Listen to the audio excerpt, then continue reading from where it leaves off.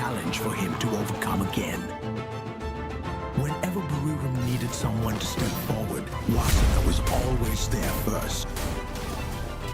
Every fight he took was a risk, but that's what makes him one of the best rushers in the world.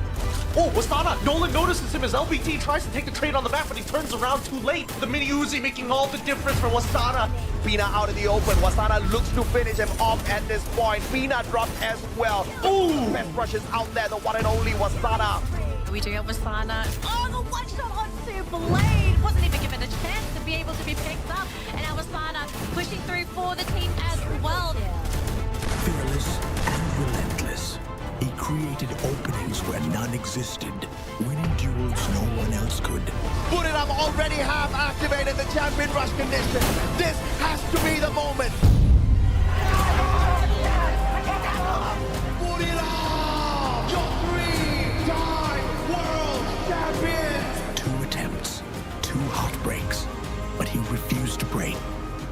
When everyone doubted him, he kept his smile, and today he burns brighter than ever.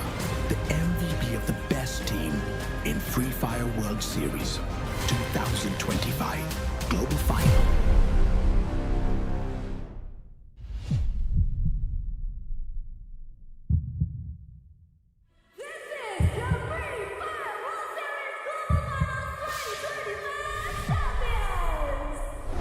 Since 2023, when Buriram United first came into the FFWS Global Finals with the roster of 2022's world champions, captained by 2-time world champion Jonah, taking new recruit Wasana, the all-star lineup crumbled, losing to Brazilian rivals Magic Squad.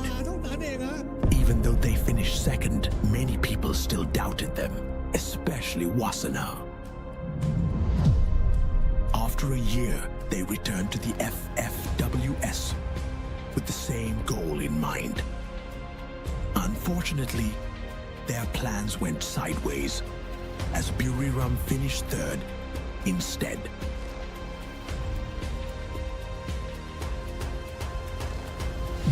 This year, they return with the same goal: prove the doubters wrong. But they started the tournament poorly. ก็พวกผมก็ทำเต็มที่ครับความพยายามไม่เคยทำร้ายใครอยู่แล้วพวกผมพยายามมา2 ปีครับที่พยายามมามันไม่เคยเสียหายครับมันทำให้ทีมตัวเองได้เก่งยิ่งขึ้นครับแล้วที่วิจารณ์กันมาว่าฟอร์มดรอปก็ตอนนั้นก็ดรอปจริงๆครับแต่ตอนนี้ก็พยายามแก้ไขในสิ่งที่พลาดในตอนนั้นจนถึงมาสำเร็จทุกวันนี้ครับ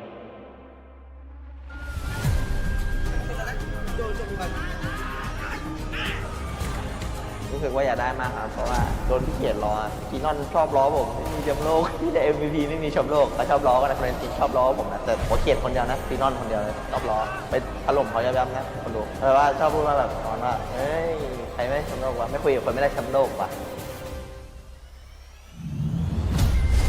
Reset, adapt, burn bright. Powerhouse Aquid Champions, Revenant United Esports.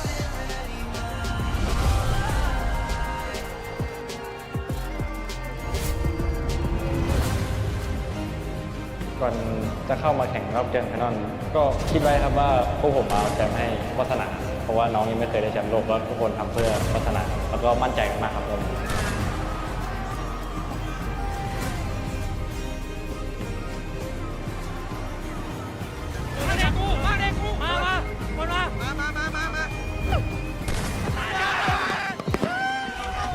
This year, they finally did it.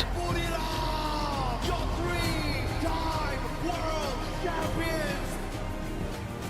Jorena's dedication for Buriram finally paid off, as he made history as the first ever 3-time FFWS Global Finals champion, as the captain led his young teammate Wasana to his first ever world championship. ก็รู้สึกดีใจครับที่ได้เห็นน้องถือถ้วยแล้วแต่ว่าเราก็ดีในลึกๆเราก็ดีใจเหมือนกันเพราะเราก็ตามหาถ้วยนี้มานานมาก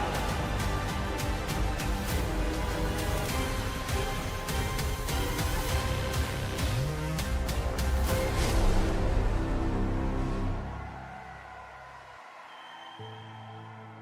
ก็มาแทนตอนนั้นเหมือนมาแทนพี่ไอ้นะครับแล้วเขาก็เมนกันว่ามาแทนเดี๋ยวคูดจะไหวหรออะไรก็ผมทำไม่เห็นแล้วนะครับ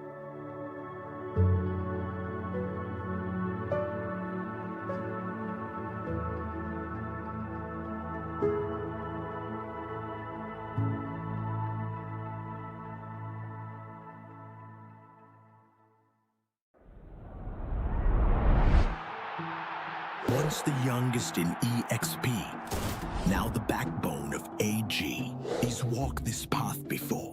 In 2023, he seized the tournament MVP, carving his name in fire against giants like Butchin, Q, and Bops. รู้สึกดีใจอยู่ครับแต่ว่าเสียใจที่ว่าไม่ได้แชมป์ด้วยครับ AG's due as their leader, their carry, their heartbeat. Within 2 years of relentless improvements, he came back stronger. He lead his squad to crush Doubt and dominate the Clash squad. Oh, dude! You can do it, son! This is it! A squad of T7! Drags them across the finish line with an ace on Mach 3! From being the 2023 MVP, he has walked the talk, and now he proves the doubters wrong all over again, earning the first ever MVP and carving his name into history as a champion of the first FFWS Clash Squad World Finals. We are here in Jakarta for the Free Fire World Series Global Finals 2025. The biggest Free Fire event in Free Fire Esports of the year.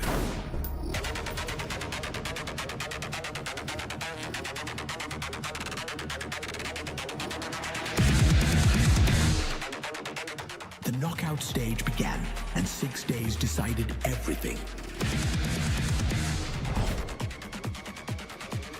The best teams crushed Doubts, while 6 teams were crushed by pressure and eliminated early instead. Triple kill.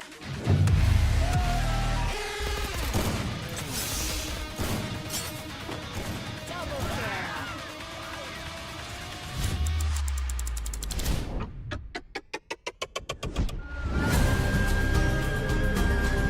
Fans from every corner of Indonesia traveled to witness an epic finale to the team's journey in Jakarta's Indonesia Arena, the nation's largest esports venue.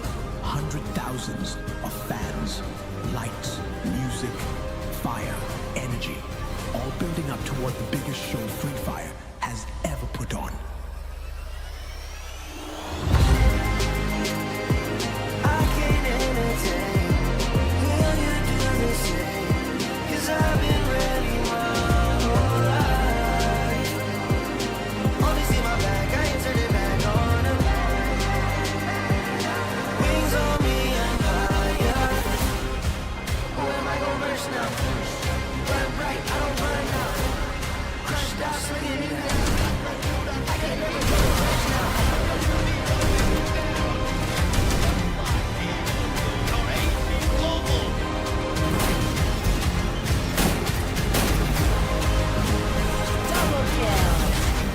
What an epic end to the FFWS Global Finals 2025.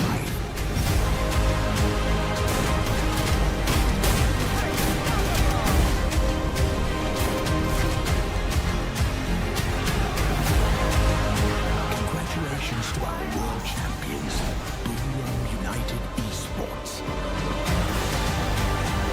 A Guinness World Record-breaking esports event attended by over 600,000 participants.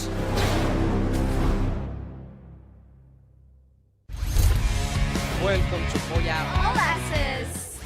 This is the Pros Masterclass. Nero, a deep dive into his strengths, abilities, and why he's shaping the way pros play right now. Next, let's break down some high-level pro plays from FFWS 2025. RQ Kazoo took the launch pad and a free target for P Sports as they soared through the sky. RQ Abe got knocked the moment he landed.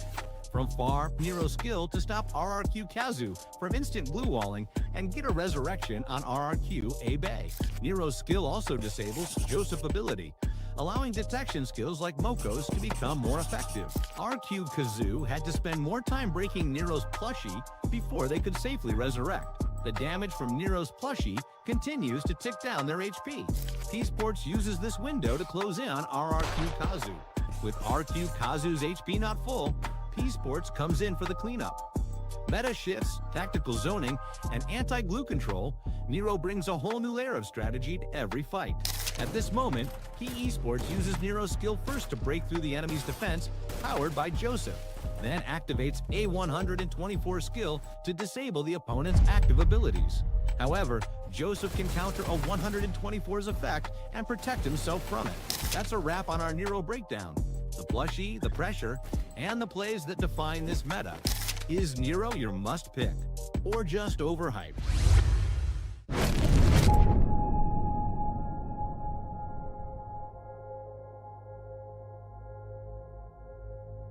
Teams reset back to 0 points in the champion rush. The grand finals bring pressure like nothing else, with unpredictable results, split-second decisions, pressure, and stage fright. This is where confidence decides everything.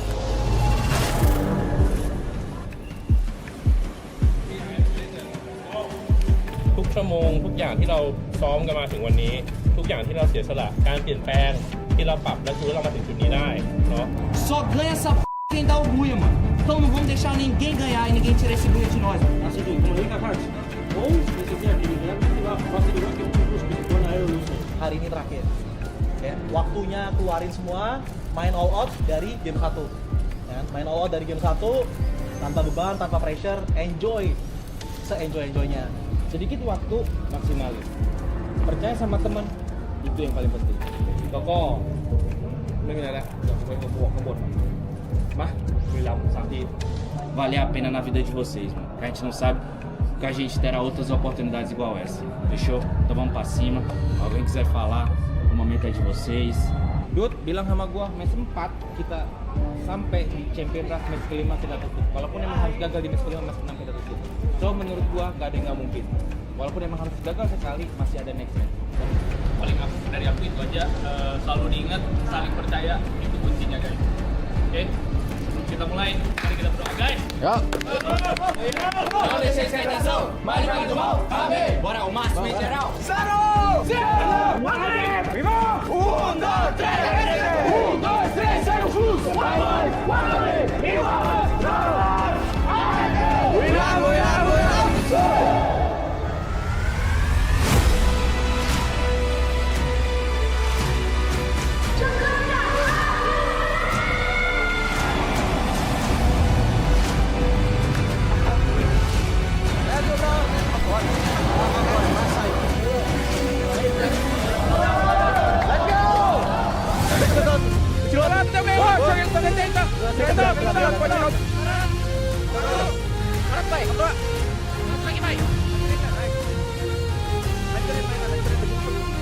Masih Gak apa-apa. Ya. Sampai banget, Cok. Two booyahs from the on-fire Fluxo silenced the Indonesian crowd, leaving behind a big gap with R7, RRQ, and EVOS. They are now in desperate need of a recovery.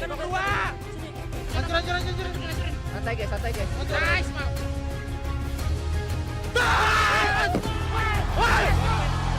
RRQ and EVOS finally recovering. However, Buriram is miles ahead of everyone else. The first to activate the champion rush. Kamu nggak lewat sini, kita lewat depannya, ayo, gua skill.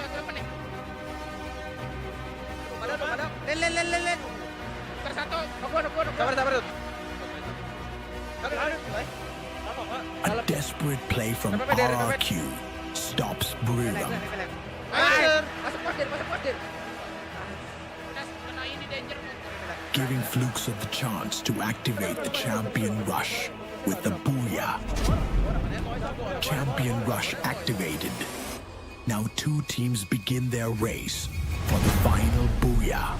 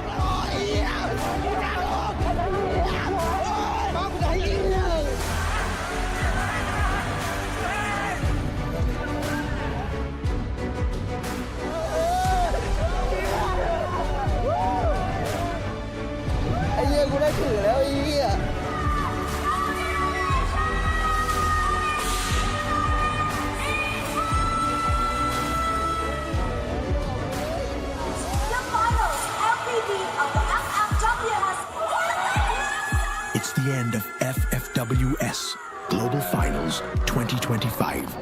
We witnessed doubts being crushed and history being made from the eyes of the MVP himself, Wasana. Buriram United Esports are crowned as Best Team of the Year.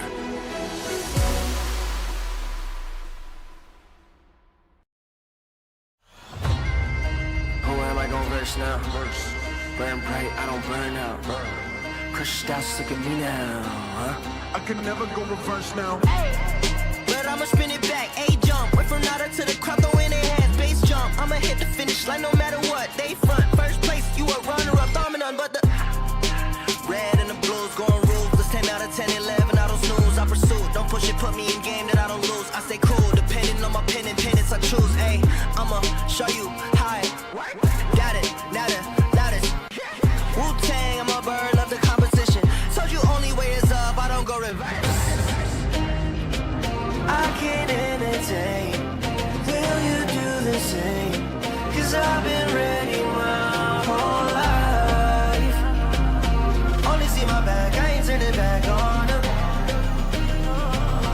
Wings on me, I'm higher.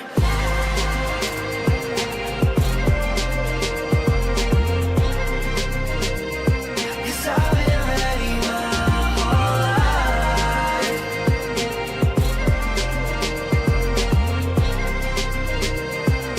Wings on me, I'm higher. Who am I gonna verse now? Who am I gonna verse now? Show me what it's worth now. I pull up in the can't imagine. All these people wanna follow, missing in action. Paper planes, I'm a condos, ate it from rapping. And I met role models. Thinking I'ma pass all the monogram on my body. The shit shout out to Virgil. Know that I'm gonna beat them like the shit that I put words to. Mama and the internet, two things that I just learned through. Hit it out of the park, so there's nothing to reverse to. I can't entertain. Will you do the same? Cause I've been ready my whole life. Only see my back, I ain't turning back on them. Wings on me, I'm higher.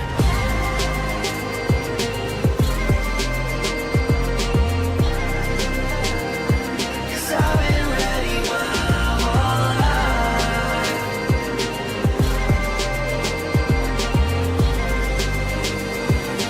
Wings on me, I'm higher.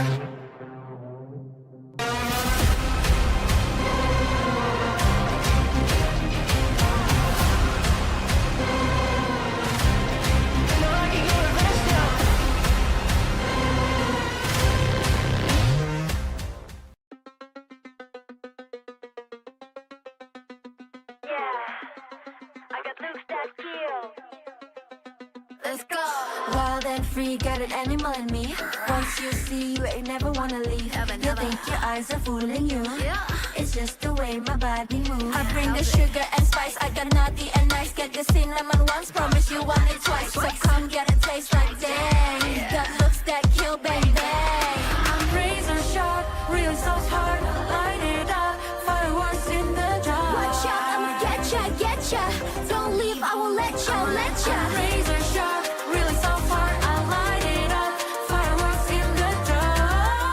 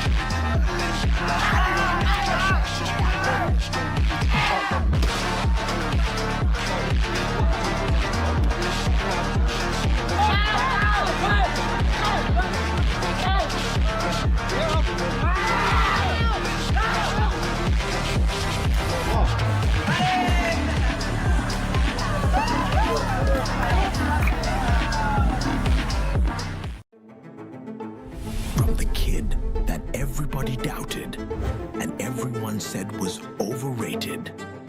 Mungkin player overrated ya Wasana lah. Wasana ครับ Wasana. Wasana É o Asana. Atualmente vai sobrar pro Asana. He is the only one who has never won any international tournament in his team. His hunger was higher compared to others. Towering in front of him, the same enemy, the two-time world champion. The same challenge for him to overcome again.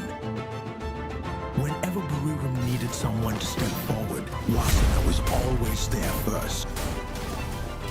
Every fight he took was a risk. But that's what makes him one of the best rushers in the world. Oh, Wasana! Nolan notices him as LBT tries to take the trade on the back, but he turns around too late. The mini Uzi making all the difference for Wasana. Bina out in the open. Wasana looks to finish him off at this point. Bina dropped as well. Ooh! Best rushes out there, the one and only Wasana. We do have Wasana. Oh, the one shot onto Blade. Wasn't even given a chance to be able to be picked up. And now Wasana pushing through for the team as well. Fearless and relentless, he created openings where none existed, winning duels no one else could.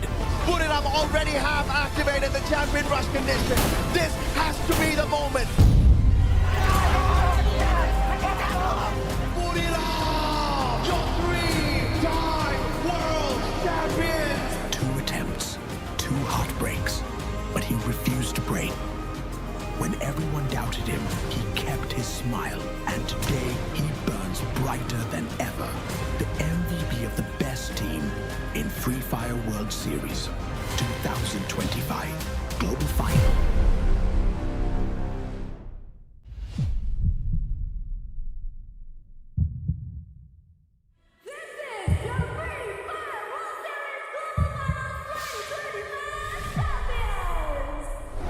Since 2023, when Buriram United first came into the FFWS Global Finals, with the roster of 2022's world champions, captained by 2-time world champion Jonah, taking new recruit Wasana, the all-star lineup crumbled, losing to Brazilian rivals, Magic Squad. Even though they finished second, many people still doubted them, especially Wasana. After a year, they returned to the FFWS with the same goal in mind. Unfortunately, their plans went sideways as Buriram finished third instead.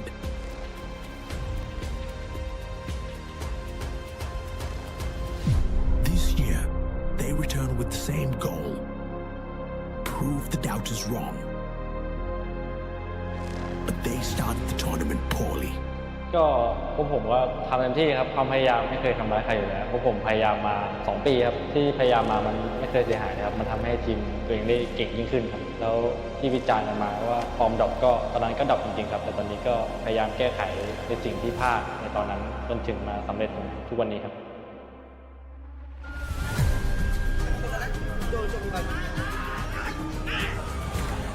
รู้สึกว่าอยากได้มากครับเพราะว่าโดนพี่เกียรติล้อกีนอนชอบล้อผมไม่มีแชมป์โลกที่จะ MVP ไม่มีแชมป์โลกเขาชอบล้อกันนะคนจริงชอบล้อผมนะแต่ผมเกียรติคนเดียวนะกีนอนคนเดียวเลยชอบล้อไปอารมณ์เขาย้ำๆนะคนดูเพราะว่าชอบพูดมาแบบตอนว่าเฮ้ยใครไม่ได้แชมป์โลกวะไม่คุยกับคนไม่ได้แชมป์โลกวะ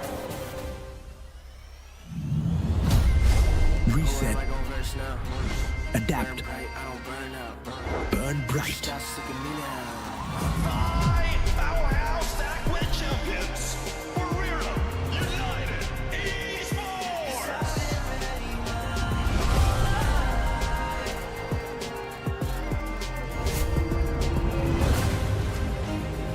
ก่อนจะเข้ามาแข่งรอบเกมไฟนอลก็คิดไว้ครับว่าพวกผมมาเอาแชมป์ให้วัฒนาเพราะว่าน้องยังไม่เคยได้แชมป์โลกแล้วทุกคนทำเพื่อวัฒนาแล้วก็มั่นใจมากครับผม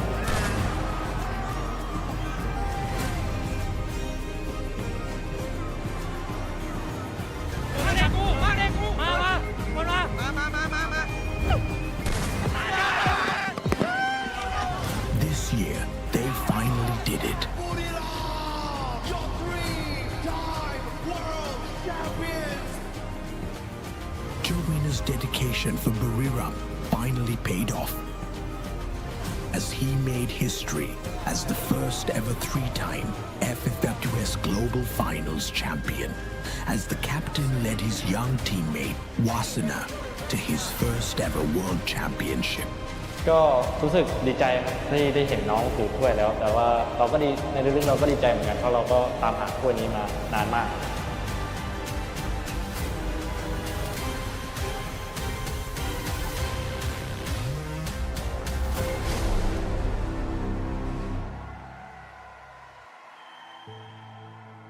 ก็มาแทนตอนนั้นเนี่ยเหมือนมาแทนพี่ไอ้นะครับแล้วเขาก็เมนกันว่ามาแทนเดี๋ยวคูดจะไหวหรออะไรก็ผมทำไม่เห็นแล้วนะครับ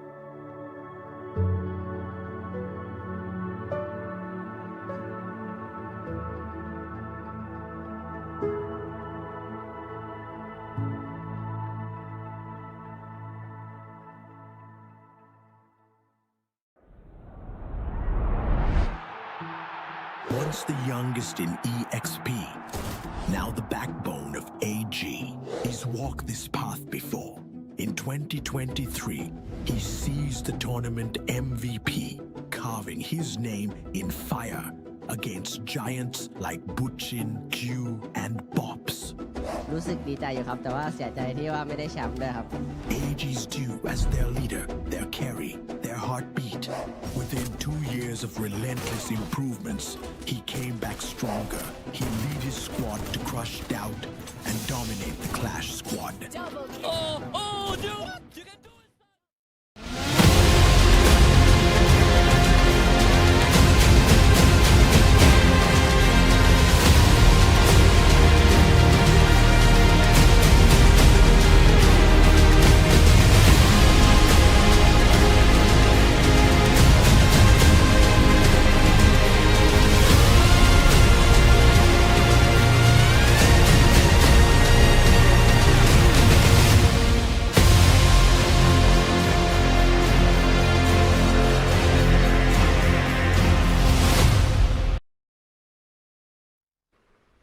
Ladies and gentlemen, boys and girls, survivors of all ages, once again, welcome to the Free Fire Max Asia Invitational 2025. We are done with Battle Royale. Now is the time for Clash Squad, baby. The CS action today is about to be explosive. We can't wait to kick things off. My name's AJ. I'm the Mustachio down here with the one and only Crips, your casters, at least for the first series here.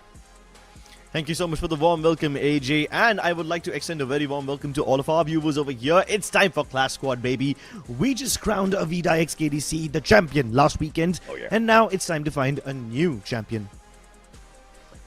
Well, whether or not it's going to be a champion out of Southeast Asia, or will South Asia prove that, okay, all right, you know what, Southeast Asia, you guys have got the BR. Let us take away and run away with this CS championship right here. If not, that's going to be the case. We don't know. Whether or not that'll be the case by the end of the competition, you guys have to wait and see. To open up the day, we have a mighty solid clash. We have got Thailand taking on India. That one is going to be an explosive one. But of course, more on that a little bit later on, ladies and gentlemen, boys and girls. We told you guys, even from Battle Royale, we've got $50,000 US on the line. We divided 35,000 USD at our BR tournament. Now, the balance of that 50K, 15,000 US on the line here for grabs, Crips. Yes, and just by virtue of making it over here into the Clash Squad stage, you will be awarded a minimum of $400, even if you finish in the first spot itself. 19th to 16th place, even if you get out in the first round, you will still get a minimum of $400. But obviously, you want 10 times more than that. The champion walks away with 4,000 USD, and the second place winners gets 2,000, half of that. Third place winners 1,500 USD, same for the fourth place people, and then you get $700 if you finish in the 5th to 8th place. But ladies and gentlemen, let's be honest, it's not just money over here that these teams want, they want all the glory. Yeah, I mean, glory and all is definitely one of the things that they want, but they definitely want the money as well, bro. I mean, if it was me, I want the money. If I get my butt kicked today, I'm gonna walk away with $400 in my pocket. I guess it's okay. I guess it's okay. It's okay of a prize to take away, even if you don't make it to the next stage. But of course, obviously, everybody wants the biggest of them all, the 4,000 USD. In order to get there, there are various things they need to get through. One of those things is the one unique active skill rule that we've got in implementation, not just in Battle Royale, but here in Clash Squad as well. What makes it a little bit more crazier here is because we've got our bans and picks, there can only be one unique active skill across the two teams. Now that's crazy. That is indeed crazy, and this ban system is gonna start delving into the minds of these players as we progress further throughout the day. Every time you get to either pick a skill or ban a skill, your opponent takes note of that, and because these people will be playing a best of 3 series, we might just see some counter picks as we progress into the next map. Yeah, absolutely, man. I mean, on this first day, I do expect the bans and picks to go by what the teams are most comfortable with. Obviously, some of these bigger Southeast Asian teams, there are many CS tournaments that they have gone through already, where you are able to really nitpick at exactly what could their preferable active skill be and ban that out. But whether or not that's going to be enough information for you, whether or not we've got enough information on the South Asian teams, the Southeast Asian teams need to figure it out. We have got 16 teams participating in here. From that 18 teams, we only removed the bottom 2. The rest of them are all in here to play. So glad to see some names back on the page here, because obviously for the grand finals for BR, we only had 12 of them. Yeah, and some of these teams were not able to make it. They didn't even get to show up last weekend. Today, they at least get a chance at redemption. It may not be the bigger chunk of the money. It may not be the BR glory, but CS definitely is a medal that you can wear with honor. Now, all the teams who did not make it into the previous stage of the tournament, Revenant, XSPARK, GB Esports, MAQNA Esports Club, Reckoning, DRS, and Godlike, these guys will get... No, I'm sorry, Godlike did show up, but like these guys will definitely get a chance to show up now. And the way these brackets have been put together, it's basically the strongest team, the highest seeded team, fighting off against the lowest seeded team. And that's why the first match that we will be starting off today with is going to be Falcons versus Revenant XSPARK. I don't know, man. I don't know who figured out this was a good idea to put your top seed up against the bottom seed and match them up on a Clash Squad bracketing. Granted, Clash Squad is not a apple-to-apple comparison in terms of how they'll perform here versus how they performed in BR, but still, there's still a element of firepower, you know, the significant firepower that allowed some teams to be that #1 squad, right? Those eliminations obviously counted for a lot. If you look at Revenant XSPARK, in our phase 2 of things, they only managed to walk away with a total of 57 eliminations, whereas you see Team Falcons with a total of 179. So I don't know. The odds are definitely stacked up against India for this very first best of 3 itself, but that's exactly how the cookie crumbles. You can't decide your fate in terms of how the matches are drawn, but you just have to make the best of it to make it to the next stage. And there's only one chance for you to make it to the next stage. If you lose even a single match, you are out of the tournament. It's a single elimination bracket, ladies and gentlemen. It is going to be trial by fire. And some of the people who've been setting the arena on fire are these people on your screen right here. On fire, obviously leading the elimination leaderboard with 53 eliminations. 2,656 damage, followed closely behind by his own teammate at 49 eliminations. Damn it, man. When you've got top 5 eliminations and you see 3 out of 5 being from one squad, then 2 out of 5 being from another squad, and all of them are from Southeast Asia. If you're a South Asian team, you're definitely feeling like, oh my, what did I even get myself into? But obviously, in Clash Squad, there are many things that could go your way if you do manage your battles well. These are the players, these are the squads that have already been battle tested and proven to be skilled in a decent game of Battle Royale. Match out there in the world of Free Fire. But in Clash Squad, fingers crossed, we see a different story, although that is quite difficult to ask off of the dual mode champions of Southeast Asia, Falcons themselves. The duo of CBank and Deeks also has been absolutely phenomenal. And I'm starting to feel a little intimidated on behalf of all the other teams whose names are nowhere close to the top of this list. Let's see if or not we can get some data on that a little bit later on. 2 teams that are not joining us in Clash Squad, unfortunately, is Soul Elite from India and Red Hawks out of Bangladesh. These two teams ended up in the 17th and the 18th spot. Really could not make the cut for Clash Squad, but obviously we hope to see them here in the future. But we are about to kick off game number 1 in a little bit, ladies and gentlemen, boys and girls. So we hope you have got your snacks and your drinks on standby. Don't drink too much of water though, because you're gonna have to take a few unnecessary breaks. It's gonna be a long day, and you do not want to miss any of this action. Of course, unless you're one of those that carries your phone into the toilet and accidentally drops it into the toilet. Do not blame us if that happens. Oh no, that's a thank you for the graphical image in my mind, AJ. Let me replace it with something prettier. It's Team Falcons and Revenant XSPARK. Both these teams did have their highlight moments in the BR mode.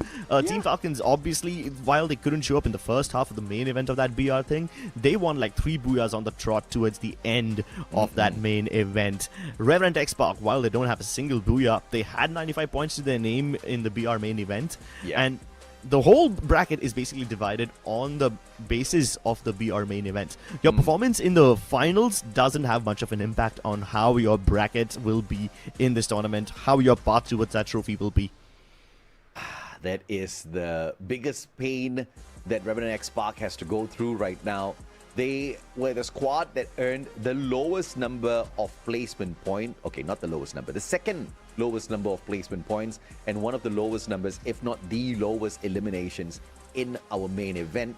Clearly a mismatch when it comes to the engagement here, up against a team capable like Falcons. They are a team that are known as the champions of the Esports World Cup in 2024, and they also have dominated Southeast Asia. This is the kind of team you do not want to go up against, because in FFWSC 2025 Fall, in both Battle Royale as well as Clash Squad, Falcons dominated. They ripped apart all of the other Southeast Asian titans, and to do it again once again in FFMAI may not be impossible for them, at least in Clash Squad, since they couldn't get it done in BR. And honestly, given their track record, it's going to be a very intimidating opponent to go up against for the likes of Revenant XSPARK. Even in the Free Fire India Championship, they did not have that great of a time in the CS mode, and Revenant XSPARK struggled over there as well. So given the skill gap and given the disparity in this entire matchup, I would be very happy if I could even force one map out of Falcons if I was a Revenant XSPARK fan. Like, the fact that they managed to push Falcons to the 3rd map itself is going to be a big achievement, because in this game mode, you only have to win 2 maps and you're through to the next round. Yeah, absolutely, man. Someone from production asked me for a video, okay, which I totally forgot about. Production, I'm so sorry, okay. And one of that video was for it had a very simple question. What are my expectations for India in Clash Squad? I have no expectations off of India at all in Clash Squad. We saw how great they performed in Battle Royale.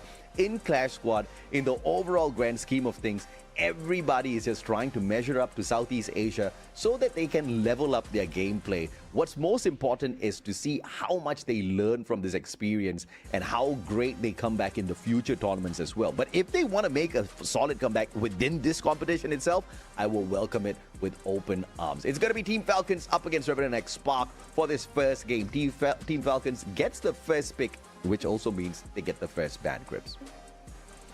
And we'll see what they cook up over here. Revenant XSPARK will really have to play to their strengths in this character pickup phase.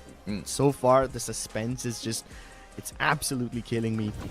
Looks like Team Falcons are going for the Oscar ban.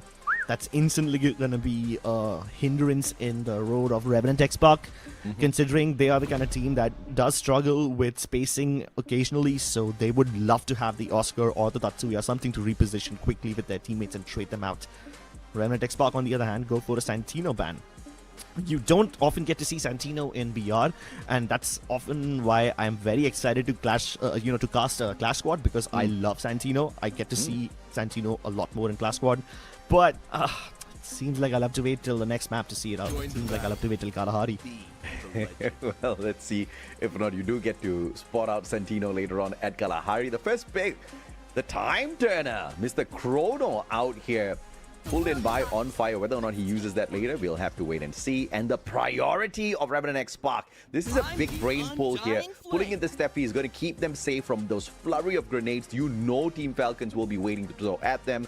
And the Ignis with the Flame Mirage should be able to block out quite a bit of positional gameplay information off of Revenant Team XSPARK, so that Team Falcons don't get a decent read on them in the early parts of the matchup. I really like this out of India.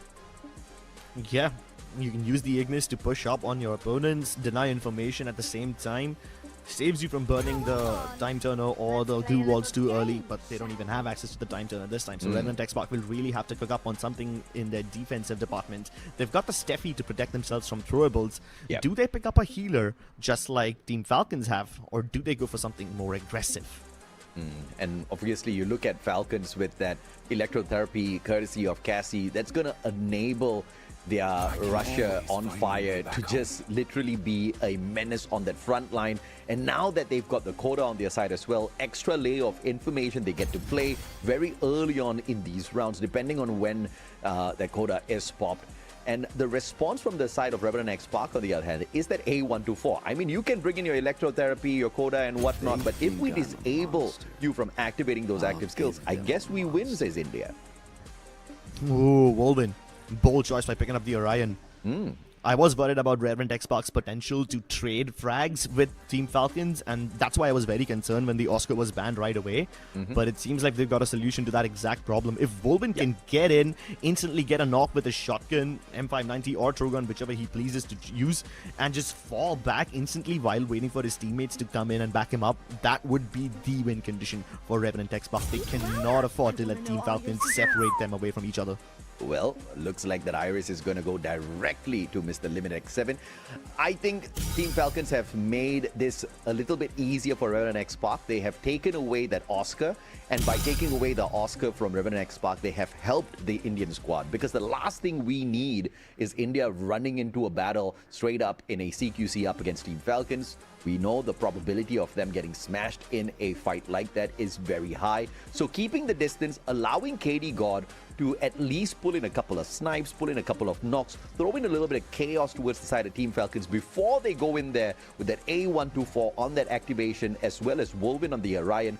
I think Revenant XSPARK has got a strategy here they may just be able to pull off. But of course, at the end of the day, the execution is going to be absolutely important as well. Yeah, I was actually about to point out that Revenant XSPARK, I kind of disagree with it. I kind of think that Revenant XSPARK would like to push in and get as much control as possible. But, yep, it will really depend on the person who's slightly far away from the squad and providing Overwatch from afar. That guy will really have to create a lot of impact so that Wolvin and Louis can get in there. I don't know what makes you think that Revenant XSPARK can take a CQC up against Team Falcons, but you know what? I like this, bro. Let's see if or not Revenant XSPARK will be able to pull off a play like that, Krebs. Team Falcons, I think they are expecting a little bit of an aggressive play out of the Indian squad as well. And that's the main reason why that Chrono was that first pick, right? I mean, it's really a 50-50 in terms of how India is going to approach this fight. If they go into aggressive, I'm a little bit worried that they're going to get smashed. If they buy their time and play this slow enough for at least a few of those long-range engagements to allow them maybe one elimination before going all in, I just serve them a little bit of an advantage there. So the reason why I was so focused on Revenant XSPARK getting in there is because I saw Wolvin pull off some incredible stuff during the main event. Yes. I mean, his team did not have the best possible performance, but whenever they had a great game, it was on the back of Wolvin getting a double or a triple elimination with his M590 by just pushing in. And he's going to have to be that big impact player over here as well. And you're right, KD God will have to provide him some backup, so Sahil will have to be right there next to him in case he gets out of there, or in case he needs backup, or if he gets locked in a glue wall maze or something. But yeah, I think the whole thing hinges on Wolvin creating that impact and getting that first opening elimination. Yeah, no doubt at all, man. These are best case scenarios, right? If Revenant XSPARK gets the very first optimist. knock, first knock, first elimination, it's going to be a huge boon for them. But we've also seen Falcons, just come back from the absolute death in 1v3 situations. I mean, it's one of the most proficient squads that we've got out of Southeast Asia, taking on a team that really struggled to find eliminations for themselves in Battle Royale. It's a mismatch for sure, I'm hoping for some sort of a miracle to pull us into a game number 3 at the very least in this fight. Because if we don't see anything special out of Revenant and XSPARK, if we don't see, some sort of cheese strats out of them to pull away a couple of rounds, I think this one's going to end fairly quickly, which, for the sake of India, I hope that doesn't happen. But, that's most probably what's going to happen if India does not step up big time in this fight. Oh, definitely. They will need to step up. They will have to play a career best game over here if they want to have impact against Team Falcons. So definitely a tall task ahead of them. But we will see their uphill journey. Let's see how well they do it and how graceful they are with it. Ladies and gentlemen, we are about to get into the game. Put your hands together for the first matchup of the day. I present to you Falcons versus Revenant XSPARK. It Kalahari. Let's go, baby. So you don't get your Sentino. You don't run around on this little mammoth. Let's see if or not this was the right pick out of Revenant XSPARK. Falcons, Limit X7, M500 obviously going to be popped out here by a majority of the players, just playing the distance that this compound has to offer. Smoke vortex to close in the distance. Revenant XSPARK know what they've been cooking. Beauty. Time turner popped on fire, closes in the distance. One more gets the shot in from afar. Look at how well they control this space. Just like that. The backup comes through as well. And on fire. It's a lovely shot from above.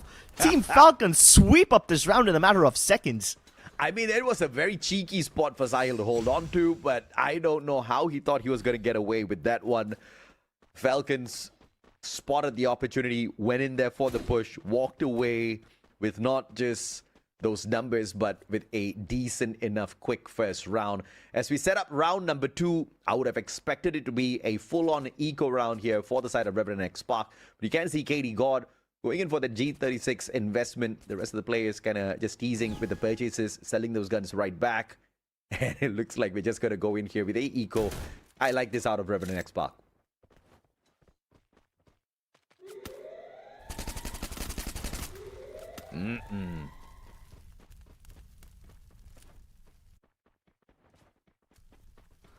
Well, let's see if or not some beauty can be born out of this. Unfortunately, no. KD God, beautiful knock onto Kororo, but Limit just doesn't allow him to breathe at all with the Winchester. Gets him knocked down to the ground. Lewis now the final player on the side of Revenant XSPARK, going up against 3 players at the same time, and one more just drops by to say hello and puts an end to that. Easy 3-0 so far for... Easy 2-0 so far for Falcons. And Revenant XSPARK just not looking steady. I can't blame them. It was their eco round technically. They should have held back a little bit more, I thought. But they still wanted to spend a few of those coins, which I wasn't too keen on seeing that. And Falcons punished them so beautifully too, using the TPP to their advantage. Revenant XSPARK did kind of make a bold push towards the center. And Falcons still very cautious, even though Revenant XSPARK were on an eco. But now that they got the weapons to work with, Falcons still try to go for the opening. But KD God opens fire. On fire over there in the bottom. Will have to be careful, but the nade from Sahil does get him in the end. Kororo comes through from behind. He opens up Sahil, and KD God has to go in for the trade. The glue balls close in the distance. Limit X7 provides backup from afar. Great stuff. Falcons isolate and exterminate, and Volvin was almost sliced and diced. One more at least puts him out of his misery with the P90 instead. Yeah, it's a fantastic nade off of Sahil. The follow-up, though, he was expecting his players down on the ground to get those shots in, but instead, his team members got knocked down to the ground. And then seconds later, Sahil gets backstabbed as well. Revenant XSPARK is not understanding. The play of Koda on the side of Falcons is just getting them the extra information very early on. Revenant XSPARK is literally rushing on into those fights, whereas Falcons already know exactly where to focus their gunfights at. So this is turning out to be a little bit of an extra challenge. It would maybe be good for the Indian squad to slow things down now. Yeah, now they can't afford to rush in, definitely. They got punished twice, really hard. But this time Kororo takes the initiative, sneaks up on Sahil, gets a headshot but doesn't eliminate him. My god, the jump around. Kororo now locked inside, and here comes on fire. He does provide backup, but KD God in fact has punished Kororo. So this one's out of the park. Wolvin has to step up. Does get the knock. Great delivery from him. Can Limit X7 close it out? Oh, those nades just falling Not just a little, very much short. KD God, Flame Mirage. Doesn't even go towards the top. The block of Liminex 7. One more. Focusing on the backstab. An unbelievable save by one more. When Liminex 7 kept everybody distracted. One more goes for the double. And Falcons again outplay Revenant XSPARK. And this time, this was an unforced error. Revenant and XSPARK so far away from each other. There was no way they could have known that Falcons would drop straight to the ground and punish them from behind. They didn't think Falcons would relinquish the high ground so easily, but hey, if it ends the round early, then why not? My, oh my. There's barely any bit of comeback potential here for Revenant XSPARK based on what they've been playing so far. Say, good placement of that smoke vortex just so that they can get in there. And obviously, everybody wants that cyber drop point for themselves, but Revenant XSPARK will be the one to drop the ball this time round on that cyber point as Falcons sneak that one away. And elimination after elimination, Falcons barely sweating in this battle. Barely even exposing themselves. You could see how safely Liminex 7 was playing. It's almost like he never got punished for his actions. And this way, Keroro and On Fire have the confidence to get in there, knowing that Revenant XSPARK players are being kept tabs on. There's absolutely no way that Falcons will be caught off guard if they keep playing like this. And within a matter of minutes, we are already at match point. AJ, this match had just begun, and now it's almost about to end. Do Revenant XSPARK have one last spark in them? Can they ignite this battlefield and force the comeback? Oh my, maybe they can. Lewis, beautiful VSK opener. Keroro down on the ground, but you see the speed of recovery. One more, instantaneously dropping back to save his brother. Can that grenade find the connection? Gets close enough for the pickup. One more. Beautifully done. And the recovery on the side of Falcons, just phenomenal. Revenant XSPARK has not lost a single player just yet. One more now, going in there for the revenge. And a 2v1 will drop Woven down onto the ground. The rest of them scurrying around, looking for a defensive spot, but Falcons looking to overwhelm. Once again, setting up a 2v1. And a GG. Keroro gets the slice onto Lewis before the scythe can even get to him. Such lovely backup. Keroro from behind, On Fire, closing in the distance. He uses the cover just to get in there within sighting distance. This is psychological warfare at this point. They don't just want to win, they want to make a statement. And while everybody's focusing on Fire, Keroro from behind snipes everyone away. Falcons with a flawless win. Don't drop even a single round against Revenant XSPARK. Looks like we are blessed to pick up game number 1 because it's going to be a very fast series for us, Crips. If Falcons keeps this up, we're going to be taking a break. We're going to be dragging in our brothers to shoutcast game number 2 for you guys fairly soon, since Revenant XSPARK can't seem to do anything up against Falcons, and I really don't blame the Indian squad. Again, the way the brackets are set up is the first seed out of our main event goes up against the final seed. Revenant XSPARK is literally that final seed. The 16th place team goes up against your number 1 place team, and the sheer firepower of Team Falcons wipe them out. Thank goodness this is a best out of 3. Revenant XSPARK still has some sort of an opportunity to, I don't even know do what, man, because this one was literally a breeze for the side of Falcons. Yeah, they did not even break a sweat. And that's what happens when you match up the strongest squad against the weakest in the bracket so far. To be honest, if it goes like this, the closest match, according to the way this has been set, the closest match would probably be Nightmare versus Meta. But we'll get to that a little bit later. For now, Falcons, they've put this to a quick end. And it seems like they want to speedrun this one. Well, let's take a look and see who the MVP of this battle is. The one and only Liminex 7, the sniper on the side of Team Falcons. You know, Falcons were all right before Limit showed up. Once he was acquired, this team became unstoppable. And he was unstoppable in this first game up against Revenant XSPARK as well. Rocking that Winchester with that Iris, you can pull up a defensive glue wall, but you can't do anything about that bullet touching you. Yeah, and Liminex 7 wasn't even the dedicated sniper of the team. It's not just him wielding that Winchester, it's also sometimes Keroro wielding that AWM. And you could see how much pressure Revenant XSPARK in, at least in that last round in Bayfront. You could see how Luis was pinned behind that little van. Kiroro, Limit X7, sniping away at him from afar, on fire, just closing in with that sight.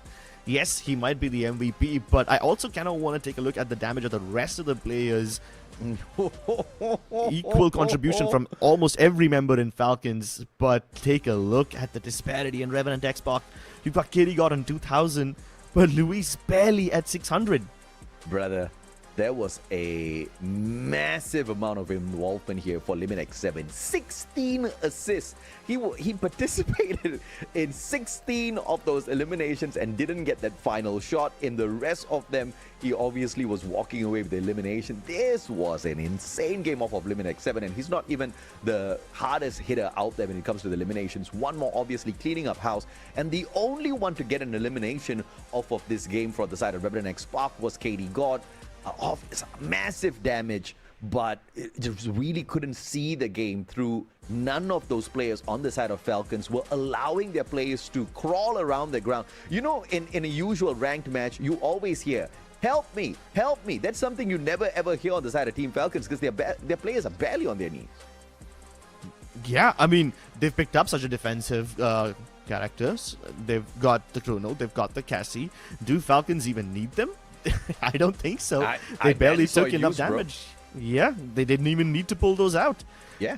And if they don't need the defensive characters, then maybe we can see a much more aggressive lineup from Team Falcons next game. I say Team Falcons just got super lucky because they got matched up against the 16th seed in this first matchup. But that's exactly how the cookie crumbles here. It's eventual in terms of bumping into Team Falcons, and they are definitely one of the strongest in the competition.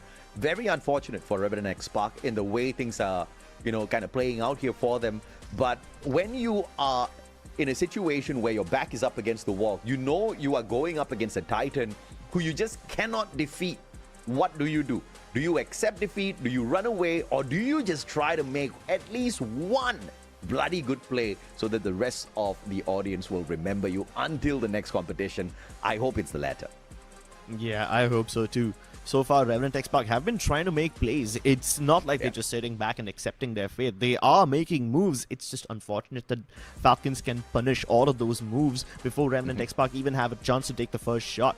You saw how many times Falcons Esports used the TPP and managed to get the knock before Revenant XSPARK could even finish their jump, put on their glue walls, and even survive that encounter. So the execution is super intense from Falcons.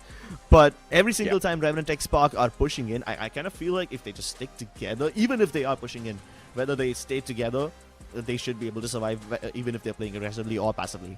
Yeah, man. I mean, when they brought in the Steffi, that's exactly the kind of play I was expecting out of Revenant XSPARK, right? Stick together, you know, bait out those nades, pop that Steffi, and then annihilate them. Just use the power of numbers on your side. And if you do get knocked down by Limit or whatever, you know, from across the battlefield, you just instantly focus on that pickup. But you just saw them splitting up on the battlefield. Just really not my flavor off of Revenant XSPARK. But this time they walk in here with the first pick and the first ban, and their first ban is going to be taking that electrotherapy off of the play. They think that's the problem. Certainly could be a factor. I mean, when you're getting beaten that hard and you're getting frustrated that all the damage you're doing isn't creating any impact, so you will tend to think that's the problem. But they too are getting punished heavily. And now Falcons take away Steffi. It's not like Revenant XSPARK used that quite a lot. So I'm not sure if that will really impact their playstyle over here. I mean, no matter who Revenant XSPARK bans out, you know it's going to be a tough fight for them. They sneak that Chrono away. I guess that's a good start. At least they have the time turner on their side. They'll have those extra opportunities to go in there for the save. But this Chrono is being played by KD God. Usually, as the sniper of the squad, he's very far away from the rest of his team members. So this Chrono could be very much a selfish time turner out there on the battlefield just to keep himself safe so that he can hold on to a decent flanking position. Unless, of course, they go with a 2-2 split this time round. I hope to see that. And, of course, Team Falcons say, tit for tat, man. You want to steal my Chrono? I'll steal your Ignis. Don't blink. Yeah, Ignis taken away by Falcons. Oscar too. That gives them a lot of potential to get in there and punish Team Revenant XSPARK. That being said, though, you see how differently Falcons and Revenant XSPARK use it. Like, if KD God, as you mentioned, if he's going to use this selfishly and to, use it to protect himself, that's a completely different playstyle. But Team Falcons, they use it to close in. They get in their opponent's faces, pop the time turner, and then challenge them head on in a close combat shotgun battle. And they dance around that bubble so well. Yeah, man. The Valiant dash on the side of Falcons makes me very nervous. It looks like they want to take an aggressive game up against Revenant XSPARK. So this is a clue for Revenant XSPARK to anticipate the kind of movements from the side of Team Falcons. They need to have a decent enough CQC setup here. They already started off great with the Chrono as well as the Orion. They've got the Sentino to reposition. Not my flavor up against a lineup of this sort of Team Falcons. And with Clue on the side of Team Falcons, that technically gets all of the information pulled onto their side. They're going overkill with the info. Coda and Clue. Yeah. I mean, Coda was sufficient for them last game. At this point, I'm starting to think if Clue will provide them anything that they don't already know. So, could have had a lot more aggressive lineup, but hey, with a double information composition, Team Falcons will be able to keep tabs on Revenant XSPARK no matter where they are. So, what do Revenant XSPARK do here? Like, I think they'll have to force fights where even if Team Falcons have the information, they'll still have to get in there and fight them. I don't see any other play over here. Brother, Revenant XSPARK, based on that previous game, stands no chance to beat a team like Team Falcons. I say the best thing that they can do here for themselves is pull out some cheese strats, steal away some rounds where we can scream their name and can scream their team's name loud and proud. Because this is one, based on that first game, is clearly a super one-sided fight. They've got the Tatsuya. They've, defensively, I see that working out great with the Chrono and Orion. The Sentino is where I've got my questions. Thankfully, KD God is going to be playing on that Sentino, which makes so much more sense instead of the Chrono. So let's see what he's going to be able to get done with this. Because at least with KD God on that Sentino, he can use it in an aggressive manner as he's flanking, send out his clone towards the side of the rest of his team members. So if he is needed as that fourth man in that CQC fight, he can jump right back in it. Yeah, and that's exactly something that Revenant XSPARK have been trying to pull off in the previous game as well. They tried to be there for each other, but they were just so far away. Hopefully, Santino solves the problem. Yeah, and man. To be honest, their only win condition over here against a team that has all the information in the world is to just win your fights, Yeah. Offer them fights which have absolutely no advantage to them. Even if they have the information, they have to get in there and fight you. So at that point, information is basically null and void. That's the kind of fight that Revenant XSPARK will have to put up. Yeah. Now you've got the Coda, you've got the Clue, you've got never-ending information on the side of Falcons. And information is key to getting the victory a majority of the times when it comes to super high-level pro plays. Now you've got a mismatch plus the information going the way of the team that can annihilate you with that sort of information in hand. So this is not looking good at all, because with that information, it doesn't mean that Falcons get to play super aggressively all the time. If they do anticipate a aggressive push coming forth from the side of Revenant XSPARK, they can very easily drop back on a defensive formation and then just stay out of the pickle and then catch Revenant XSPARK off guard with the Clue as well as Coda. I'm not liking the way things are going here. Yes, it was a great first pick from the side of Revenant XSPARK. I really do like that. The Chrono is going to keep them at least alive for a few extra seconds on the battlefield. What can they do with those seconds? Can they make some miracle happen here, Chris? That's my only question. If they can, you're going to hear both of us scream pretty loud later. Yeah, even I hope so. To be honest, Revenant XSPARK had some good moments in the previous game as well, but I felt there was a little bit of hope. Like, there was a little bit of hopium over there. But every single time Revenant XSPARK managed to get a knock, Falcons were able to get the res very, very easily. Yeah. And that's the only reason that Revenant XSPARK have only one elimination. They got plenty of knocks, but none of them confirmed, none of them turned into eliminations. And that is a massive problem which Revenant XSPARK will luckily not have to face, because no Cassie, no Chrono. Can you finally make your damage count? Well, let's see, man.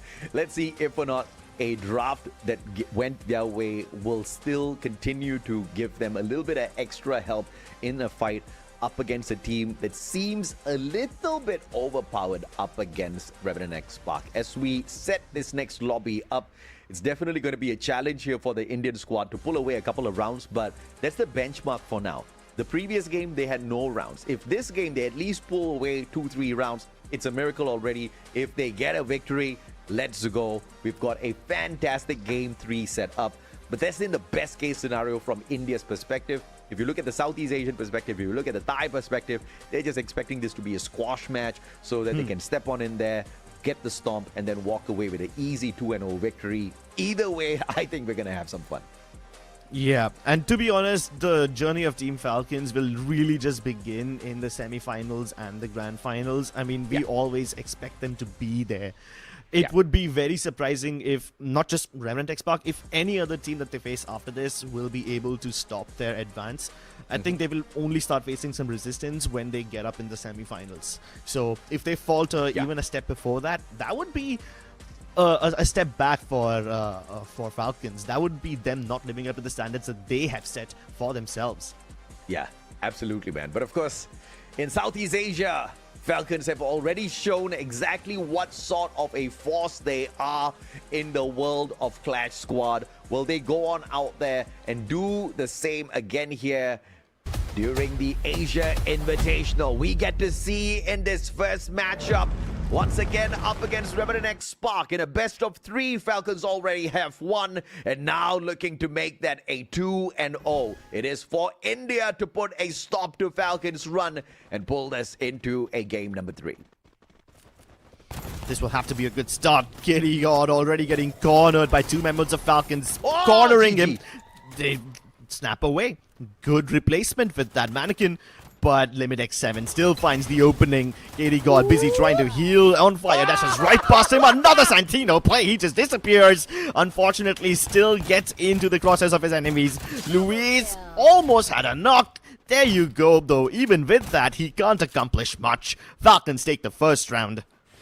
KD God, that's what I'm talking about. The shape splitter on the double switch almost got some sort of magic worked out there, but I don't think KD God had got that backup, right? I think if he wants to play the shape splitter, he needs to have at least a 2-2 buddy system running with the rest of his team members. Having KD God move alone on the battlefield is just not doing it for me. I need to see more backup on this guy because he looks like the saving grace here for Revenant XSPARK right now. Yeah, he was marked for death. They knew that he tried to pull off that double teleport, but that won't help him. Keroro, lovely shot onto KD God. Wolvin finally retaliates, but is that going to be enough though? I really don't think so. Wolvin and Luis need to get together again because On Fire is closing in the distance. Hop through the flame. On Fire once again has Luis down on very low HP. One more swoops in and gets that knock. Can Luis survive this one? It's psychological warfare at this point. You've got one guy jumping at you with a scythe and everybody else in the world shooting down at you. How do you survive? Keroro saying, thank you, bro. I just bought my Deagle. I don't need to purchase it again. Before it expired, the team managed to get the victory. Revenant XSPARK did fairly well to take Limit as well as Keroro off of the list. But obviously, one more proved to be just a little bit too tough of a nut to crack out there. Into round 3, we go Cyber Airdrop time. This is going to be dragging both teams down the middle, or at the very least, baiting Falcons in down the middle. Revenant XSPARK can set the wrap up here. Oh my god, lovely opening by Limit with that VSK. And he's got tabs on Wolvin as well. While Wolvin tries to dodge this one, another nade from one more comes through. Orion won't save him over here, but he traces one more through the air. Great confirmation as well. Double glue wall to instantly protect him. And Luis has actually found Keroro. That's 2 eliminations in the favor of Revenant XSPARK. They might just convert this round, AJ.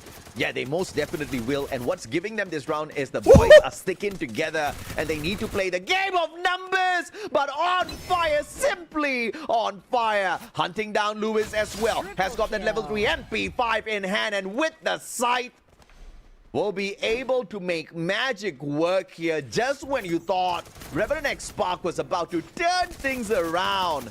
This man On Fire just stepped up the gameplay. My god. That movement is insane. Using the Grav Labs to his feature, and it's not just that, it's the way he uses his dashes, the way he just dips back in cover whenever there's a glue wall around. He is just so fast on his feet. His opponents literally run out of bullets when they try to trace him. Mechanical supremacy, that's what Falcons are known for.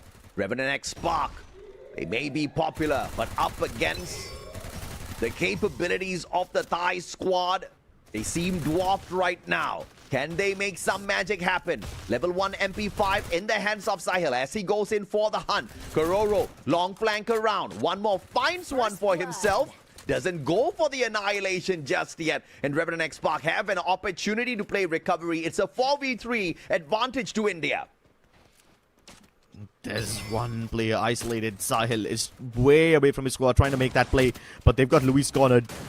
Up close with that. VSK can't happen. Luis wins the fight with the M590. Finishes off Limit X7 as well. Sahil though was with the main squad and he still can't get the trade. That's a massive mistake. And it's Wolvin down on his last legs.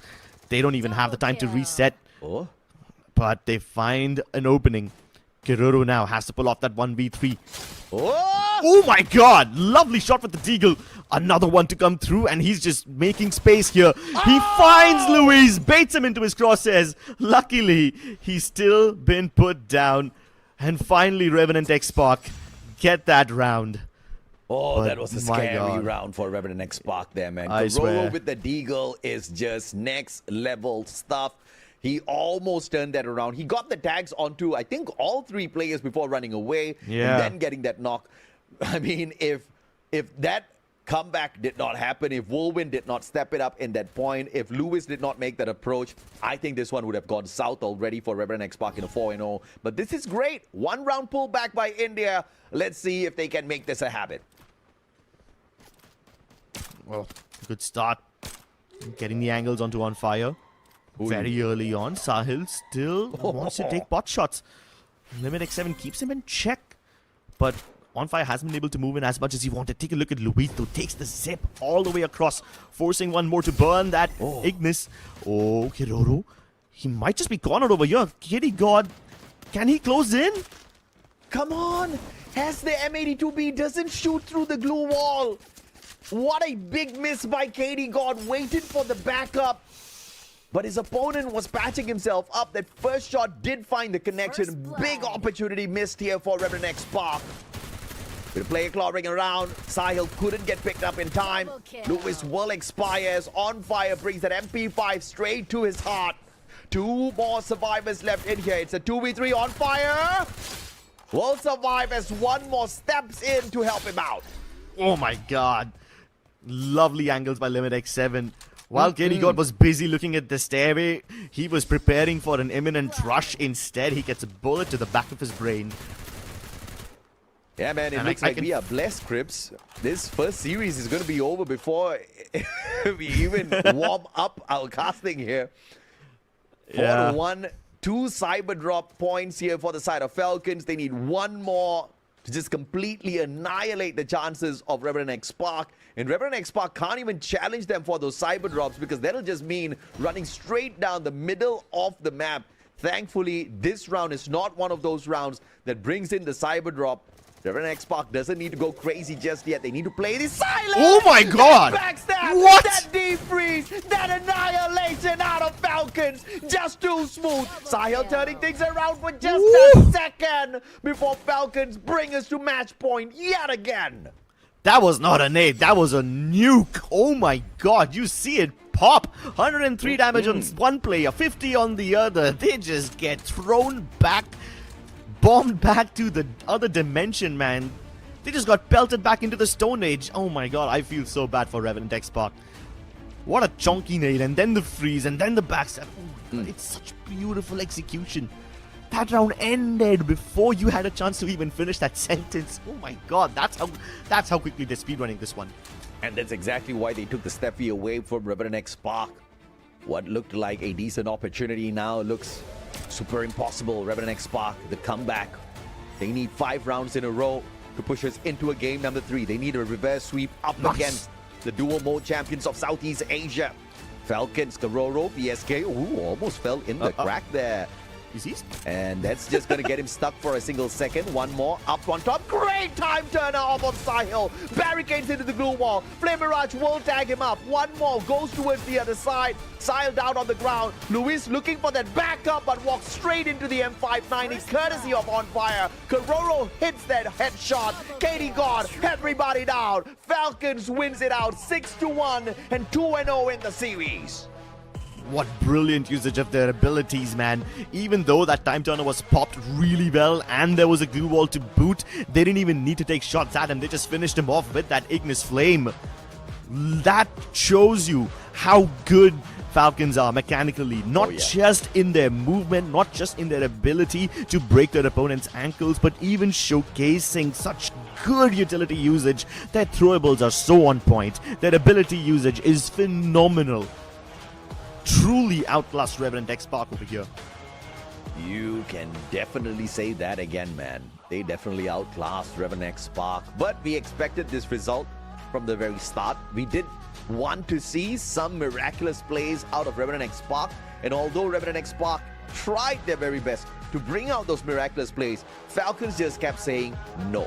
And their no was just like an Asian mother saying no. No means absolutely no. Team Falcons took that one away, ran away with the matchup, barely gave us, like you said, time to finish our sentences. I drank a Red Bull for this one, and I think I just wasted a can. Yeah. This is over before it was even really, started. I feel like we've had a very short work day over here.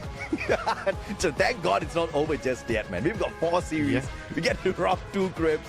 But the first one is a holiday courtesy of Team Falcons. Revenant XSPARK, I don't know if I should thank you for giving us a quick game, but I would have loved to see a game number 3 between the two.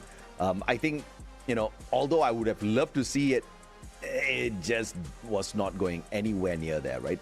Even those miraculous plays that we were expecting just didn't show up. I mean, there was a little bit of hope. Every now and then, Luis would run a good shot. Wolven would actually be able to close in. They scored a round. And I was like, yep, that's the start of the comeback. I was on the edge of my seat. I was actually hoping for something. Unfortunately, though, Falcons show us what they're truly made of. Yeah, I mean, I expected Falcons to show us what they're made of.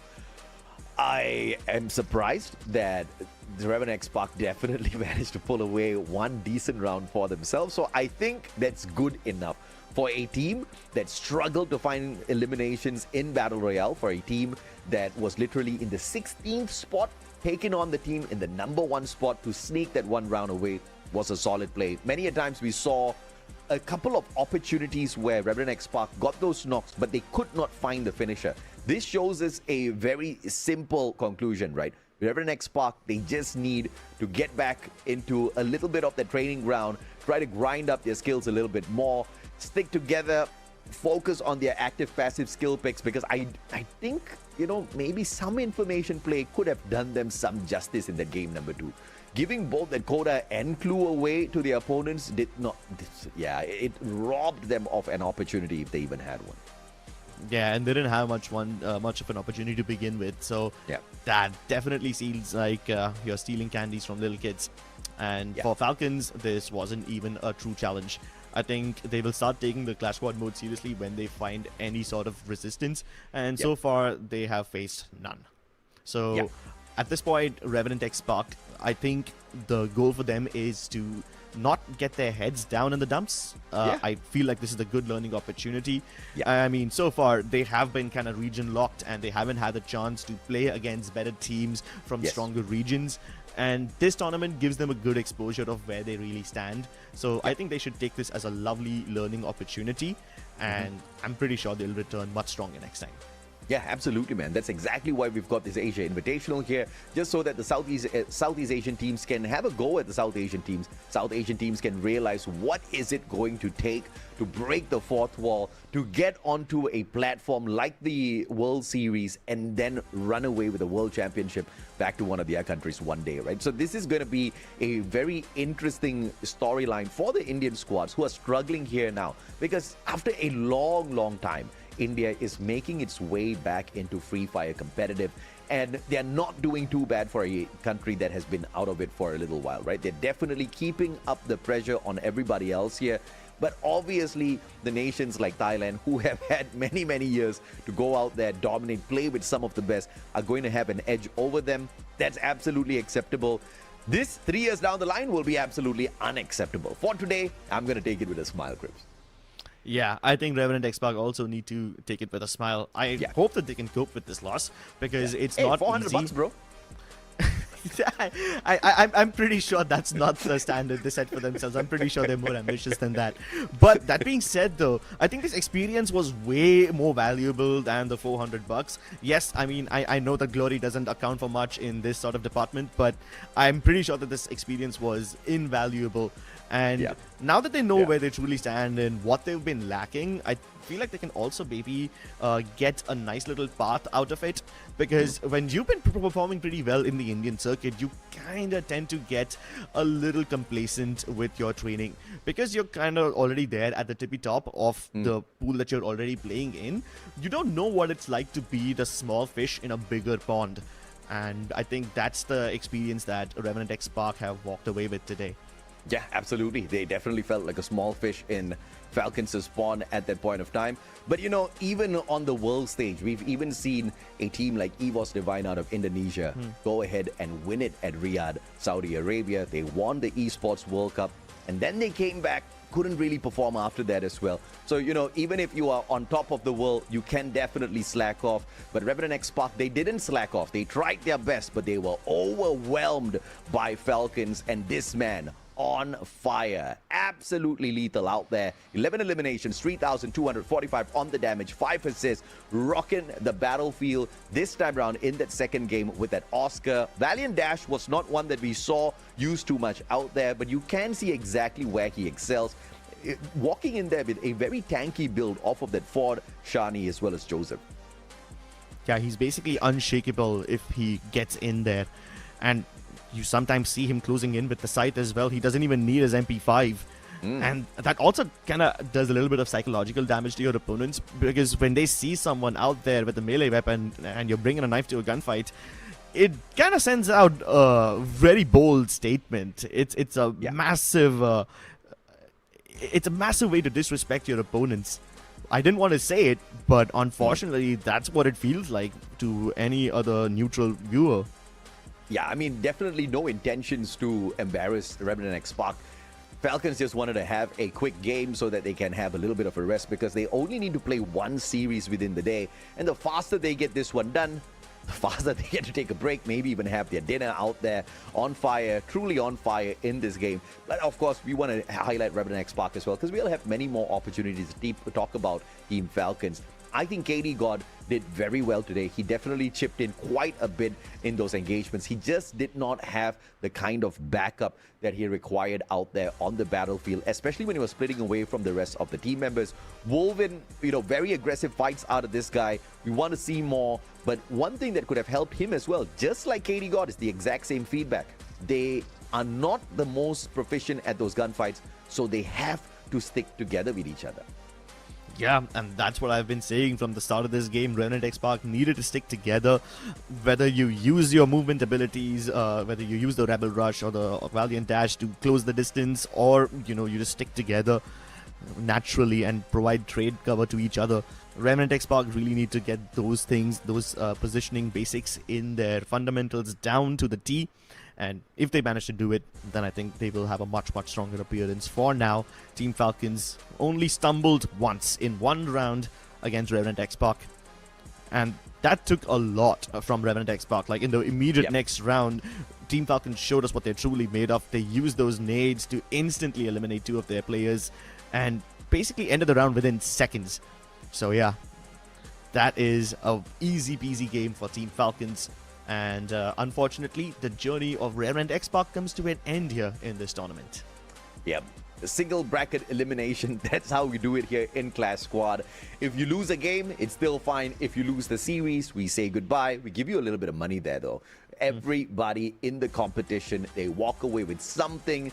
everybody gets a slice of the pie. The size of this slice is determined by the performance in the competition. Falcons clearly showing us that they are going to be one of the strong ones, and there was barely anything we could learn off of that game between Falcons and Revenant XSPARK. But thankfully, we've got a lot of data off of Falcons, so the other teams who are capable of going deeper into the tournament bracket have got at least a chance to see exactly where Falcons do excel in games where they get super serious out there with their formation.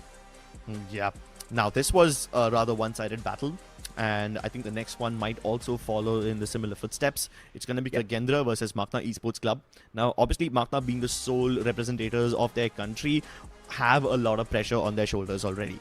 Yeah. And on top of that, they're facing a team like Kagendra. So is that going to be something that cracks them, or can they actually have a much better appearance over here, at least drag the game out a little longer than this one? I think we'll have to wait a little more to see that game in action as well. But ladies and gentlemen, we have a lot more Free Fire action coming your way. Absolutely. And of course, when we come back, it's going to be Azora as well as Neptune, or actually Lucifer and Neptune, rocking the mics here for you guys. We are going to be taking a quick short break. Ladies and gentlemen, boys and girls, don't go anywhere. The world of CS will continue. Later on, Crips and Mustachio will be back for game number 3. So we are definitely looking forward to that. Hopefully, that game, Crips, this is a little bit more extra time here on the desk. But of course, on that note, ladies and gentlemen, boys and girls, this break, when you guys do take it, make sure you're not away from your screens a little bit too long, because we would be sad to see you go.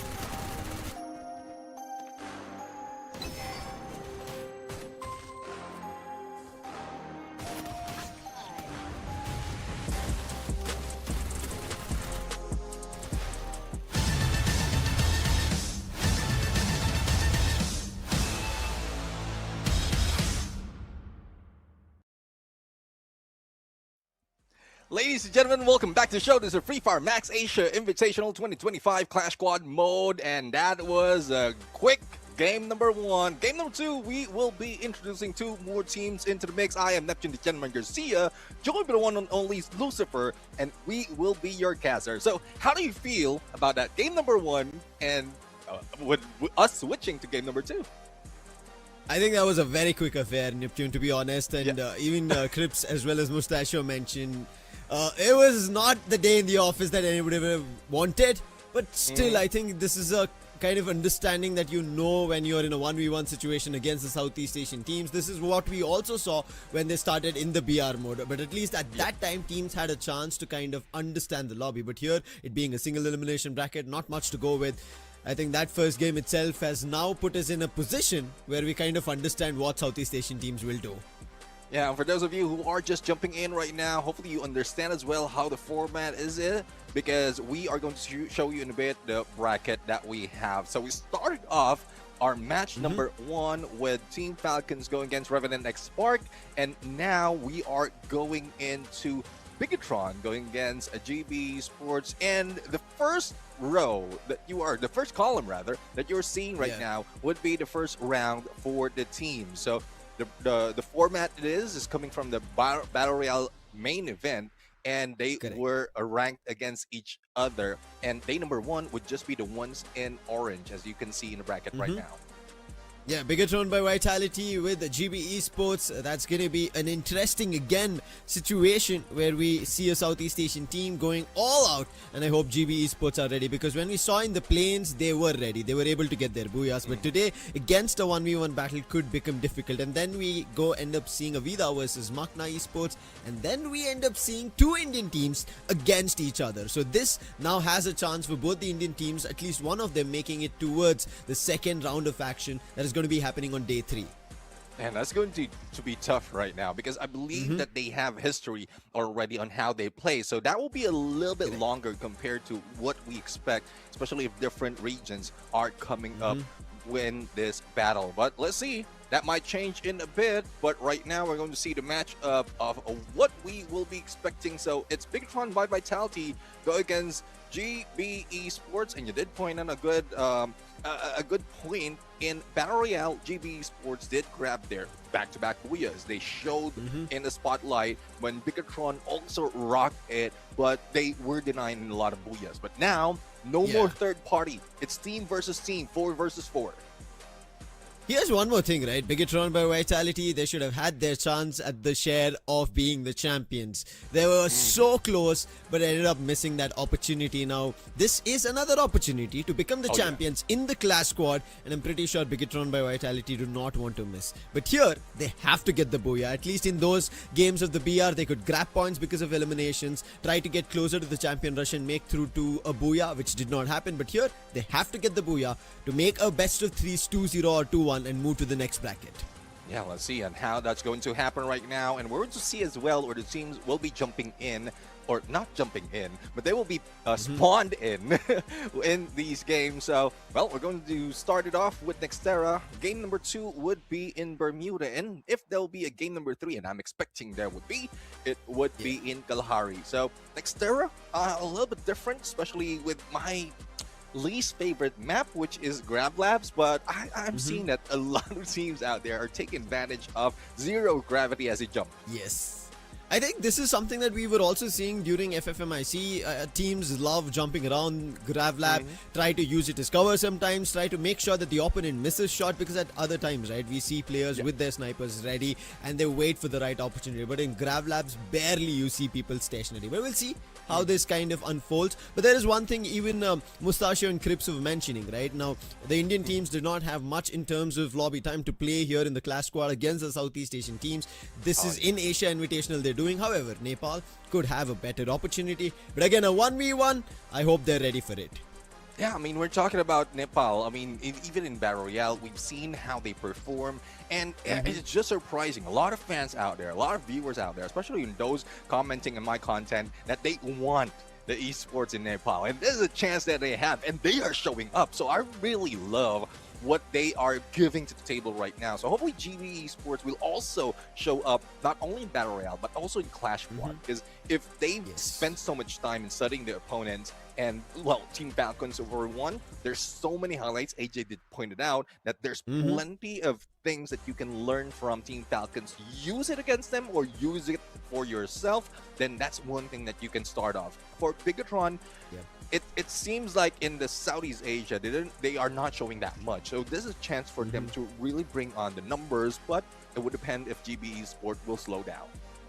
Yeah, as you said, I think teams have to understand what their opponents could be able to doing, right? And according to that, they might figure out the best strategy, because next is the ban pick that we are going to be seeing. And you could see Bigatron by Vitality seems super duper excited.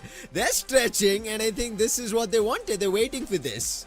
Oh yeah, definitely. I mean, I would love to see what they're going to pull off right now. First off would be the bans, and it would be started by Bigatron by Vitality. And one thing, I don't know, I don't have any clear view of what they will be taking out because of the meta changes that we have right now. But that's Steffi, so it's, well, it's quite familiar because most of those Indonesian teams really love to use grenades. Now they can deny them of they can deny them of being safe once a grenade has been thrown. You could see instantly when Steffi was banned, Speedies did maybe not want that happening. He was a little not at, he was like, no, they should have given me a chance, but maybe it's still okay. But on the other end, Zayn being banned from GB Esports, and the first pick going through is going to be the Valiant Dash coming through by Oscar by BTR. Yeah, definitely. I mean, this is quite great. And another one that would take down or prevent them from using Blue Wall is Nero. So let's see if there's something that they can use to the best extent. But we also have the A124. It's a combination of both A124, Thrill of Battle, denying the use of skill for 20 seconds. And you know how it is in Clash War. 20 seconds is a long time already.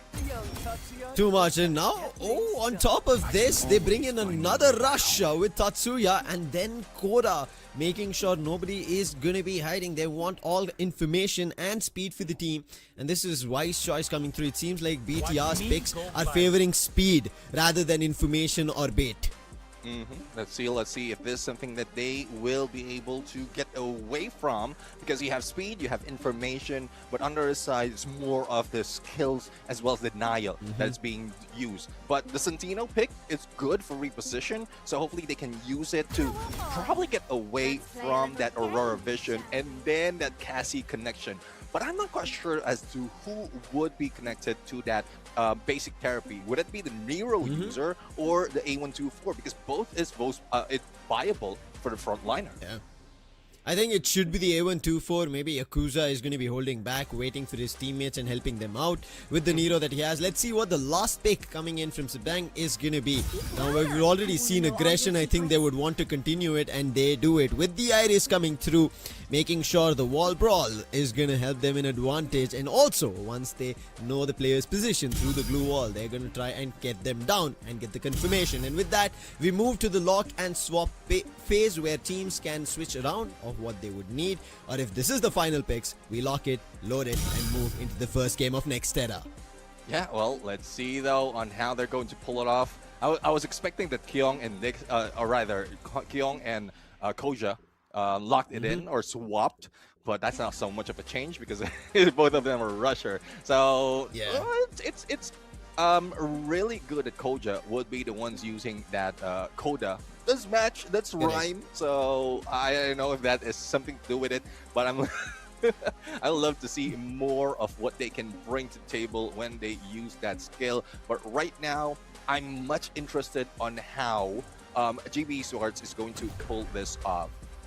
There's so much potential with the Nero, but A124 could have been put in with the different skills. I still don't know what their gameplay would be, but a rusher build, something that they can use to go with that Cassie, would be a little bit smarter, I would say.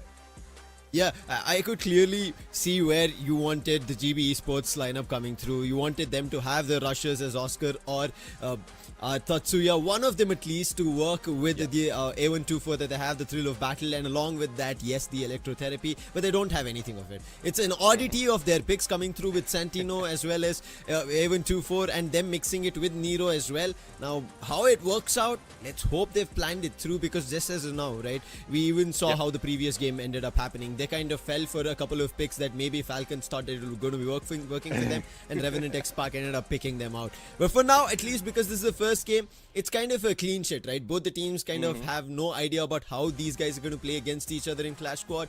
So hopefully these picks are prepared well, but still I think as we were both discussing, right, clearly at this point in at least the draft, it feels like favoring to none other than our Bigatron. Yeah, well, let's see though. Let's see. I mean, I really love a turnaround right now being brought in by GB Esports.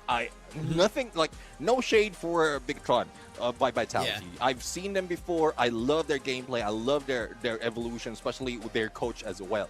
I keep mentioning his name, Chris Jaw, in there. Big shout out to you, my guy, because of how well he has brought Bigatron in this kind of scenario, in what they are right now. But I would love to see other teams just go against the grain, just go and fight against Bigatron, and that would be a better, like a bigger giant, robotic giant, I would say, a red robot giant that they can put down. I think that's what they're hoping for. I mean, we wanted that to happen for them in the Battle Royale as well. They were almost closing in on that gap, but now it's the Clash Squad. I think it is them as a squad solely responsible. Nobody else. They have to put their best foot forward, and I think they will be able to drive by through. We've been seeing them. We've said that they do not need any booyahs, but they still make it through, and now they've made it to the Clash Squad. They're looking forward to the championship title.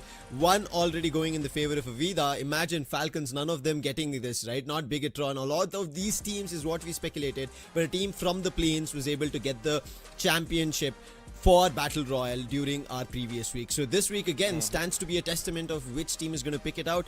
Falcons versus Revenant XSPARK. Right out of the gate, Falcons showed us what they got in Clash Squad. Bigatron by Vitality. Do they show the same thing, or GB Esports of what we still remember? It has etched in our minds of what they could pull off in plains in week 1, a back-to-back booyah.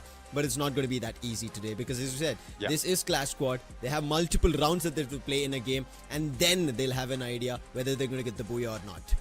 Well, let's see if that would happen right now. The storyline is good. The storyline is hard, but we're going to start it off into the future. Stepping into next era right now in game number 1 and match number 2 of today. It's a battle between Bigatron by Vitality going against GB Esports. Who's going to start it off hot? Who's going to go out cold? That's what we're going to find out.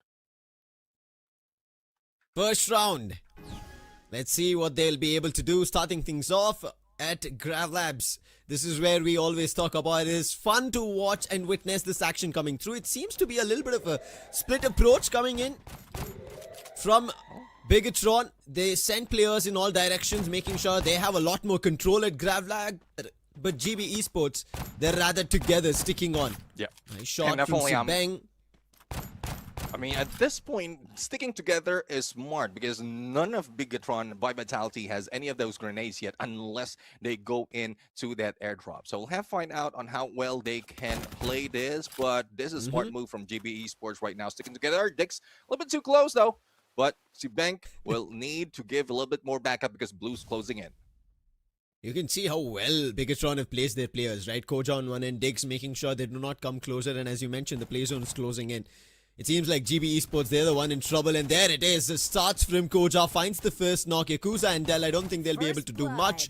And they instantly try to jump. Kazisar is also going to be put down. It's down to the last 2 players, Dell and Yakuza. Make it Yakuza, the last one. And with him going down, it is going to be a victory in this first one. Yeah, flawless run coming from Bigatron by Vitality.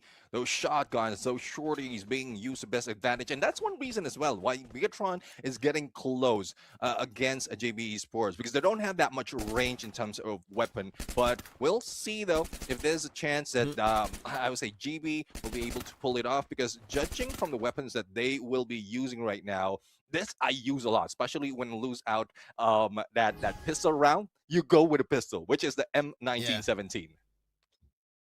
Let's see if it works out right now. Bigatron by Vitality had the weapon upgrade going forward in this round. Zipway.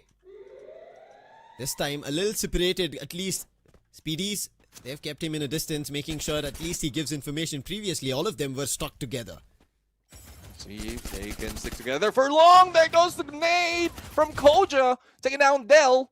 Well, let's see if Sibeng can finish them off. No recovery being done onto Yakuza, and Speedy will be jumped. Kyung right now with a mini Uzi for the flank. Divide and conquer. This is a plan that is being done by Bigatron, and there goes Dick, still with a shorty in hand. Managed to go for a takedown. 2-0, quickly as that, from Bigatron by Vitality. Deka Square, the next place of action, but you can clearly see off how well they are crunching the opponents, right? GB Esports cornering them, not giving them much space. They cannot communicate with their players as well. That's how they're surrounding them and forcing them into battles. Whereas GB Esports, they're still looking for information of where the players of Bigatron by Vitality are. And I think that's kind of a little disarray. GB unable to even find their footing. At least this is going to be better. We can see a lot of Max 7's P90 and VSK coming out from GB Esports. Let's hope it works. Yeah, let's hope it works. If GB can back them up, then those Mag 7 will get close against Bigatron. But if they don't have that backup, then it will be done for. Great connection being done by Kasizer right now, but Aurora Vision would expose their location. There goes the Cryo Mine, the plushie being thrown at Bigatron. And information has been revealed. There goes Dell down the ground with that Mag 7, a slice and dice action, and Dex is doing it. And a pickup easily can be done on a teammate, which is Kyung. Sibeng though needs help, and Koja finish off one as Petey would be the only one remaining. He'll also be put down eventually. The Max 7 comes into play from Bigatron by Vitality as they get another victory, a 3-0, and it seems to be the replication of what happened in the previous South Asia versus Southeast Asia battle again here. And you could clearly see the confidence coming in from Bigatron. They're ready for all battles, even after picking up a knock. Till now, we've not seen GB Esports getting an elimination in their favor in the previous round. Yakuza is the only man with one elimination so far after the 3 rounds that we've had, going into the 4th one. But still not great on weaponry here on GB Esports. Yeah, definitely. I mean, I am seeing an M1887X coming from Kasizer, but again, the same problem arise. You need to get close to be able to make those shots. And Spank right now, try and shoot up, but it's only a small area, and Koja just managed to get close to hit with that Mag 7.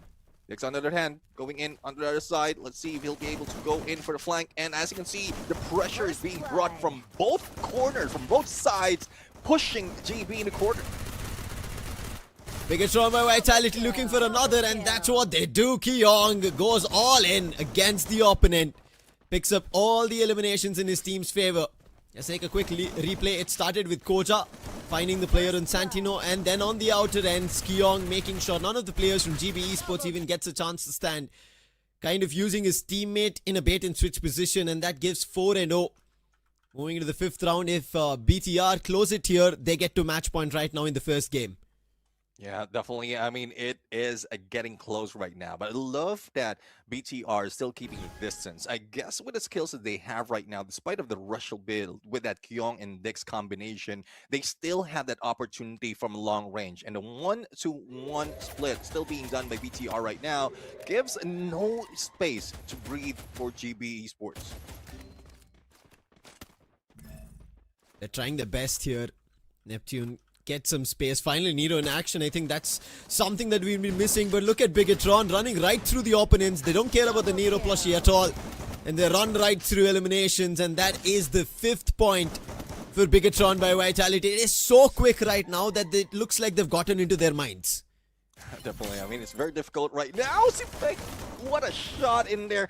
And that's one thing. I mean, because of the spread that the BTR, the Bigatron by Vitality, is doing, because of the size of that area, they can get all angles covered before GB Esports can set up. And it's even getting deadlier for Bigatron by Vitality right now. As you can see, Sibeng is relieving himself of one of that BSK and pulling off an AWM. And instantaneously, as the clock has ended, they managed to get that one knock. Could that be an opportunity? But instant answer back from BTR is what they're looking. And look at this time, they're moving in directions, making sure they have more idea. Kojo has isolated a player. He was not quick enough to land the blow. But look at this, Santino.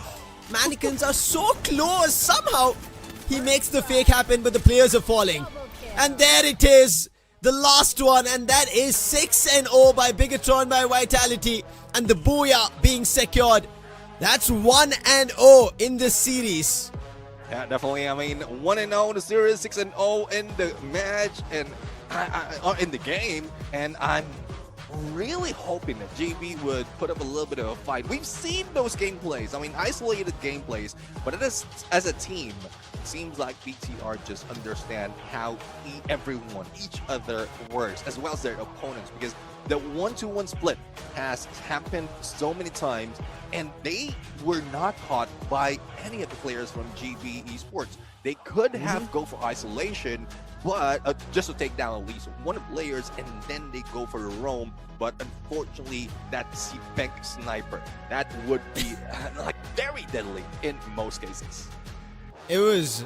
We're here, I think, close-up action itself, and we were talking about this, right, in terms of the draft itself, where those characters and the skills that were picked coming in did not seem as effective as we wanted. We did not see the rushers having the best in the skills format, and I think that's where maybe we see a little bit of a luster in terms of GB Esports' performance, but that's also them giving away all these Oscars, Tatsuyas for Bigatron. If there was that change, we even saw the Nero plushie in one game, and on the others we barely ended up seeing it. I think that also calls for them to understand of where and when, and especially when using a Nero, they had to make sure that one of them had to run closer. But let's jump into the MVP. It has to be Sibang with a VSK. Whether he's close range or far, he'll still keep finding value. 4 eliminations, 2,215 assists in total. Yeah, loving that rocket is being used. I mean, it would reduce the cool time of your active skill, as well as the enhanced hammer. We rarely see this when this new loadout has been introduced in Clash Squad, but now they're seeing the value of having an enhanced hammer. Imagine being par to par in terms of economy, in terms of weapon, and then you use one enhanced hammer to your advantage. You have better fire rate, better damage than your opponent, and that's an advantage that you have already. So good on the team of BTR introducing that enhanced hammer as a loadout. Yeah, and I think you can clearly instantly see the switch up between the Battle Royale to the Clash Squad itself. We see Moko, which is known. Along with that, you end up seeing Otho as well as Nikita coming into the play of Clash Squad, where players are now tuning the fine tune of performances for their Clash Squad action. But this was one of the players. Let's take a look at the others in terms of the score. 6-0, we already spoke about it, but in terms of eliminations, Koja has 6, Keong has 6, Sebang at 4, and we spoke about this except for Yakuza. Nobody else found even a single elimination here, Neptune. Yeah, it's just unfortunate that it's only Yakuza who managed to get elimination. Even the rest couldn't put in that much. And the assist, it would tie up, the assist from Dell would tie up with the Yakuza elimination. So let's see if they can bring a different show into next game. So far, Bermuda has, I would say, a much interesting lineup in terms of area within the map. Gives more opportunity, balanced opportunity for both sides, especially with some of the areas being unlocked in this update. So we'll have to see if that would happen. Let's take a look at the match summary in a bit, because so far, as much as we want to like twist things around, the numbers doesn't lie. It's Bigatron by Vitality who took it home. They don't want to give any to GB Esports, and the 1-0 has been given to Bigatron by Vitality. Now, for GB Esports, clearly they were outdrafted, unable to find their footing. They did not know what could be a counter, but I think now going into the game number 2, that's going to be Bermuda. At least a lot more familiar land that they should be comfortable on. Plus, on top of it, Neptune, they have to get comfortable on the draft. They have to make sure that their picks that they want are the ones that they're choosing in terms of countering the opponents, rather than going for comfort picks. Because I think they were also a little uncomfortable in the picks that they made, and on top of it, most of their rusher capabilities were all picked away by Bigatron. So hopefully this draft tends better for them. Yeah, definitely. I mean, that's one thing about Clash Squad. There's so much of different tactics that you can use. And if you are so, like, if you have the signature of a rusher, like an aggressive team, it's definitely easy to identify what active skill you're going to use. And that's one reason as well why we get this, like we get into a banter when it comes to active skills, because that like somewhat gives an idea of what the game style of the team would be. Would they be aggressive? Would they be tactical? Would they be information, like information overload with the skills that they're using, similar to what we witnessed earlier on the game number 2 between Falcons and Revenant XSPARK. So hopefully GB Esports will throw in a different set, and I believe they will be the first one who will be getting the pick. Let's hope they are the first ones and make sure that they are the ones also winning game number 2, because we want to see game 3. We want all the best of 3 maps coming through, because I think finally that gives us a footing to understand where these teams are performing. Otherwise, the Southeast Asian teams are making a run for it. It's a highway for them right as of now, and they're taking this stretch right to the grand finals. That's how it feels. But as you clearly even mentioned, right, in terms of the character abilities, whether it be their active or their passive, they're balancing it really well. These Southeast Asian teams, we mentioned about the Auto as well. They already had a along with that, bringing Auto gives you another set of I would say a level of information which pushes you even further to understand what the opponents are doing, which gave them that insight. And that's the reason you could see that initial knock coming through, and as soon as that was found, they were running rampant. They knew where they had to move in the next direction, and GB Esports did not know what their next pick could be or next act could be. But hey, game number 1 is done. Game number 2 is something that they have to think about. If I ask you, Neptune, where do you think they could balance things out? Well, probably something in exchange of A124, because yes, you have the denial at 20 seconds in activation of that of that skill, but you will also deny yourself of anything else. So an Ignis together with that might have helped them. So let's see if this is something that they can pull up. We are going into the bans and picks right now. It is now GB Esports taking their first ban and picked as well. So let's see what are they going to bring into the table. Nero is still viable, but there you have it. They are the first one to deny that Oscar. So let's see what Bigatron by Vitality would be pulling off. I think a Zane would be taken out as well, unless they want to use it for themselves. Let's see if they will be able to pick it for themselves. But as you said, because GB Esports right now had the opportunity of going for a ban, they thought, yes, they want to make the first pick in their favor, but they do not want to give another opportunity of a rusher such as Dashes coming through for their opponent. So they've banned the Oscar. They should be picking up the Tatsuya. They shouldn't make that mistake of giving it away and then maybe chaining it with another character which helps them push forward rather than giving Bigatron the opportunity. Well, Steffi has been taken out by Bigatron by Vitality. I guess at this point, I'm seeing a little bit of trauma in those grenades from their own region or Southeast Asia when it comes to Clash Squad. But you did mention about the rusher being taken by side of GB Esports. So that Suya's Rebel Rush, good on them. Koja still giving that Coda, and Pyong bringing in that Orion. Not quite sure if it's Pyong himself who will be using that. Yeah, I think when we come to the lock and swap phase, we'll see a change coming through between the players. But let's take a look at what pick now GB Esports go for after bringing the Tatsuya. We were talking about the KC, the electrotherapy of how it could work, but they still go and bank on the Santino. We did not see its best use case scenario, Neptune. We barely ended up seeing that mannequin going the distance. It was right next to the actual player, and the switch up did not happen as we would have quite frequently wanted. However, this time they did not ban the Zion. They will instantly pick it up.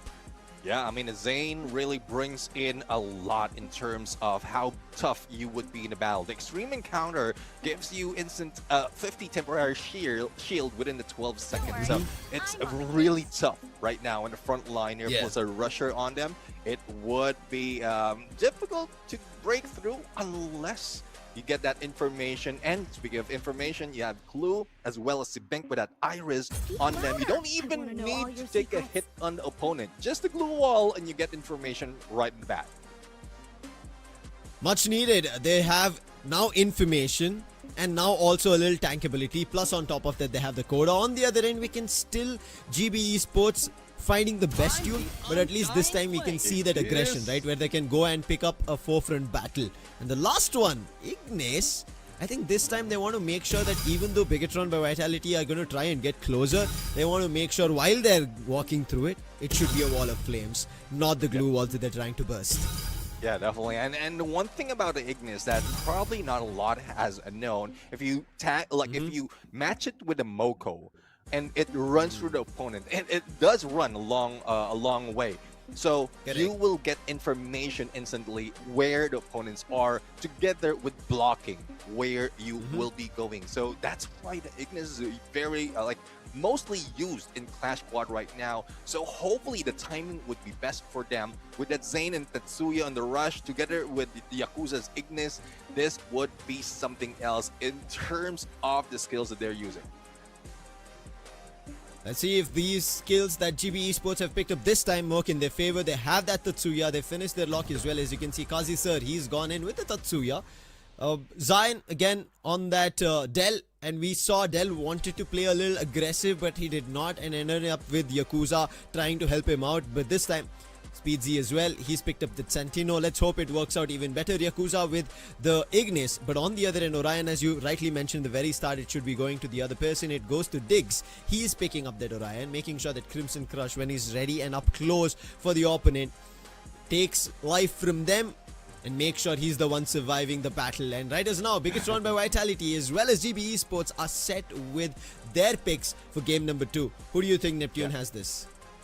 I couldn't tell, because right now with how Bigatron is putting up in terms of their information as well as their capability of the clutch, Dix does have that advantage with the Orion, but we've seen great potential from Speedy in there with that Santino. We've seen him being missed up close and personal 1v1. He just knows how to time it well, but hopefully backup would be there on time every instance that he is using at to buy so much of the time for the team.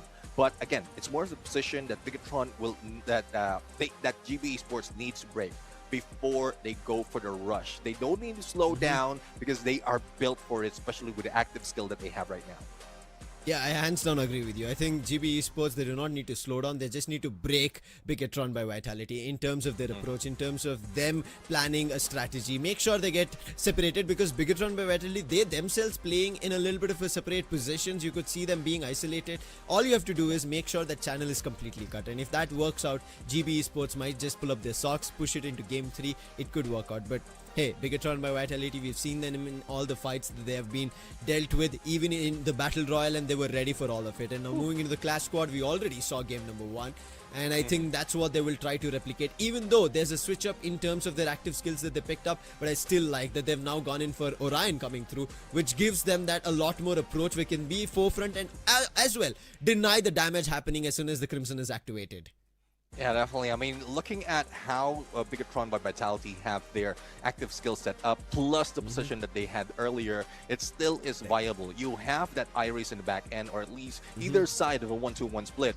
And then you have in the middle, either a Clue or Orion. Coda would be just on both edge. You will get that information relayed to the rest of the teams, and then that Clue-Orion combination would go for the push. But Clue on the front line, a little bit risky, but at least they get information. So let's bring it on to the next game right now. Game number 2 in Bermuda, between the battle of Bigatron by Vitality going against GB Esports. GB Esports, this is an opportunity to make a comeback here in game 2 and push it to game 3.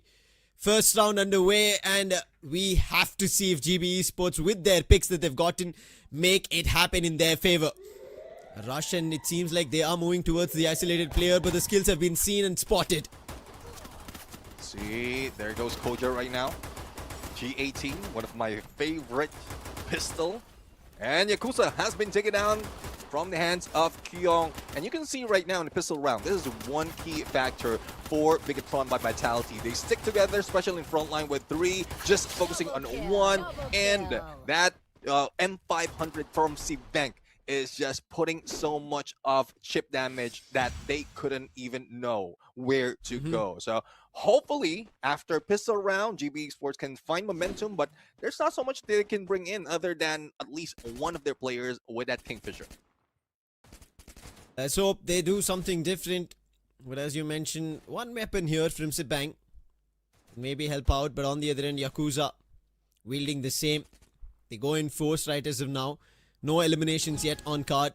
But GB Esports maybe play a little bit in terms of the long range, try to find a knock. We've been talking about this approach where they break somebody. This time we see the Santino mannequin moving in the other direction for a fake. Let's hope that works.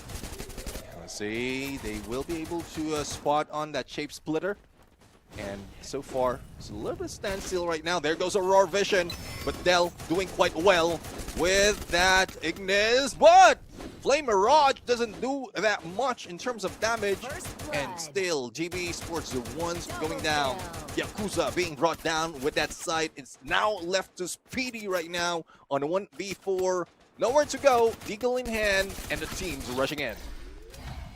There was a weapon that they had bought into, and that also did not make a chink in the armor of Bigatron by Vitality, and they get 2-0. Moving into Observatory. And if this continues, Neptune is going to be a quick 2-0, just like the first game that we witnessed in GB Esports. What can they change? We can see in terms of weaponry, they're picking up helmet shields, all of them, making sure it all works in their favor. But there is Kyong with a nade as well. And this time, we don't see a Steffi. Steffi was again banned. Let's hope opening is not found by Kyong, but if they do, because we saw in the previous matchup, when they found it, they rushed right into it. Yeah, definitely. I mean, one counter that they can use right now, especially if they know that nade is coming in, would be the glue wall, and GB Esports have it on them. 3-man push. Thompson's in hand, and Speedy's the only one with that VSK. So let's see if Kyong's elevation would give them that advantage. There goes Koja. That's one thing. Thompson is deadly up close and personal. Great position using that shape splitter. And Kyong will not be able to go for a takedown. It is now a 3v4 situation. Kyong might be able to heal up, but unfortunately Speedy has been tagged. And there goes MP5 level 3 from the hands of Dix. That would not let go, but unfortunately GB Esports, Dell jumped up. That animation would slow him down, and he was just in front of BTR for takedown.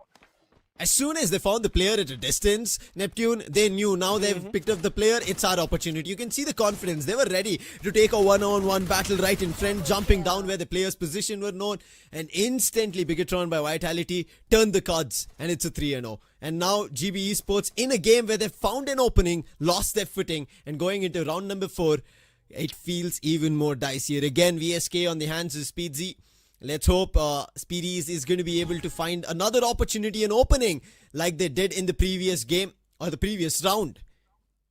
Let's see though. I mean, Sibank, surprisingly, he's not taking that second floor balcony and going in for the flank. Might be able to see Speedy in there, but great use of the Flame Mirage right now to tag and find out where Dix is. The backstab coming from Yakuza. There goes a hit, and Dix would be going down. Cassie Sir right now goes for the airdrop, as well as elimination on Kyong. Now, 2 more remains. It's Koja and Sibank. And Sibank has kept his distance already. Koja managed to go in for the long flank. And Cassie Sir, let's see if he'll be taken down. There goes Koja with a 7 right now. But Koja will be spotted and taken out as well.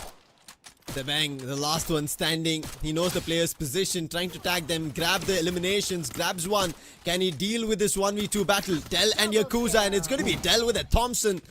And that is the first round for GB Esports. They were waiting for this opportunity and they finally get it, and the breakthrough was again found by Speedsy. As soon as Speedies found that opening with the VSK, he instantly put the player down. The confidence from GB Esports at that close-up battle worked in their favor.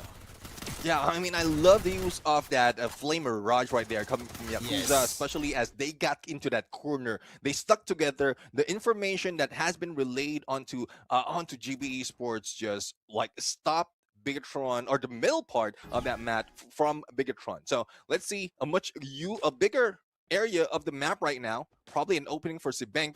Might be able to go in for the snipe, but GB Esports, well, they're not letting go of position. 2-2 split right now, and it's more of a timing that they need to work on to make this play. Dell and I guess Cassie Sir would need to wait a little bit, not even peeking, because they know how deadly Cassie Sir is, but great use of that smoke vortex so that they can move in and out, and probably out of the way of the sniper. But we didn't see that shot coming from Speedy. And I guess he was the one who was tagged. But Kyung right now a little bit sneaky on the rooftop. Just like how Speedsy is there, Santino spotted, and you can see Kyung ready for him now. Uh-oh. So it's going to be tough for him to find an opening. Ignis again being used. That Flame Mirage trying to hold off Bigatron by Vitality from getting closer. But Koja has been cornered. The M590 works for Kazi Sir. As you said, this man's deadly. And he confirms that elimination. Bigatron by Vitality. However, they've found their knocks. Crimson being used. Can Diggs survive this? For the time being, yes. But on the other end, there is Del. And right as now, they're holding off on the eliminations. Yakuza, sorry, Kazi Sir makes his approach, but a little too late he was.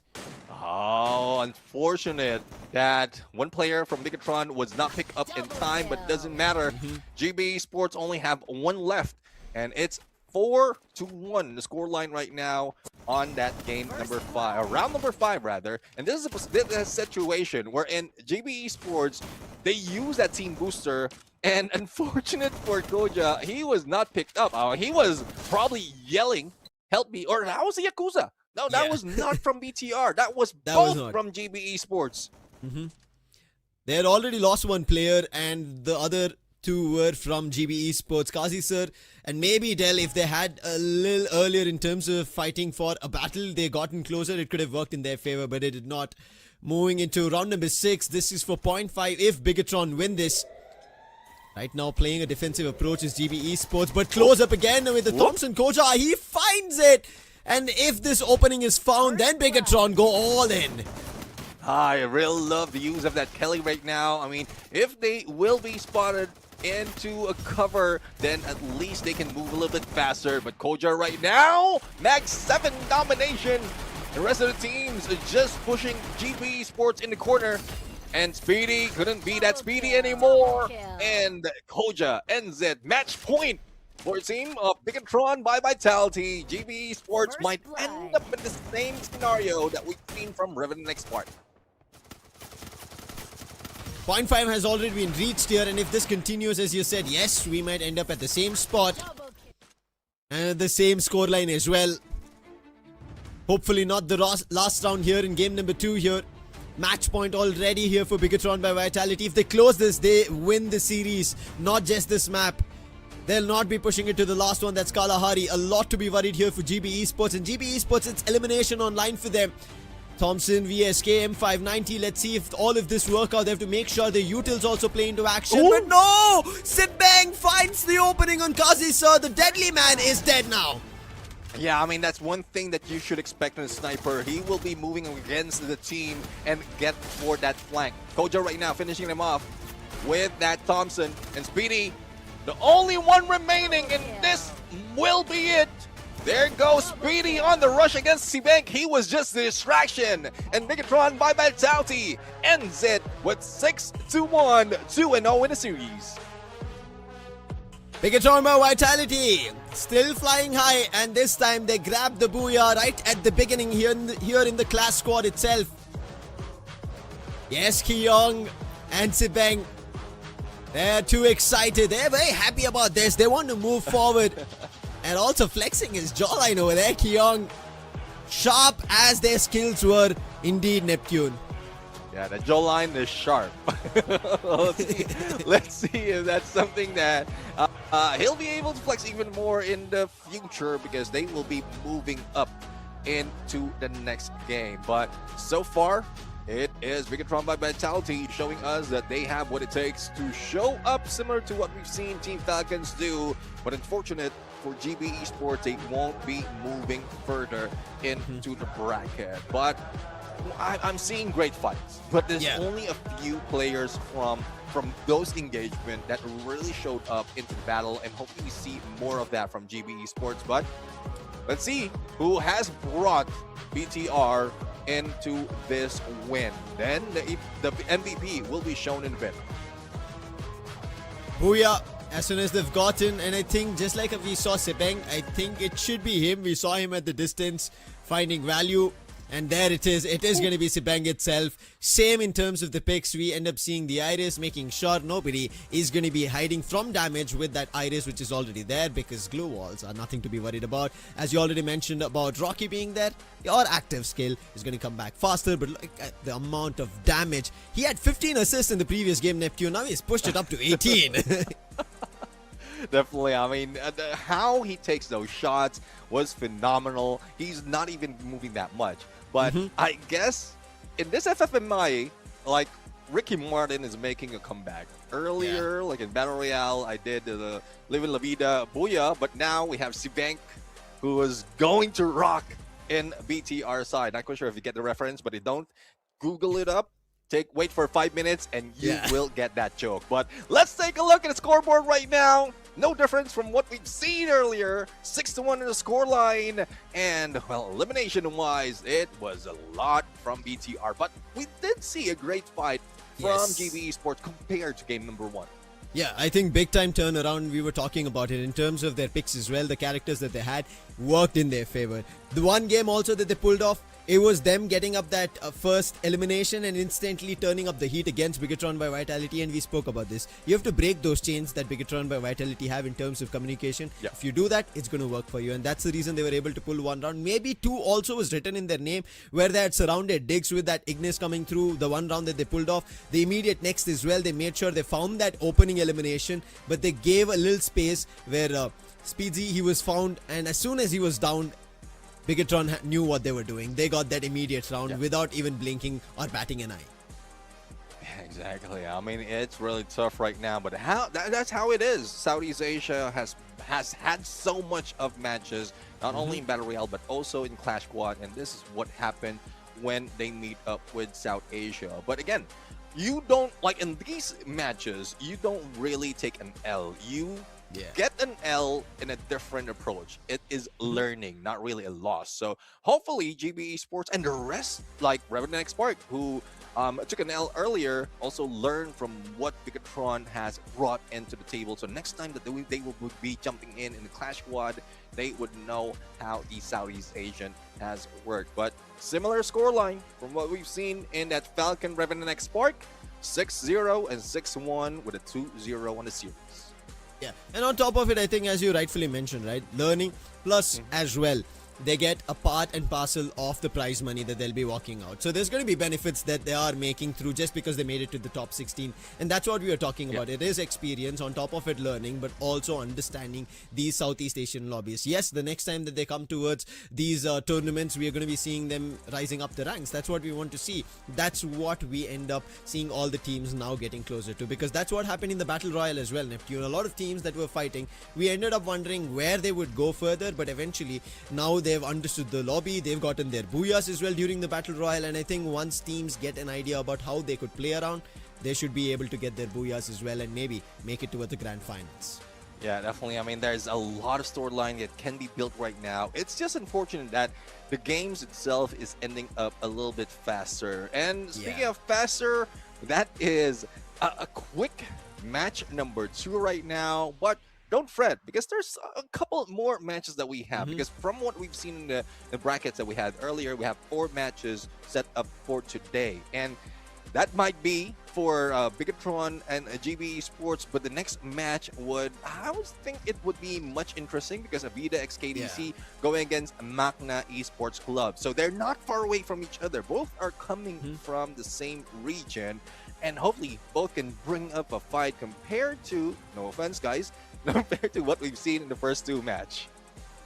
Now, on one hand, Avida have something to kind of brag about, right? They're the champions of the Battle Royale. So that's something that they'll be entering on. Let's see that match number 3 against MAQNA. Are they going to be winning it again, or is it going to be MAQNA, because they want to make sure for Malaysia they move forward? But all of this will unfold when Mustachio as well as Scripps are back on desk right after this break. Don't go anywhere.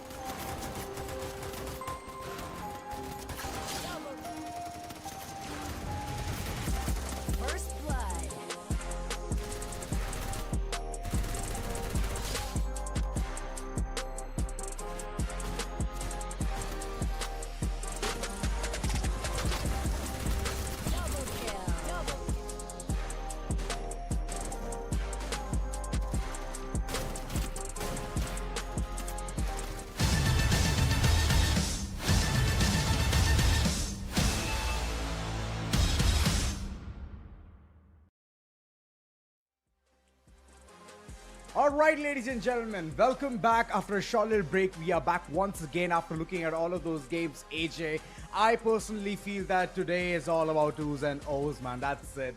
There's no other binary made in this game. I am not accepting the fact that I have to work again so quickly. So, yeah, we need another 2-0 here for sure. Yeah, but for sure, I don't know if or not Avida XKDC will be able to deliver. Well, technically, they've been able to deliver so far in BR. They've been able to deliver in CS in their own home region as well. You know, not really the number one dominators of Thailand, but definitely one of the top squads there, right? So they have a decent enough game up ahead of them, but they go up against a scary team from Malaysia. Whether that Malaysian team is scary or the Southeast Asian team is definitely questionable, but this Southeast Asian team is capable of surprising some. MAQNA Esports out of Malaysia is one that maybe we can hope for a Game 3 out of. You know, recent things that they can go ahead and brag about is that the Malaysian 2025 fall. The moment they just set foot there, they had a really good bout in the CS tournament itself. But overall, if I talk about the kind of accomplishment already Avida XKDC has under their belt is massive, man. They look like a much more formidable team or a stronger team in compared to what MAQNA Esports can bring on the table. So that's where I'm worried a lot. Again, another 2-0, question mark, question mark. So when I look at Avida XKDC, I look at the unlucky number 3 of Thailand, right? I mean, podium finish for sure, but I say unlucky because the third at FFWS Thailand Fall 2024, third again at FFWS Thailand 2025 Fall BR, third again in Clash Squad during the Thailand Fall 2025. They keep coming in number 3, all right? So at FFMAI, maybe that has been that curse breaker for them. Maybe in CS this time around as well, they get to carry it all the way. Are we going to be able to see a all-out Thai battle at one point in the competition? Obviously, the brackets will hold that in space first. So that's where I see things getting shaky for them. For now, they should be able to take a decent game up against MAQNA. They should, yeah. And here's the thing, right? Breaking the third position curse, it's going to take a lot of, I would say, metas that they can bring into the picture. The kind of composition usually we talk about. Having those polished to the point where teams can at least break the curse that they're currently going through. Avida XKDC, the statistics that you've already mentioned, AJ, that seems very scary. And coming out of third position, you have that one constant fear in your mind that, oh wait, you're going to drop to fourth or might be some other position, but heading towards second or first will actually squeeze a lot from you. And that's where I would love to see how well Avida XKDC is going to step up a notch, specifically against MAQNA. Now MAQNA, they're going to be running rampant. They have nothing to lose, but Avida XKDC, they have every single thing to lose, man. So that's where I'm worried about them. Yeah, I'm not worried, bro, because based on the track record today, 2-0 is the name of the story, all right? So Malaysia needs to be awake before they get their ass kicked out of the competition. You know it's going to happen if they slack off. My Malaysian boys, I come from Malaysia, all right? I know the quality out of the country, and these boys are good. On a good day. On a good day. And I'm hoping that today is that good day, man. So let's see how well they're going to go ahead and tune. Moreover, the combinations that we've been looking so far has not been so outstanding for the teams where it's working the best. It's working for them. Amazing. We could see Orion being baited out, Orion not functioning well.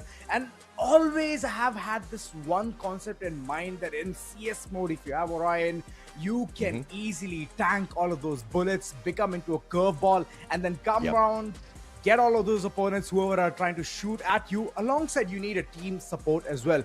That's where the snipers are coming into the picture. So how well is this team going to synergize is my question, AJ. What do you think? Yeah, I think you kind of started off the conversation and you gave the perfect answer for the Orion towards the end as well, right? You got to play long range. You see your opponents picking up an Orion. You got to take that guy out of the equation early, man. In a CQC up against the Orion, you are asking for trouble for sure. Maybe you've got the chrono. Maybe you've got the time turner. You get to put yourself out of danger. But the moment he goes into his form, you got to take those steps back. And that's the mistake we see a majority of those players playing, right? where he pops into his form, and the one thing that they do is they hang around waiting for him to come back out so that he can be, vulnerable again to those gunshots. And usually the Orion does have the advantage because he knows exactly when he's going to be able to take those shots up against you again. So, yeah, a little bit of distance. Chrono, it makes for magic out there, but it's all about the execution out there.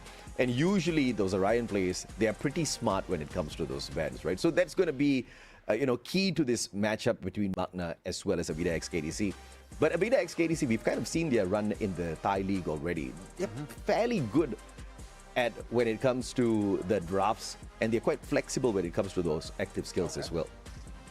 So that's amazing. And that's the kind of quality that you need in the team as well, in order to have those flexibilities, understanding what's going wrong, and alongside switching up a notch in the middle itself, the macro adjustments is where you're going to go ahead and be called the winner. But talking about this current bracket, we have already seen game number 1, game number 2, both 2-0s, and now moving forward towards match number 3, Avida XKDC versus MAQNA Esports.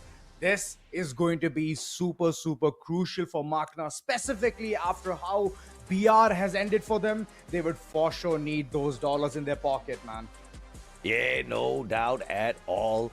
And of course, if Makna does get through this one, they'll have to go through a little bit of a bigger challenge later on, because you've got the monsters either out of Indonesia or you've got the monsters out of Thailand, which is Falcons themselves. So this is going to be a challenge either way. But later on in series number 4, that same matchup I'm actually looking forward to. I'm a little sad that I don't get to cast it. It's IQOO going up against RGE. This is going to be the series of the day. Yeah, I mean, IQOO Total Gaming, they've been wanting this for so long. And IQOO Reckoning, both of them, once they start clashing, things are going to look very, very weird, or it's going to look really good. Depends upon who you are going to support. That's all up to you. But yeah, talking about match number 3, I am pumped. I'm excited. New combinations, new characteristics. It's all up to the teams how well they can go ahead and tune along with their teammates. Oh yeah, man, absolutely. And of course, this is the matchup that we kind of want to see as well. Will Malaysia be able to take a step beyond Avida XKDC, who have clearly proven their dominance when it comes to Battle Royale so far? I cannot wait to see what they are capable of as we head on into the competition. It is only make or break in a single bracket elimination format. If you lose the series, you are out. You don't get a second chance at it. That's right. It's do or die. And we actually spoke about this even in BR, that it's up to you if you want to rectify your mistakes. You have one map leeway.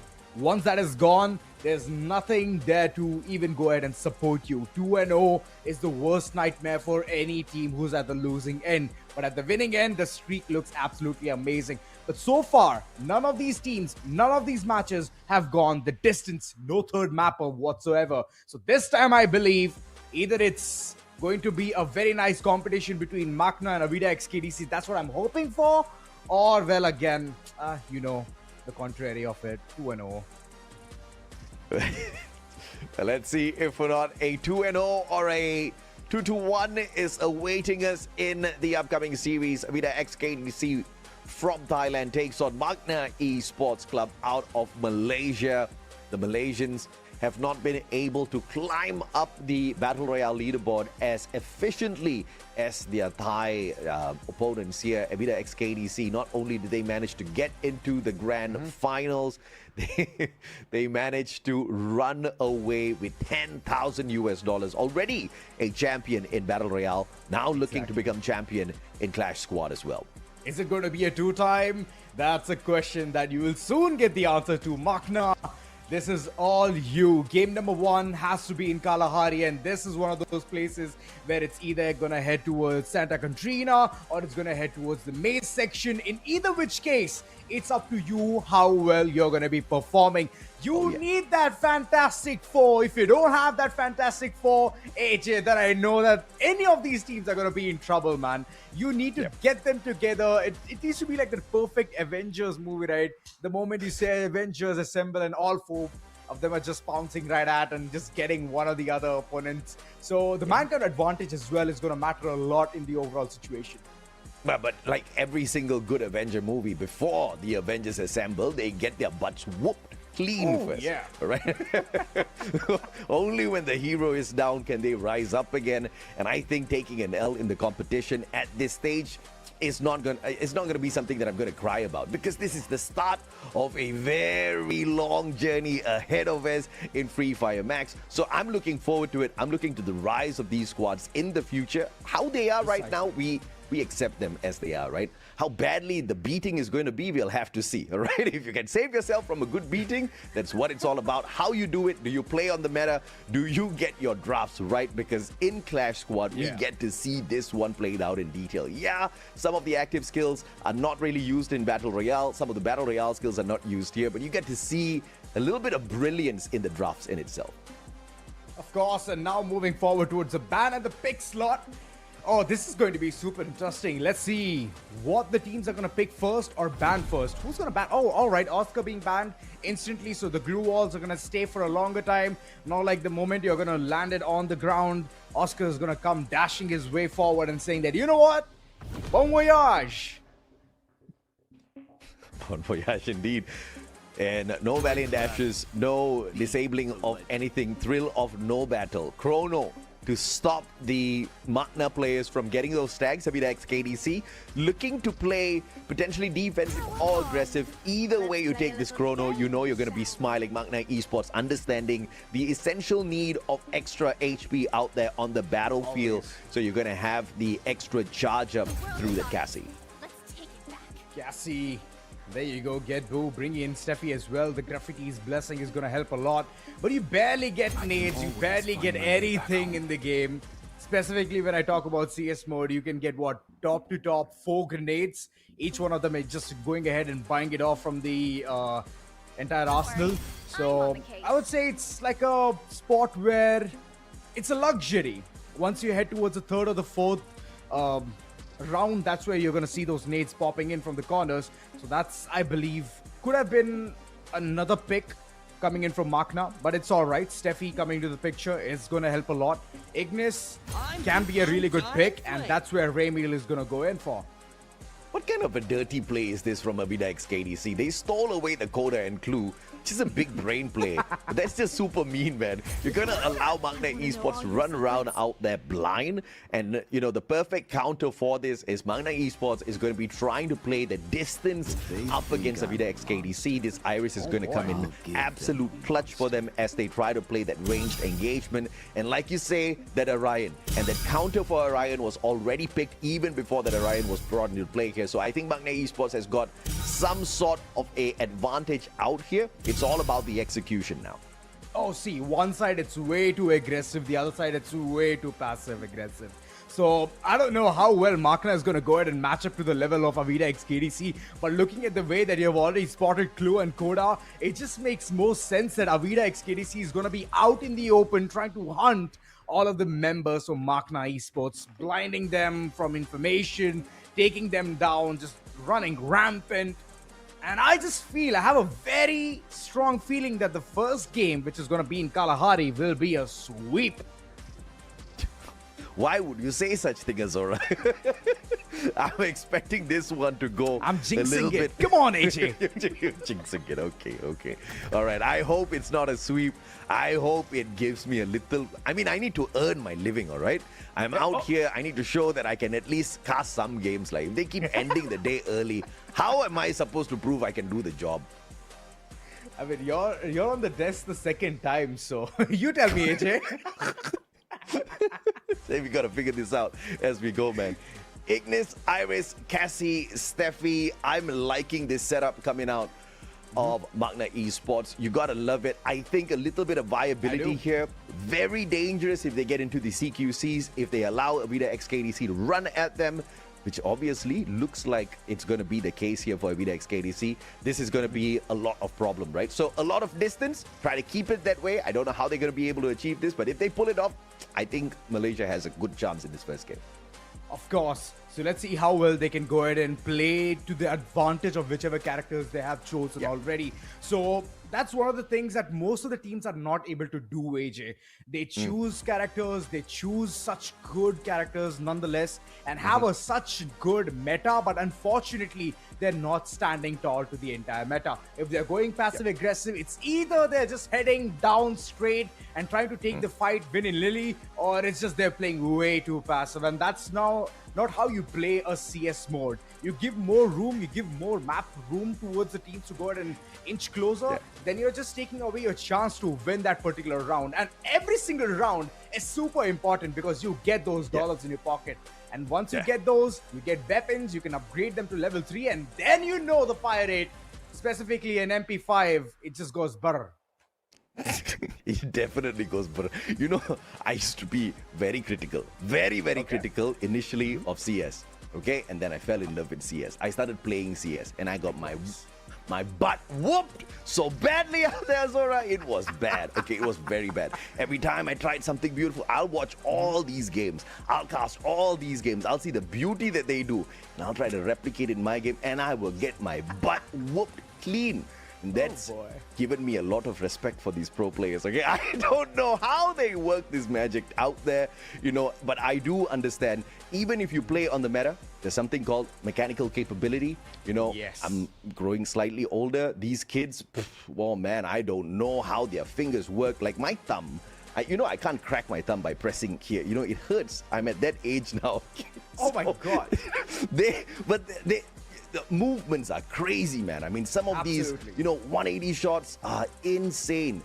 You know, so far we've been able to see in FFMAX Asia Invitational. We expect to see a lot more out of that in here in CS as well. Unfortunately, in the day so far, the games have been so quick. We've barely able to... We can't see any flare just yet. So give me 3 games straight, Azora. I think you and I can throw a lot into it. Let's see what we get out of this, man.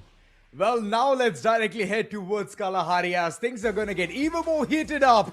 Makna versus Avida XKDC. Let's go as the game is going to be super intensified. Will it go the distance, AJ? Let's see that real soon. Amen, brother, as we hop on into Kalahari. It is a battle between Thailand and Malaysia. Avida XKDC takes on MAQNA Esports Club.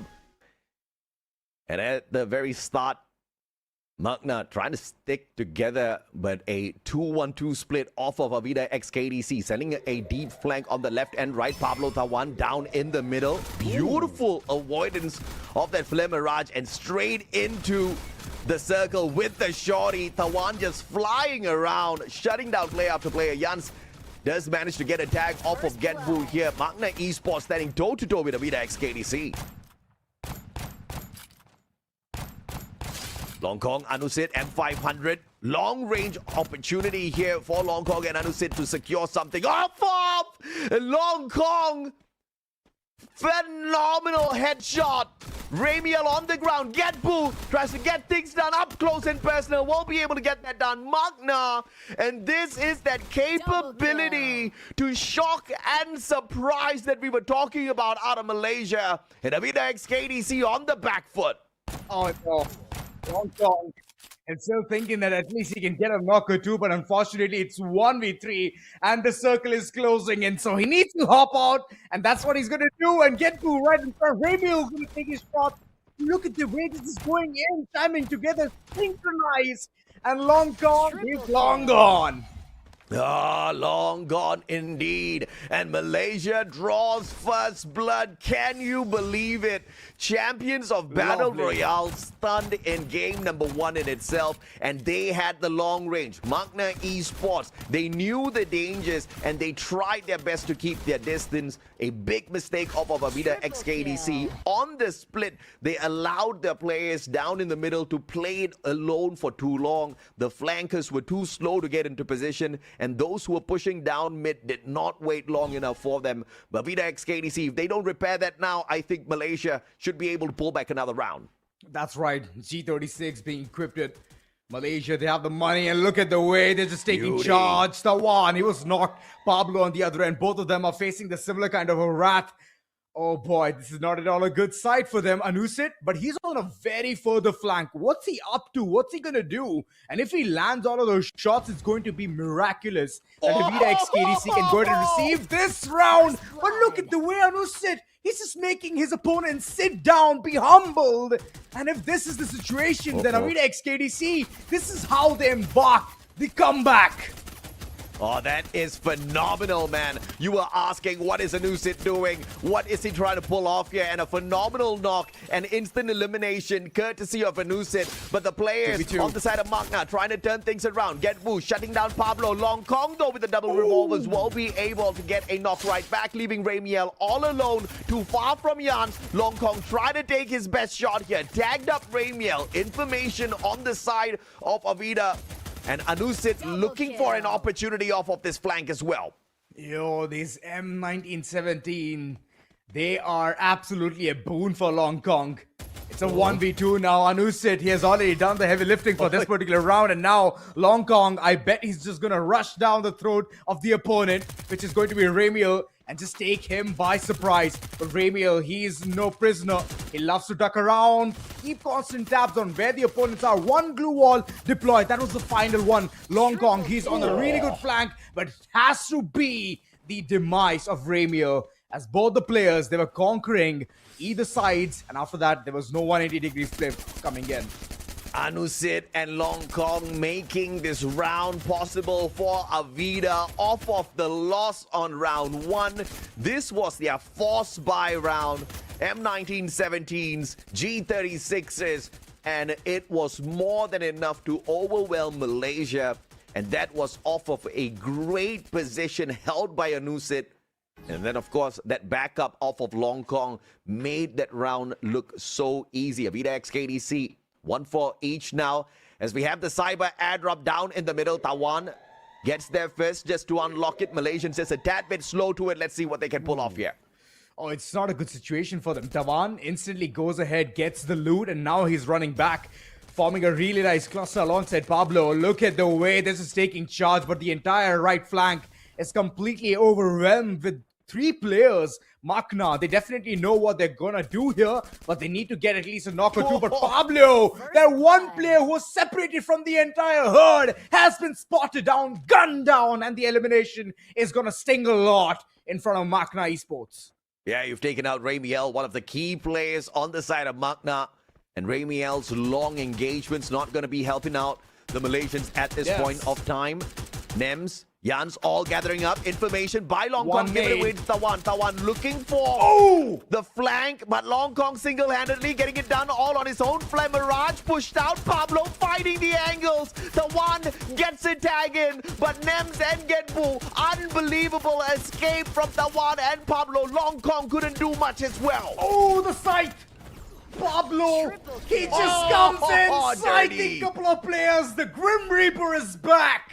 And Avida XKDC get their second. What? They pulled a mustachio gameplay off right there. Dude, I cannot survive in these pistol rounds for anything, all right? I cannot bet anything on these pistol rounds for myself. And therefore, I'm the guy picking up the sight on the every initial round. And clearly, that sight is coming in absolute clutch in the round 3 as well. Gets the double slice after these Malaysians were so sneaky, avoiding those knockdowns. I mean, great play, great footwork out of Makna. But when the need is there, you bring it out and you go slice and dice. Smart play of Avida. That's true. But now moving forward, I could see a little bit of a sneak peek on the weaponry, and Makna, they would love to take the upper deck, but this entire ship is sinking for them. They are down with 1 point. And right in front, I could see a level 3 MP5, which just means chaos is about to break loose onto Makna. I mean, that's the boon of hitting that cyber airdrop. You don't know what sort of goodies you're going to be able to run away with. But of course, you don't need to buy it. Just need to have the guts to sneak up on it and rip it away for yourself. That victory off of that round allows Avida to keep the gun as well. Makna, you're right, about to be toast. Some sort of a miracle needs to be pulled here. Steffi popped. And now A little bit of a blessing here so they don't get teased by those names just yet. But can they get away from those gunshots? Get Boo, Max 7. Opportunity. Tawan right in front of him. But the MP5 strikes hard. That's right. The first good night has already come through. Ramiel falls through as well. This is constant annihilation, and Avida XKDC, they're running away with a lot of rounds. Pablo, this guy is clutching it out every single time. The moment you look at those final shots being nailed upon, it's Pablo. Previously with the sight, and now with his MP5 level 3. Oh, beautiful. Snap. Wonderfully done by Thailand. Usually you see teams winning out that round number 1, and just because of the resources they are allowed to purchase in the second and third round, they usually make it a easy 3-0. It's not the situation here for MAQNA Esports Club up against Avida XKDC. They ripped away that first round, even with the advantage in terms of the currency that they hold. Those free fire coins could not come in clutch. Pablo, level 3 MP5 once again in hand. Great blue wall play. MAQNA Esports unlocking the cyber drop. And the timing and pressure will be played perfectly from Malaysia here to give them the advantage to sneak the sniper point for themselves. Jans get Boo, Max 7 in hand, looking for one, but repositioning on the side of Avida is strong. No, Pablo! But still, it's Pablo who goes ahead and gets those knocks. Oh my god, this is chaotic. Couple of players still alive. MAQNA Esports, this is their round. It's do or die for them. But Long Kong, he's gonna make Ramiel go ahead, bite those bullets, and those HPs, it's just dropping down. And the Max 7 to finish things up. There you go, the fourth round coming in, and AJ, things are not shaping up to be good for MAQNA Esports. That's why, for me, I don't care, but the Max 7's always in meta. It's one of the easiest shotguns to use, and this guy did not give him a chance to patch himself up at all. Initially did not anticipate the glue wall there, tried to shoot through the smoke vortex, and then he went like, wait a minute, why is he? Took a couple of steps ahead, instant reload, shuts him down. Avida XKDC 4-1. MAQNA does get the cyber point though, but do they survive long enough to make anything of that? That's problematic for them. Winchester level 3, all right. This round is very chaotic. On the other end, I can see an AWM coming into the picture, but will it hit the shot is the question. MAQNA, so far, they're under a tremendous pressure. And through that pressure, I don't think so any team can survive, let alone get good points. So they need to just release that pressure cooker that they've been pepping up for so long. I just recently bought a pressure cooker. One of the best inventions, I tell you. An Indian pressure cooker of everything. Nice. My wife was so scared to use it. She was like, what if it explodes on me? It's not going to. It's a tested thing. But of course, it looks like the pressure cooker building up here on the side of MAQNA Esports, not doing them well at all. Like some darling pressure cooker. That was instant. That could have been some noodles, but okay. And this round was in a pressure cooker, bro. Oh, you never know. If you want to try something out, yeah, you could try that. But now moving into the final round, which could possibly be the end of MAQNA Esports in this map number 1. Kalahari has been so surprising. Game 1, I mean, the round 1 was super good. The way they were just constantly getting those pistol shots right onto the target against Avida XKDC, and now they're not able to land a single shot. It's been a big change. I have not seen Tawan use his Crimson Crush a single time. Yeah. We have a problem, MAQNA. Okay, not enough pressure is being put onto Tawan. Not enough pressure is being put onto Avida XKDC. And the Thai squad will happily run away with the game. Get Boo, slice down. What a headshot. Anusit looking for yet another one for himself as well. Look at the rush coming on through. Avida XKDC sending both Pablo and Tawan up forth, looking for a big fight. Long Kong has got the Trogon, and Nems beautiful opportunity inside the time turner. Nems doesn't stand a chance as Long Kong gets the knock. Not at all, and now that the flank is completely wide open, Dhawan is going to keep rushing things forward. There you go, we finally see him use that, and now comes the final bit of it. Jan's way to off HP, last sliver left, and there goes the entire sliver. Avida XKDC getting their booyah. Oh, they absolutely stomped Makna Esports Club in that fight. A phenomenal turnaround after losing that first round, which I have to say Makna played so well. After that, Avida XKDC just woke up and said no, absolute no in terms of dominating us or getting a single round back for yourselves. Some moments of sparks seen in there that we wanted to see out of Revenant XSPARK, but we were not fortunate enough. But Makna showed us some sparks. But sparks are not enough to burn down Avida XKDC. They were just too good. Exactly. They need fire to go ahead and fight against Avida XKDC. And that's where they were faltering. The firepower was completely weak.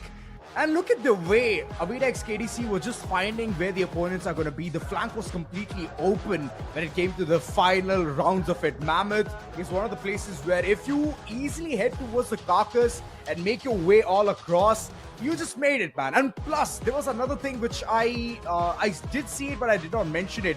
The earlier shot onto Ramiel, his HP just depleted down to 50%. So that's the kind of impact that this team is going ahead and creating, and now the MVP has to be Long Kong, as he was the one doing the heavy lifting.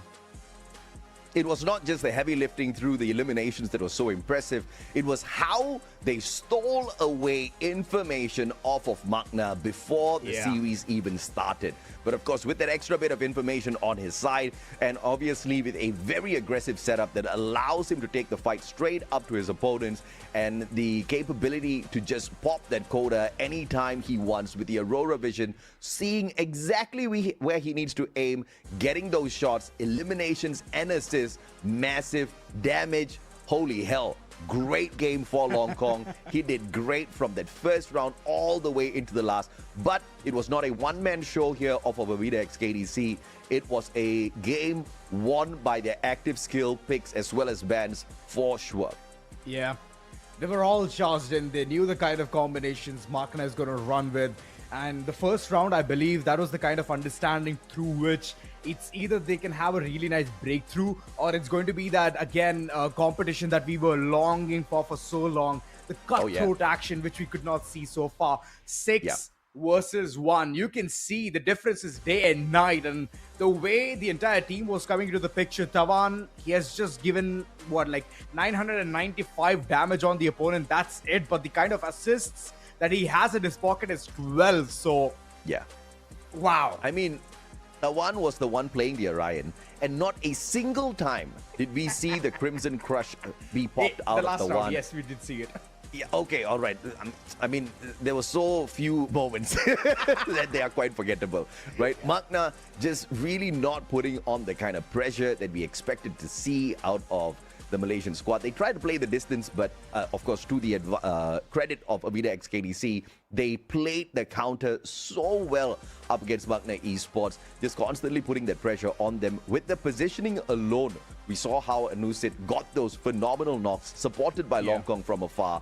And it's the extra game of information, right? Mainly off of the clue and coda that Avida XKDC made that one look so simple. First round pulled away by Makna Esports Club, but a 6-straighter by Avida XKDC to shut this first game down 6-1. Now moving forward, it's going to be Bermuda. The weapon choice is not going to be the same. There's always a mix in the entire arsenal of it. So whenever you hit by, whether it be Kalahari, you find different weapons. For Bermuda, you find different weapons. For Nextra, you find different weapons. And this time around, I hope that the teams are going to be lucky enough to get their following loadouts and showcase what they're made of. Makna Esports, I'm counting on you. Let us go for the mile, because next year is going to be super interesting onto how teams are going to go ahead and take the fight. But Avida XKDC being Avida XKDC, just like the BR mode, they're taking things even more seriously. They just want to finish this one. This can't be that yet again game of 2-0 AJ. So I am hoping you are right. I am hoping Avida XKDC is taking this fight seriously, and that is them serious, because I have a feeling Avida XKDC is not going all out just yet. We haven't seen enough of them, right? I think there were many moments there where they could have been punished. MAQNA Esports just wasn't the club to punish them in those circumstances. Off of that first round, I had my expectations like all the way up here because it was a very well played, very aggressive round out of Malaysia. But after they lost that second round, where I think they were super confident, okay, you know what, we've won our first round, we've got more money than them, we should be able to outbuy them in this round. That loss, I think, set them back, and it crushed the confidence of the Malaysian squad. They didn't really recover. I think that's a big problem, Zora. If you don't recover your confidence, yeah, the Thai squad is going to stomp you for sure in the second game as well. So fingers crossed, MAQNA Esports Club steps it up, ban and pick. This time, the first pick and ban for the side of MAQNA Esports Club. All right. Let's see how well MAQNA is going to take this one turn. Koda being banned can be a good choice. Yes, the way in the previous round, Avida XKDC, they were abusing Koda. It's bound that Koda is going to be completely banned for this particular bout of it. And now the pick. That's one of the things that I would love to see coming in from MAQNA. But before all of that, it's going to be a ban from Avida XKDC as well. MAQNA's like, you don't get to play the double info honors. Yeah. This time we're going to ban your Koda and we're going to steal your clue. You watch me, baby. So we will wait for that one, MAQNA. Oh, what? Oh, my God. Avida XKDC is like, nope. You Back don't get at to ya. steal it from us. We ban it off of the list for you. And A12 MAQNA's like, I will just disable anything you bring. You watch me. This is turning out to be an epic fight already between the two teams. Oh, who knew pick and ban phase is going to be so entertaining? I mean, what? Clue being banned by Avida XKDC. They're like, we are way too good at this. Let's just ban Clue. Yeah, let's get it done with. Now the picks, Oscar and Cassie, good. The way they've already picturized themselves being one of the most aggressive teams out here when it's comparatively to MAQNA. Well, of course, the Oscar is going to do a lot of glue wall breaking.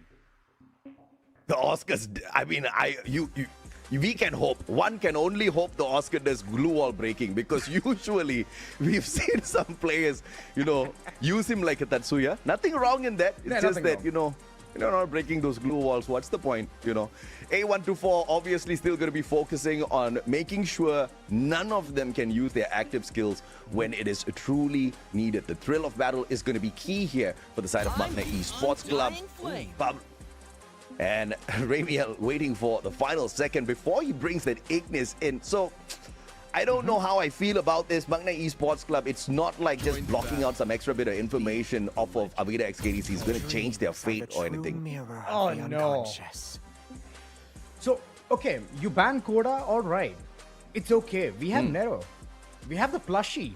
We have the Labubu that can be thrown right at you. And that's going to give us enough information on where you are. So, MAQNA Esports, you should have chosen your characters wisely. Ignis is a good pick, not going to lie. And now they're going to get even the CEO of entertainment. All right. Nope. Oh. Watch me. Come on, don't. Oh. Okay. All right. So we've got a fight here. I'm obviously liking Avida XKDC's roster a little bit better. You've got the Valiant Dash, you've got the Cassie there with the Electrotherapy, you've got the Chrono and the Time Turner, you've got Nero to stop your opponents from bigging up those glue walls as well. You've got the Nero to also damage them up, tag them up. There's so much of utilities off of that Nero. Yes. MAQNA is not going for those at all. I am worried for MAQNA Esports Club right now. I'm worried a lot. And I do understand that getting Sentino can give them a really nice repositioning tactic of it. Usually we see the snipers way behind from the entire crew, and they're trying to get those pot shots on the opponents. If you get a knock, then the rushers can just keep charging right in. But Sentino, you need to play it very wisely. So far, none of the teams that I've seen using Sentino have qualified that well. So it's all up to you whether you can set the benchmark or not. Yeah, that's going to be a tough call and a tough ask off of MAQNA Esports Club for sure. I think it's going to be a rough fight. That Sentino better be a cheese strat Sentino, because you are going up against Avida XKDC, who are going to bum rush you. They are not going to give you any time to think. Your only form of defense is probably one Flame Mirage. maybe with Sentino helping you run away, maybe with A124 being popped at the right time so that you don't get annihilated, but you still have to deal with the mechanical skills, which the Thai team has already shown they are quite proficient at. I am worried a little bit. I honestly do not know what can save MAQNA Esports Club as of this moment unless they have a miraculous play out their shot.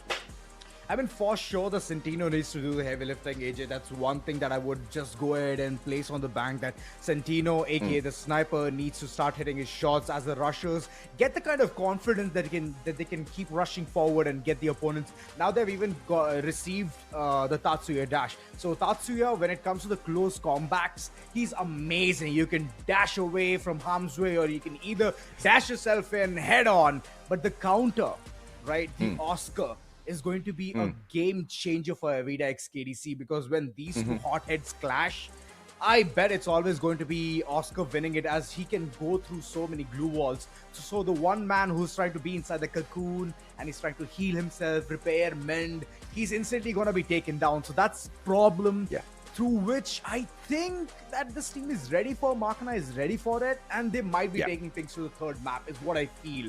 But again, if Avida X KDC being Avida X KDC start charging forward, then you know the result.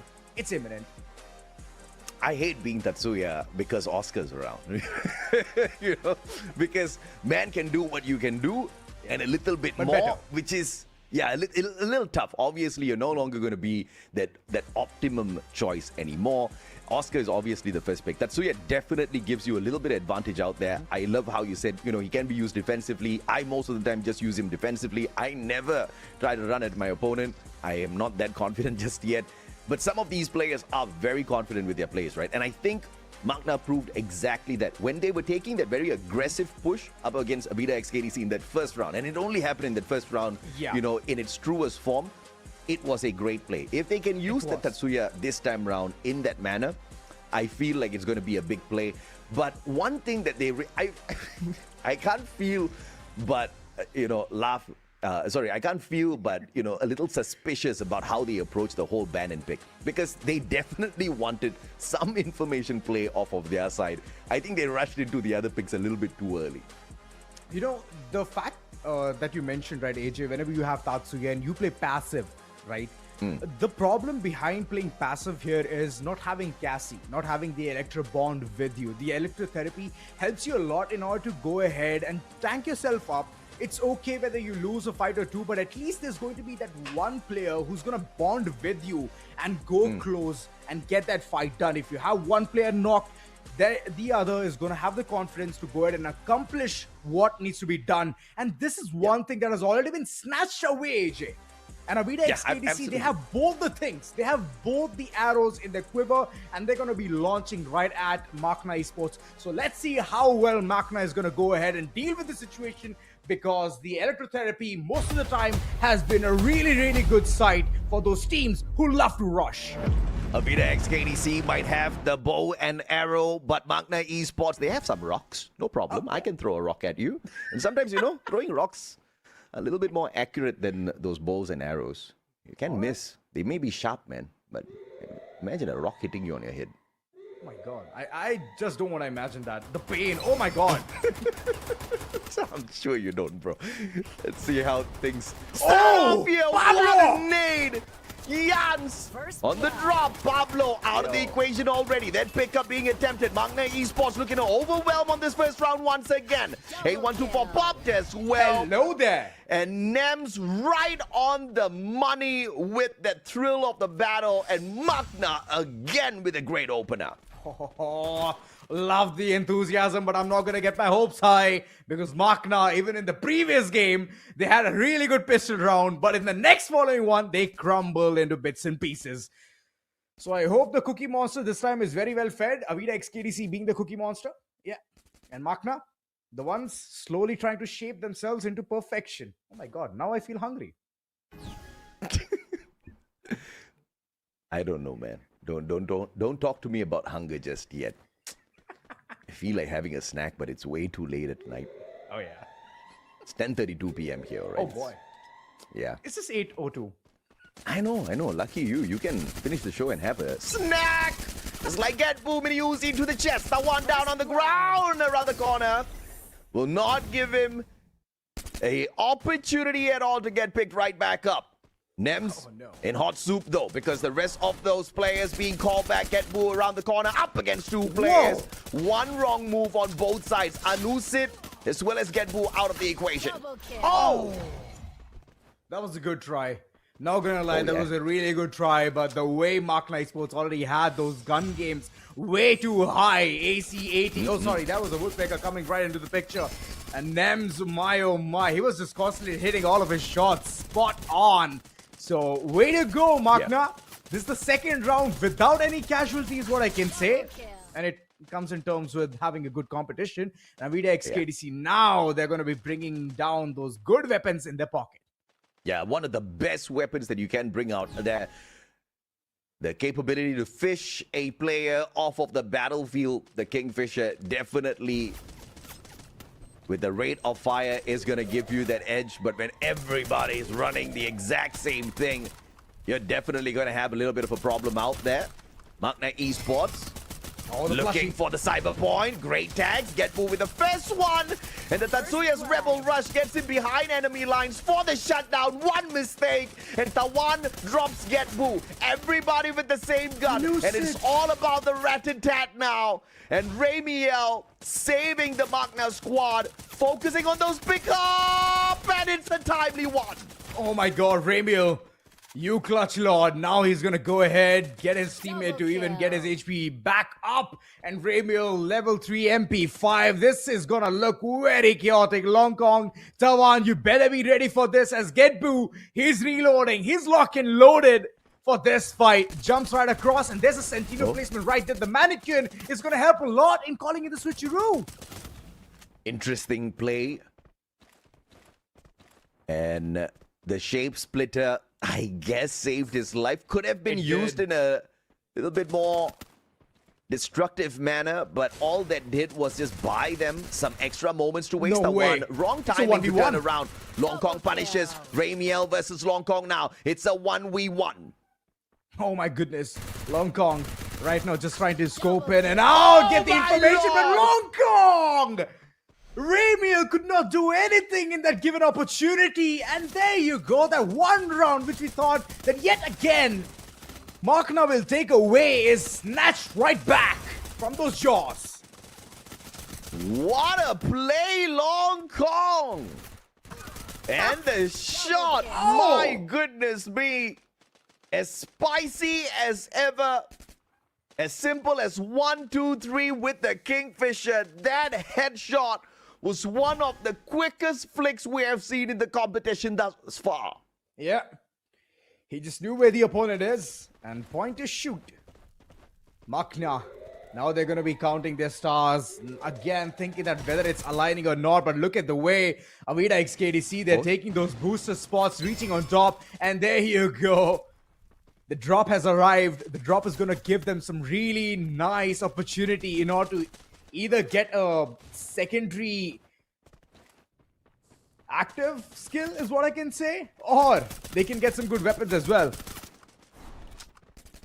Let's see how that strat is. Get Boo, a sliver of health. Great play to just quickly back away. Ensure the medkit works for him. Jans and Get Boo down on the lower ground, connecting on to Tawan. Nems looking for the opportunity to flank on the right-hand side as well. Needs to play the timing right here, but it's played terribly.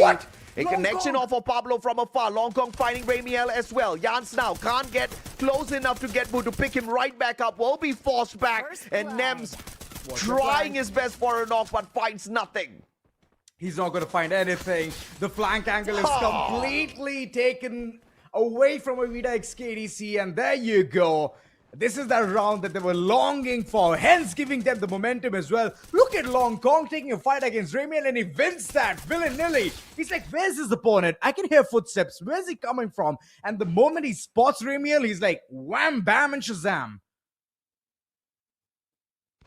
Well, let's see if they can say shazam once again. An equalizer off of Avida XKDC as we head on into this round number 5. And those trusty Kingfishers fished out once again. Level 3 MP5 on their side as well. MAQNA Esports did manage to sneak away the cyber point earlier. This time round, no cyber drop, I believe. MAQNA Esports, Anusit is going to be very dangerous off of this VSK. Oh boy. This time things are going way too slow, Jans. They would love to get that cyber airdrop. And once they do, get through. Alright, M590. Now we can see him charging forward, hitting those shots. His HP is way too low, but he doesn't mind at all. But now he's gonna go ahead and mind it. He should have backed out from the fight. But Jans has already done the heavy lifting. Couple of knocks coming through. It's a man-count advantage through which MAQNA Esports can go ahead and take this round. But they need to be way too smart. Long Kong, as long as he's alive, he's gonna keep doing the damage. And dishing that out is just gonna make GetBoo even more furious in this 1v2 battle. GetBoo can't get to Jans just yet. Will go for the shutdown! And pulls it off amazingly well with the M590. Still has his Rebel Rush on him. Did not waste his active skill just yet. It's the Nero up against a opportunity to shut down the Tatsuya. Ooh, Plushie hasn't been tossed out just yet. Nero. Oh! The use of the active skill was a disadvantage for Anusit as GetBoo gets the clutch. Wow. This was a lovely round. For a second, I thought Long Kong, he's going to clutch this out, but GetBoo! From the way he just popped right in, got those shots of M590 right on target. This is lovely to look at. And now he has the weapon for the next following round as well. So Tatsuya with the M590, the deadliest combination out there. MAQNA, they already have secured 2 cyber airdrops. And now moving in towards the third. This can be super interesting. But Anusit, the moment the round began, Ramiel just sits him down. Ramiel, one of the best snipers that you can find out there in the Philippines. Playing for Malaysia on the side of MAQNA Esports Club. And making a name here in Free Fire Max Asia Invitational as well. Long Kong gets flagged. What a play by MAQNA. 4-2. That one was over before it started. I don't know what happened there. Anusit, my oh my. He thought he could go ahead, run in, at least enter towards one of the compounds. But unfortunately, the way MAQNA is playing completely baffles Avida XKDC. They're like, wait, they're not the same MAQNA that we saw in game number 1? Hell no! Maps change, even the entire character. Dude, I told you, man. All MAQNA needed was that aggression to be amped up, and they have been keeping it up. But still, the meta that Avida XKDC can play off of the active skills here could make a big recovery be a reality for Avida XKDC. Long Kong, Chrono in hand, still not activated just yet, being pushed back. The one finds Jans. Great opportunity. Steffi popped already. GetBoo couldn't get away. Beautiful nade off of Nems. And now here comes the rush. Ramiel supporting Nems. And the time turner pulled out by Long Kong. Pablo drops back into the time turner. What a teamwork. And Jans, a sliver of health left here. Pablo goes in for the finisher, but manages to pick up GetBoo first. But Avida XKDC gave them no room for a breather, although the play off of MAQNA was phenomenal. Amazing.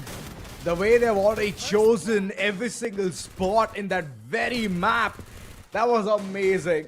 Hence calling in the control. The front line was completely barricaded, and from that, MAQNA could not rush forward at all. And the way the glue walls were being placed there, AJ, my goodness. Oh, that was fun. Holy smokes, man. That was one of the best rounds so far. And Malaysia's really making a name for itself off of Avida XKDC right here, right now. 2 cyber points in the bag. MAQNA, can you run away with it? Can you show us a game number 3? Avida XKDC playing on the meta, but MAQNA surviving purely off of adrenaline. Oh, yes. Devan, Pablo, both of them just running away, scurrying for now. And slowly, MAQNA is trying to inch in, understand where the opponents are. They have slight bit of information. Ramiel, he was about to take a couple of shots, but unfortunately there was a glue wall right in front. But I knew it. He's always going to be creating that nuisance around this team. Yet again, pressurizing in order to at least find some kind of a comfort spot. Jan's in trouble. Will be punished by Pablo, but Ramiel and Nems instantaneously step it up. Tawan and Pablo down. Long Kong running for his life. Getbu says, you better run, boy. And it's a 4v2. And in this 4v2, we know clearly the team who has like MAQNA advantage is always going to win. Getbu! What a round! This man has activated himself, AJ. Getbu just said, you get out of here. Making everybody turn tails, running out of his compound. But the man steps it up towards the end yet again. And Getbu now 7 eliminations thus far. 14 assists. Getbu's playing his mind out right now. Match point for MAQNA Esports Club to keep themselves alive in this Clash Squad competition. You lose this game, you lose this series, you are out. But Malaysia's saying not just yet. Oh, that's right. Having the fighting power till the very end. Let's see how this round is gonna look like.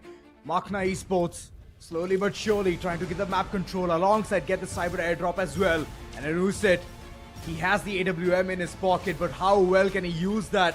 Nero plushies can be charged right at the opponents, but there's no information through which this team cannot function that well. And Ramiel instantly knows where Anusit is going to be and shuts him down. And now those M590 shots are just going to be bouncing around the ears of Avida XKDC. And there you go, the booyah that we were looking for so long.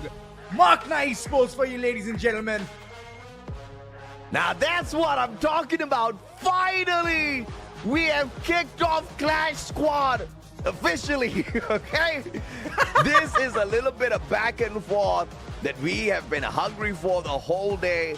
Unfortunately, the previous matchups in the past 2 series, they were just a little bit too one-sided. A little bit more of an equal footing here, which is amazing if you think about it, because MAQNA Esports, a team that could not cut it in Battle Royale, up against the champions of Battle Royale, kind of holding them back within the series. A phenomenal play. Not the best active skills pick, but my oh my, with the mechanical skills, they overwhelmed the Thai players, which is such a rare statement.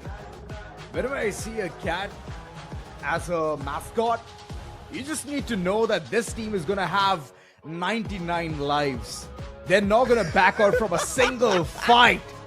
And what a way to go, MAQNA Esports Club. Lovely way to get back into the game. It's a 1-1 scoreline through which we can finally see Getbu getting all of that. 16 assists. Can you outdo that? One of the very few people that brings in the enhanced hammer into Clash Squad. Very rare. And obviously it has paid off big time. Now we understand why the M590 was hitting everybody on the head like a hammer. Oh yeah. So what happens when you bring Thor. And the way Getbu has just come forward for the entire team, it's a boon for them. So MAQNA is going to be super happy. They're going to be cherishing this moment. I'm talking about the way the entire team have performed as well. That soon we are going to be witnessing. But before all of that, it's going to be the scoreboard that we all see. There you go. MAQNA finally hitting that 6 of a range through which Avida XKDC. Just 3 points. It's all right. I mean, you got to love this. You got to respect this. MAQNA Esports Club has earned my respect off of this battle up against Avida XKDC. Now, I have no complaints. I have got no more requests. They can do whatever they want for this game number 3 because they've definitely won my heart already. Because I'm pretty sure Avida XKDC will be looking to whoop them out of the competition for just a little bit of revenge served up perfect on that game 3. MAQNA has got a mountain to conquer ahead of them in this final matchup. You know, before this, I was in the team Avida XKDC, and now that Makna has already showed their true potential and their colors in the second map, I feel that Makna is going to go all the way in and get the third one as well. I do understand that the scoreline is 1-1, and Avida XKDC, they've already won the BR of this entire Free Fire Max Asia Invitational. But here's the thing, right? Makna, they've been trying to crack that Da Vinci code, and finally, they have managed to do it. So next year is one of those maps where they're going to show us what they're made of. Come on, Makna. Oh, yeah. Absolutely. I hope they can show us what they are made of. It would be good to see MAQNA Esports Club just show up strong up against Avida XKDC. Show them that even though you are the dominators at Battle Royale, Clash Squad is a different beast altogether, and you need to be in a different mode altogether to conquer it. MAQNA Esports might just be in that very mode, because this 6-3 victory that they took over Avida XKDC was nothing short of impressive. We want to see more, but history has taught me many times to not expect a lot. So I will wait for this game number 3. So you're not going to be expecting anything. You're just going to be very plain, very blank whenever it comes to the third map next era, right? Yes. All right. So I'm already going to show that I'm having a lot of flair. Yeah, I've been disappointed too many times. So, you know, zero expectations. It's all right then. I'm going to say that I'm going to paint the entire town MAQNA Esports Club. That's one thing that I can say, as they've been performing very well. Compared to game 1 to game 2, it's like a character development on its own. I mean, talk about getting those rounds in the middle of nowhere and jumping the gun again and again, getting the opportunity and slapping down Avida XKDC, making them humble. This is the kind of game that I would love to go ahead and see. And now moving forward, the pick and ban is the one thing that is going to differentiate what will happen next. Previously, all of those picks, even though we thought that it's going to be way too passive for MAQNA Esports, they ended up playing super good. And now, when they have such good characters in the pocket, let's see how well they're going to perform. You are absolutely right, but maybe that's the curse. Maybe when they have the good characters, they don't perform, right? I don't know. We got to look at it, because in that first game, didn't go their way. Electrotherapy banned out by Avida XKDC. They'll be able to take the first pick later. MAQNA Esports gets to ban out their character now, and then gets a double pick after Avida XKDC is done. So they take the quota out of the equation, and obviously that's just going to hurt Avida a little bit. They still have that option to bring Clue in, and that's going to be the first character they take on. That's right, Clue coming back into the picture. Good for Avida XKDC, the way they have already performed in game number 1, having Koda and Clue both just going ahead and providing the kind of information that the entire team needs has been super efficient. And now, MAQNA, let's see what kind of a character that they will pick. I hope it is going to be Tatsuya, because why not? But A124 in the hands of Jans, that's going to be a really good deal for them. Yeah, I do agree, right? A124 clearly helped the squad out big time earlier on. We did see very timely uses of the thrill of battle, just to make sure they don't allow the team of Avida XKDC to just run away with those fights. And I think it was their saving grace. But obviously, Clue on the side of Avida XKDC gives them the opportunity to kind of decide when to get in and out of battle. Earlier in that fight, it wasn't available to them. And I think Avida XKDC was just taken out of their comfort zone. Now that they've got the vision back on their side, they are going to be dangerous. They want a CQC. They want to set up close fights, and that Orion's going to be perfect for it. True that. So Thavan, of course, he's going to be picking Orion soon once the character swaps comes into the picture. And now, Chrono, all right. This is going to make things even more dicey. But in the previous time as well, when we saw Avida XKDC having Chrono, they could not use it to perfection. And this one thing that you mentioned, right, AJ, that A124 in the hands of MAQNA Esports, it is going to be a boon. But most of the time, I've seen MAQNA having that split of 3-1. So Avida XKDC, they rather stay in the 2-2 zone. So let's see how well they can time this one ability to perfection. Let's see, man. Final pick here, Santino. I'm not liking it, MAQNA. I didn't really see the shape splitter make much of an impact on their play earlier on. It was mainly just the mechanical skills, and they're not taking away the good stuff off of Avida XKDC. The Narrow is still very much available. The plushie is super clutch in times. But of course, the Avida XKDC squad chooses to go with the Iris instead. They do anticipate a lot of those glue walls out there that they do want to find a little bit of extra information of. They want to find those extra tags. Those grenade follow-ups are going to be massive. Avida XKDC is looking for a very aggressive fight with Anusit supporting them with the Iris from the back. This is going to be scary. Makna needs to make sure that A124 off of NEMS is perfect. Hella scary. Oh boy, when it comes all down to this final bit, why are things crumbling so fast? Makna, the picks look so weak. I mean, I do understand they have like such good characters, Oscar, Ignis, A124, but compared to a person who's already activated himself and did not get the opportunity to show in game number 1, I'm talking about Tawan and his Orion. So once he starts popping in and he starts using his ability to perfection, things are definitely gonna shape out. It's gonna bend out of shape, and that's where I'm worried about MAQNA Esports. But let's see, having the best foot forward will help them a lot. The first round, in either which case, will be a pistol round. That is going to be the start through which it's either MAQNA Esports getting the momentum or Avida XKDC just running away with rounds. Didn't Shah Rukh Khan make a movie called Jawan at one point? That's what Tawan looks like with the Orion, bro. Okay, he looks the part already. If this is about to turn into a Bollywood movie, I am all in for it. How are they going to turn things around? Because I think Avida XKDC is just setting up some drama, right? They went in there, good game one.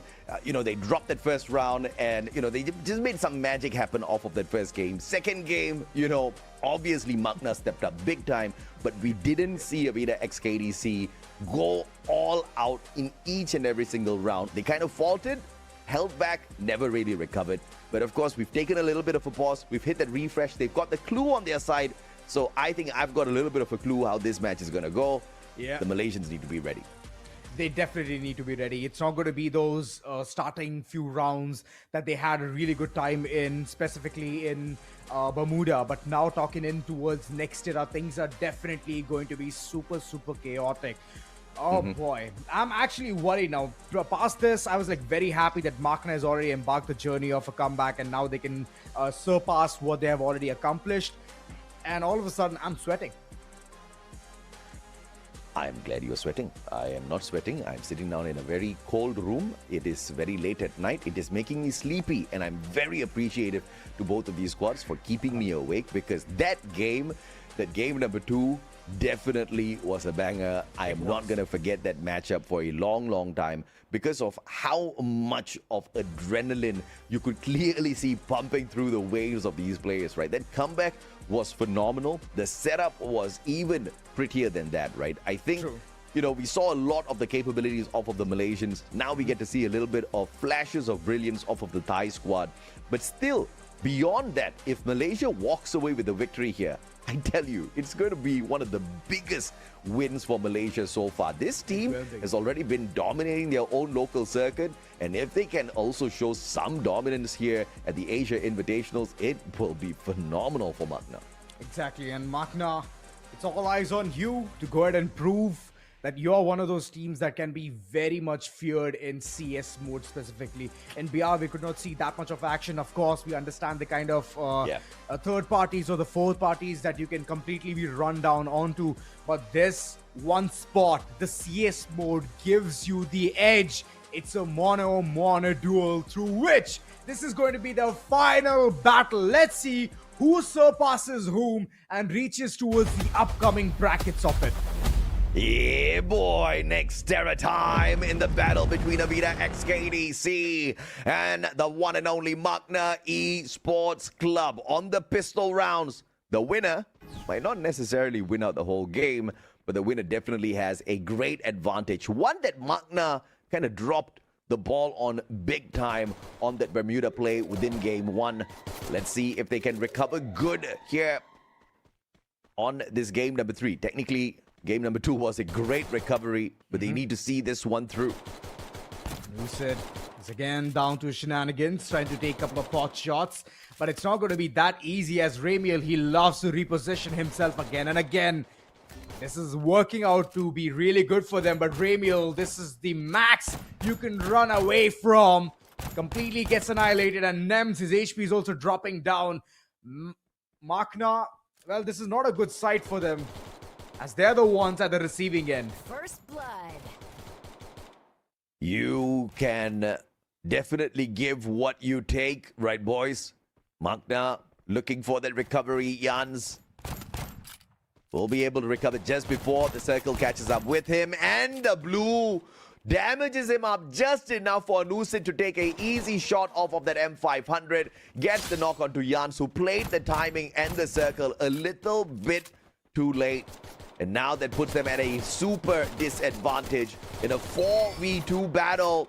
They will not be able to walk away with an easy one, but the one big mistake up against Getboo, who does not get it. Oh, he did not get it. That's all right. Avida XKDC going ahead, claiming the pistol round theirs. I mean, they've already done the groundwork. Look at them layering the entire tower. And after that, the roller just coming in, making it perfect. Post that, MAQNA Esports, they just could not understand what needs to be done. I could see those constant repositioning coming in from Ramiel, him being Santino, trying to understand, adjust macroly into the game, but unfortunately, there is no result. And now the VSKs are going to roll in. Let's see how well will Avida XKDC go ahead and snatch this round and make it theirs yet again. You gotta love the rate of fire off of this VSS. Get Boo tagged up, Jans tagged up. Everybody has to pass through this toll booth. And it looks like the toll booth has got a couple of bullets for all of y'all. Long Kong attacking from the back. Oh, you gotta love this, man. Multiple players with a VSS, and you are not gonna get away from opportunities like these. Long Kong punishes. Get Boo just beyond. Everybody rotating in. It's a 3v2. The boys on the side of Makna, they need to get away. Oh, that's right. And then through all of this kerfuffle, teams are still trying to know what needs to be done. Jans, all right, he's constantly being shot at. Anusit, he's the one creating this nuisance. One player already gone. Ramiel, he's not able to function. Why? He's the only one person who could do something that the team requires the most. But it's always going to be Avida XKDC just pressing on that gas pedal and rushing forward. Wow, Long Kong. Way to get the backstab. You gotta appreciate the play off of Tawan as well. Went in there for the rush in a 1v2. Had to pop the Crimson Rush. Backed away. Repositioned. Recovered. Came back in there with the attack on the M1917. Gets the knock and the elimination. Wins the round out for Avida XKDC. This time, we see the Orion working out there. Yeah. And of course, it's going to work as the team is already feeling way too confident in all of these battles. Anusit right in front. Get Boo. What can you do? It's a dual pistol in his hand. And I hope at least he can land those shots, because in this chaotic moments, I know what will happen next. The VSK is going to hit its perfect headshots or the body shots, and it will always make the opponents weak. Long Kong, he just knew where the whereabout of Ramiel is going to be. And instantly, the decoy has been shot off. Triple VSS danger, Avida XKDC with that one MP5. Whoa, okay, Nems. Nems sprayed down. And Avida X, Avida is just playing cheat at this point of time. Yeah, Look at the multiple VSSs. The rate of fire off that gun is just ridiculous to deal with. And the crossfires they set up is just phenomenal. Combined with the MP5 up close and personal, this is looking way too easy for Avida XKDC. Not a single round. MAQNA Esports, you need to wake up. It's high time. You have the dollars. You have those credits in your pocket. Might as well go ahead, unleash it. The Free Fire coins right now pouring in their pocket. We can see those AWMs coming into the picture, but against VSK, this is gonna falter. You need to hit those shots right on target. Makna, and through all of that, there's a lot of pain through which Pablo is gonna be rubbing that salt. You are definitely gonna see a little bit of pain, bro. Salt in the wound, not the best connection. Ramiel with the AWM, absolute disaster. If Avida makes one wrong move here, Long Kong, VSS in hand, looking, Ramiel on the flank. This could just be the play of the game, but Ramiel gets pressured by the circle instead, drops the ball, goes for the fight. Perfect shape splitter as he resets. Lovely. This is the second time that we could see the duel coming in. Long Kong, this time he's going to run away with nothing in his hand. 4 players still intact. Makna, this could be their round, but they're way too spread thin. And if this is the case, then Avida XKDC, they just love to conquer all of those shots. And Pablo, this is the second time he has gone ahead, hit those shots, and get boo. There's no support whatsoever. Jan's right below, tries his level best, and Pablo, he's constantly being shot at. And it's going to be Long Kong coming in from the flank. Jan's being the last man standing, jumping around, trying to find some kind of a safe spot. It's not going to be found. As Avida XKDC, they are running away with those rounds. That was a dirty play, Tawan. Tawan thinks we didn't see it, but he just quickly ran over, stole the AWM off of Ramiel, and then quickly joined back the rest of his team members so that he doesn't lose the gun. I mean, now you've got a triple VSS and an AWM on the side of Avida XKDC going up against Makna, and they force bought yet another AWM on their side. This is going to be a showdown now between the two snipers that I cannot wait to see. And Ramiel definitely needs to pick up a couple of extra points here for the squad, but it's just not his kind of map and compound to play. Oh, that's true, but here's the worst part. Ramiel yet again prepping things up. He did send in one of his decoys towards the other corner, but that's the spot where Long Kong loves to sit at, constantly dishing that damage, and now he's completely hidden, isolated, not at all taking a single fight. And the others, they're stuck way too close. Jan's, Nems, Getboo. This is their opportunity to at least dash right in. Getboo, we have seen him do wonders, but can he go ahead and shine yet another time as the team needs him the most? There's no connection whatsoever. The HP is going down. That's the only thing that we can see, but the knocks are going to come through, not for the likes of Makna, but it is going to be Avida XKDC yet again, proving a point that they are not to be messed around with. Long Kong and Anusit both running the passive skill Luna with the extra firing rate, and the VSS already stock firing rate, which is insane. They are running circles around MAQNA Esports Club. This is insane. After whatever MAQNA showed us in the previous game, Avida XKDC, as expected, will show us what they're made of. Match point, easy game. Oh my god, look at Ramiel. Trying his level best. Good shot onto Tawan, but after that there was no connection. My oh my. Avida XKDC, they're just prepared for every bit of MAQNA Esports Club. Oh yeah. And this entire crew is just tearing apart. I mean, dude, you cannot blame MAQNA. This is all Avida XKDC. Those VSSs, they hit like a freaking machine gun, and there's just no stopping it. It's an assault rifle machine gun combo, which is deadly. And on top of that, you already have it firing off like a submachine gun. Now you throw in that Luna as your passive. Anusit and Long Kong already knew what they were going to do. Anusit and Long Kong set themselves up perfect for this. This game was won by the passives as well as the mechanical skills of Avida XKDC. It's going to take a miracle now for MAQNA Esports Club to put a stop to Avida, stomping them 6-0. But do they have what it takes? They've got the guns, but it's all about a split. They need to have that CQC forced out of Avida XKDC, MAQNA Esports Club, waiting for them to approach. That's right. The entire place, it is paradise for now. Makna avoiding the inevitable as Long Kong, Anusit, both of them have already found some prime spots for mayhem. And this knock on to Getbo will be the game changer. Soon he might come out of the covers, and that's where Avida XKDC is gonna hit them where it hurts the most. Right now, just trying to flush the opponents, get the information onto where exactly they are. And that's the mistake that you never create. good way to get back into cover. Good safety right there. But Ramiel, you're still not away from harm's way. This is a brilliant strategy off of Makna. They know those VSSs work great in long range. They know those VSSs cannot hurt them in a CQC, but they are forced out by the circle, having to force the CQC up against Avida X Esports. This is now the advantage that Makna has on their side. The Thompson gets the first one, but Anusid with the AWM gets a triple. Anusid, you monster!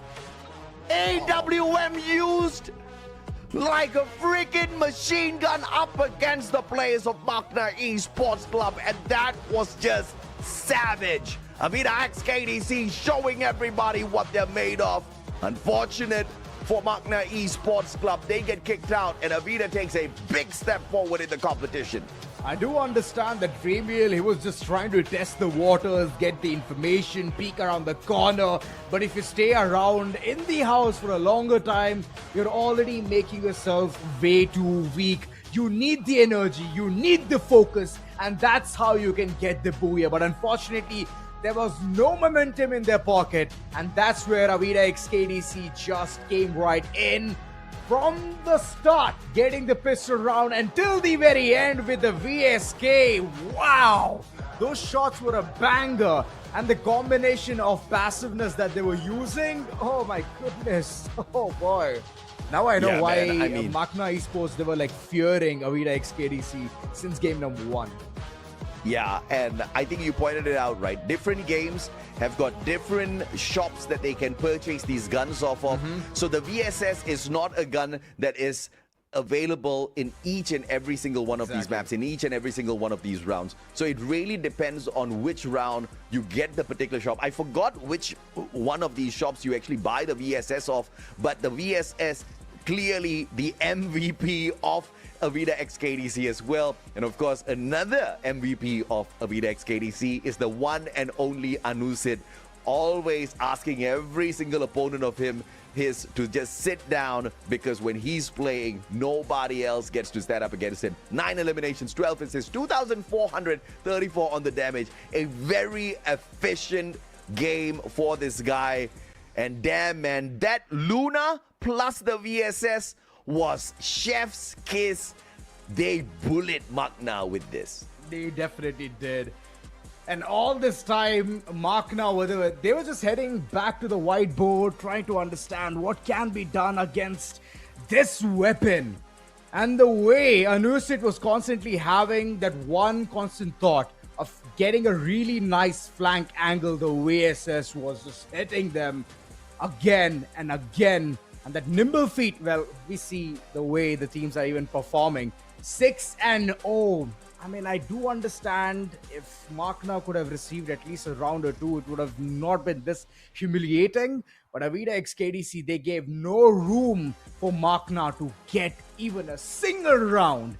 I mean, pistols were the only thing that were going right for this club. But unfortunately, even those pistols were snatched away. Oh yeah, I mean, I totally agree, but I don't think MAQNA Esports Club could have done anything about this. You know, I think they can keep their heads held up high. They definitely gave their best, but there was a clear difference between the way Avida XKDC played this. You see, out of that game number 2, I already told you, MAQNA Esports, they have got a drafting issue in Clash Squad. Yeah. I'm not really looking at the cohesiveness of those active and passive skills, but Avida XKDC, you've got Anusid running that Iris, Luna, Otto, Moko. Moko tags you up. Yeah. Otto, if you are going up against a team that is sticking together, that memory mist is just going to slow down the rest of the teammates every time you get a knock.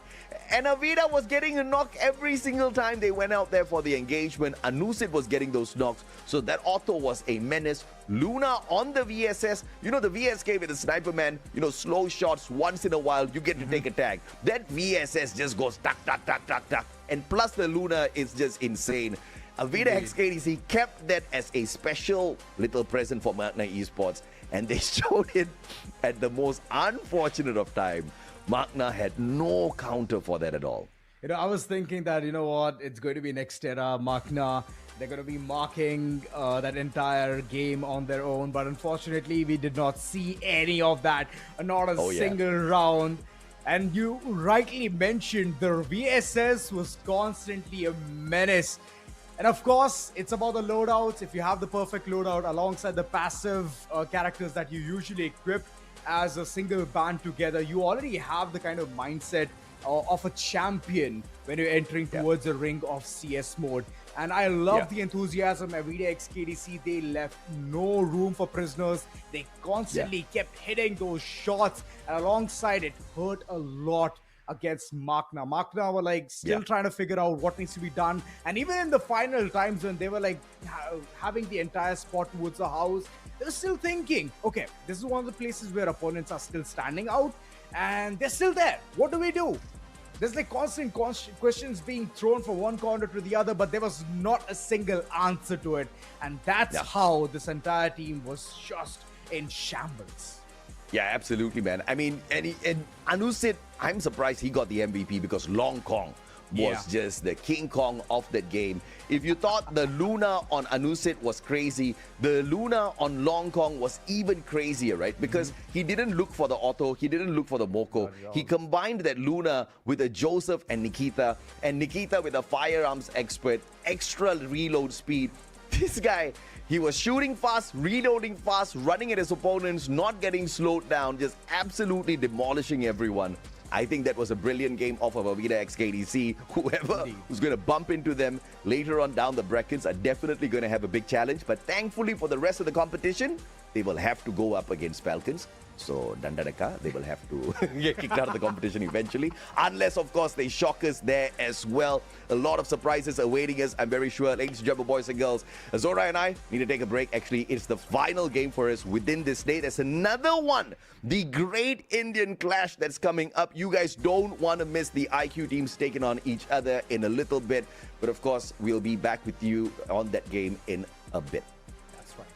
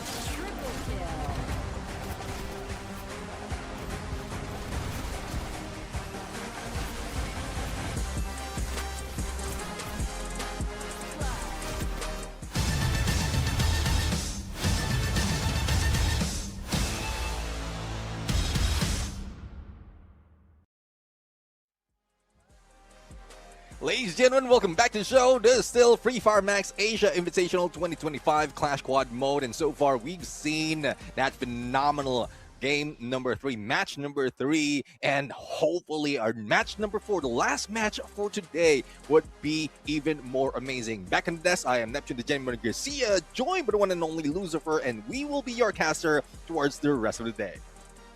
It's an exciting one to right now unfold, right? Because it's going to be the clash of the two Indian teams that most of the viewers are also going to be looking forward to, and an exciting one because on one end we have Total Gaming, who have recently won in the Indian Championship, where they did get the Clash Squad as well as the Battle Royale, but can they do it here against and in the Asian Invitational, right? But on the other end we have Reckoning, who picked up really good pace as we've seen in even our BR mode, and they've been catching up. But on the other end, hey, it's Total Gaming again, so it's a little bit of an up and down in terms of the seesaw table, but it is going to be a phenomenal run.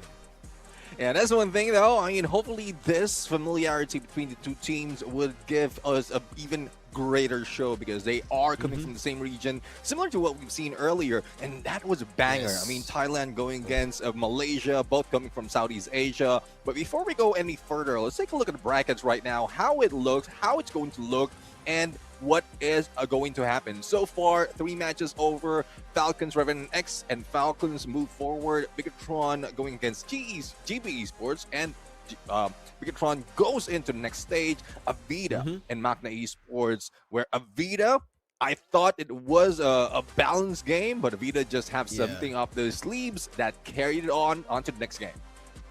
Yeah, the last game that they pulled off, a 6-0 coming through. I think brilliant stuff coming in from Avida to make sure they get to the next round in our Clash Squad single elimination bracket. But right as now, they're going to be waiting who their opponents are going to be on day 3. It is between IQOO Total Gaming versus Reckoning Esports. Now, we spoke about them. Both phenomenal teams out of India. They're looking forward to dominate here in the Asia Invitational. Make sure they are the top squads. Even in the Battle Royale end, we end up seeing Booyah coming at their end. Let's hope Reckoning, now that the chance that they have, that they missed in qualifying, they make it count here in the Clash Squad. That is what I'm looking forward to. Whereas Total Gaming have had experience on the given day to fight out, even grab a Booyah, but this is a little different. As we mentioned, Clash Squad, a lot of both active and passive skills coming into play here, making a mark. Yeah, exactly. I mean, compared to Battle Royale, there's not so much of a third party. There's not so much of distraction that would be put into play when we go in on Clash Squad. And as I did mention, IQOO Total Gaming going against Reckoning Esports. I'm loving to see this, like how it begins, and it might be different from what we've seen earlier. I mean, it might be even longer. Like, just stretch it all throughout the 11 rounds for each game, and I would love to see them pull out all those tricks up their sleeves. But hopefully not all, because that's just the first step. From what we've seen, there's a lot more that they have to go right now into this Clash Squad mode. So hopefully there's a lot of game plans that they have in the book. Hopefully they do. I agree with you on IQOO Total Gaming, and we've seen Shoto how he was initiating his solo battles, right, whenever he wanted these early eliminations. But on the other end, we will have Ronit and so on. Let's see how they play together. Well, let's talk about the head-to-head that we have between these two teams right now. In average eliminations, yes, IQOO Total Gaming faring better at 23, but Reckoning are not far behind, just a difference of around 5. So I think that catch-up should not be much of a problem. Average damage as well, close by, average knocks as well. And this is something that you have to understand, that where IQOO Total Gaming made a chance of qualification and IQOO Reckoning were just left out because of that Booyah that they did not have for the main event towards the grand finals. But nonetheless, closer in terms of stacks, but knocks a little favoring Total Gaming here.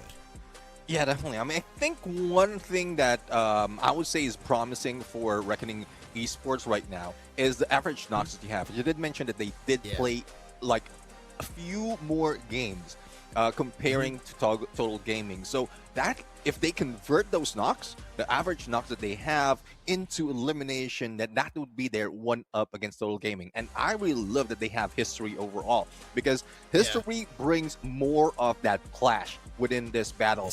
They will be going like one step ahead of each other with what they experience, and now they go into a new update, new set of metas, and new set of challenges. So I'm really loving the storyline between the two Indian teams.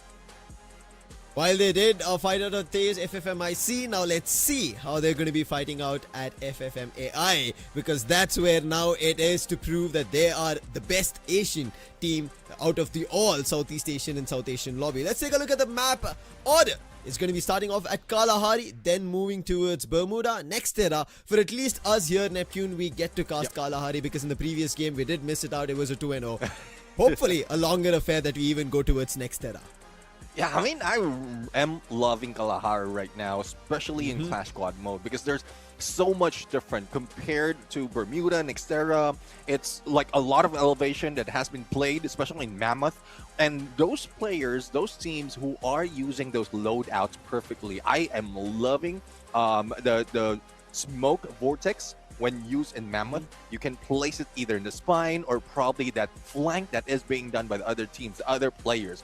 Right here. So I hope we see all of those coming from both of these two. But again, that would be our game number 1. We might go into up until game number 3. So we'll have to see on how it turned up on the first 2 games. Now, while these two teams have rivalries, they date back to history, even towards FFMIC. Now in this Free Fire Max Asia Invitational, it's about proving their mettle, and especially reckoning they might come out a little hot-headed because they want to make sure that what they missed in the grand finals, they bring it out better against Total Gaming. Whereas Total Gaming, they were trying their best as well. They'd activate Champion Rush, but they were unable to close and grab themselves as the title of the Kings, the champions of the Battle Royale. But let's see if this happens, this works out. Their next contenders, we already saw Avida, who won out in a 2-1 fashion, are their opponents in our round 2 that we are going to be seeing. So again, right as now, it might be a clash of the Indian squads, but later it is going to be Southeast Asia against India, which we did see earlier today. So hopefully even any one of them qualifying and moving towards, better ready for Southeast Asia as well. Yeah, exactly. I mean, there has been a lot of talks right now on the background, even in chat, where in Southeast Asia against South Asia, there's a few more experience coming from Southeast Asia. But the teams that we have right here are, like, not all of them have that experience, especially with Avida XKDC. And you see how they played it quite well in Battle Royale. And in Clash Squad, there's a lot of opportunities because even the Titans from BR can fall in Clash Squad. So let's see if that would happen right now. And the Titans of India would be in this lobby. So Kalahari, I know there's a lot of excitement that's being brought in. The only question though is what skills are they going to use? It's somewhat similar, the chemistry, the synergy, would it be similar to what we've seen earlier, or can they bring in somewhat of a surprise when it comes to active skills? Yeah, that's something that I was even thinking in the background. Like, could they bring in something new, something completely different out of the meta?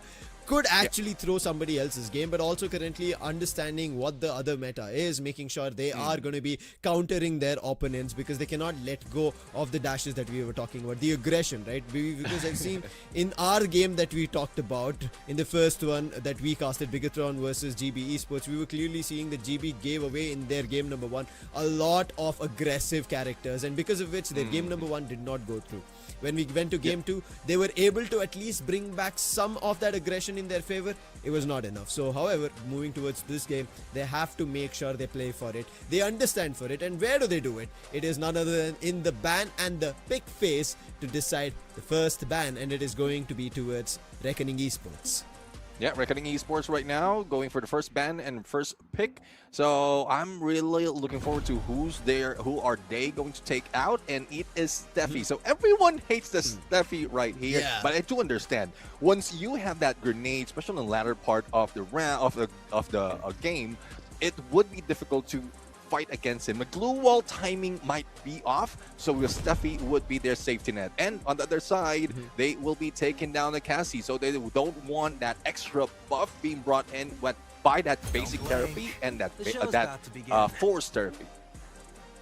So basically, they're going to be letting the dash be available, and Oscar immediately gets picked by Water. And on the other end, I presume maybe a Tatsuya, or maybe if they're even thinking for information, they could go for that. Because Total Gaming, they would also wonder about aggression, and we were talking about Shoto. On the other end, Wota's Oscar will put them in a position to understand what could be their play, and they decide for that Oscar to sell a fake with the Santino. That's a surprise to go and let go of Tatsuya for now. Yeah, I mean, Let's see if it's something that they can use at this point. I mean, Santino, we've seen that being used, but not to the best advantage. But Total Gaming might be able to use it right now for a better Tatsuya. Well, didn't mention that they're going to let it go, but no, that was a fake out coming from IQOO Total Gaming. So definitely if you have an Oscar on the other side, you will need a Tatsuya. The effects are different, but the somewhat rush would be the same. So there's a little bit of counter to it. But Ronit with that Orion plus a Nero, seems like they are going for aggression, probably a potential clutch as well, if in case. Yeah, this looks all out battle coming in from the side of Reckoning. They do not want to give Total Gaming even a chance.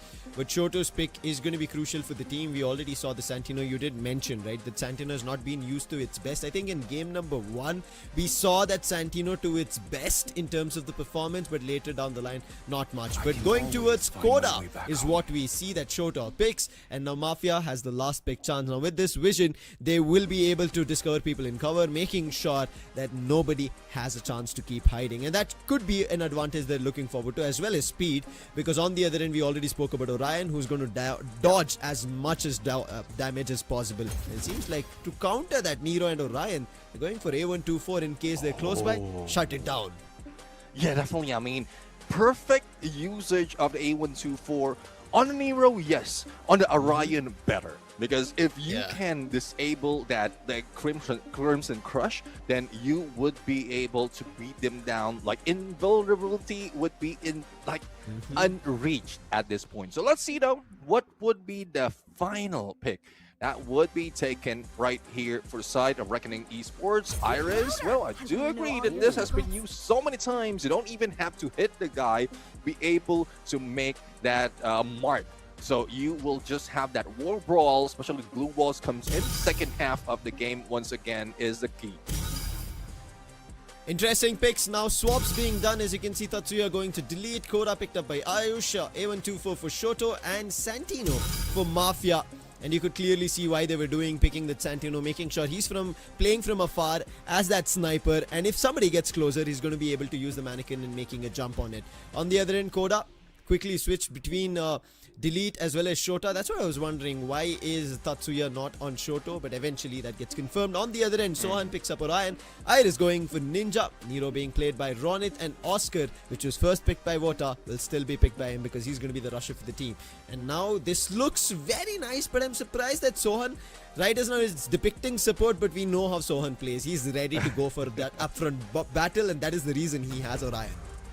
Yeah, I mean, it's like it could have been a fake out right now, being a support, and then you go in for a rush. And I'm loving how these players are really utilizing this to the best extent. I mean, it doesn't really matter in Clash Squad as well what your role is, especially if you have available skills available on you. So, looking at it for the side of IQOO Total Gaming, the combination of Koda as well as that Tatsuya, that could have been a front line. Mid lane would be that A124, and then you know how it is with Mafia on that Santino. You just go in from behind, but the shape splitter can give you that opportunity to switch up in front. So a full force approach might be done by Total Gaming.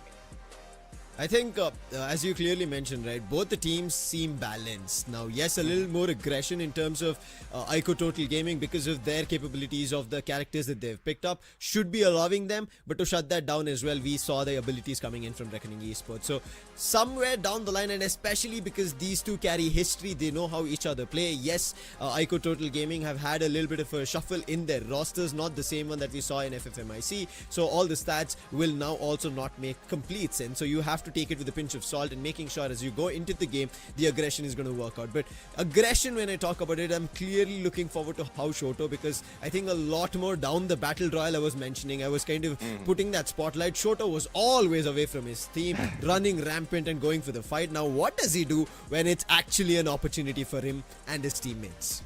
Well, I guess in a Tatsuya, he might still be far away from the team if he can carry himself. You know how it is, the changes on his skills on Tatsuya, especially given his a shotgun. So if he can go for a Rebel Rush, make that knock, the Rebel Rust refresh, and you can go for a clutch. It just so happened that not a lot of players have been using it to the best advantage. M590 has been used best, similar to what we've seen in the previous game or previous match though, but not so much on the Tatsuya. If I'm not mistaken, that was Getbu, who was in a different skill right there, who was able to make all those shots. I guess an Oscar, I believe.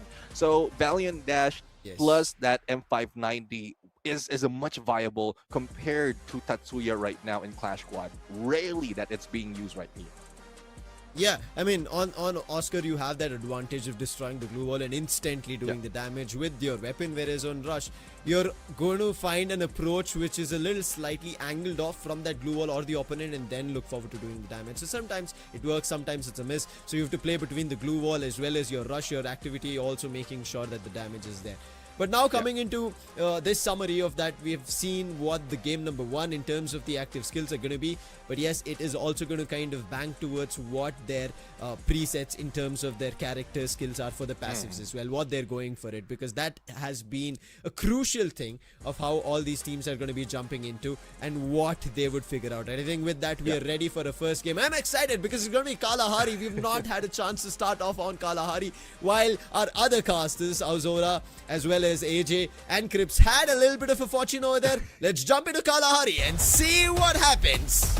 I guess we don't want to be left out. We're going to see Kalahari right now, and you did point out a good statement in there in terms of passive. So let's see if hopefully that Orion, Zohan will be able to use that Miguel, because definitely that would be the combination that's needed. Miguel's Crazy Slayer gives you a gain of 200 EP that would help you with that Crimson Rush refresh. So let's see on how that works so far. Full rotation, ring around those Rosie by the teams right now, and no clear view on a shot, but great placement on that smoke vortex by the teams of Reckoning Esports. Playing at the edges, similar to what even IQOO Total Gaming are doing, but Delete should be the first one to spot them and then give a call of where the players are. You should have heard sound, so Sohan right now has the one who's gotten more closer than his teammates. Water seems like he's going to be backing off. Sohan on the other end trying to find and see if he could spot a player, but Total Gaming are just playing on level ground. Yeah, level ground right now, not even taking that elevation. And, well, it is a good way to go for a full rotation without being spotted, but I don't think that would work that easily.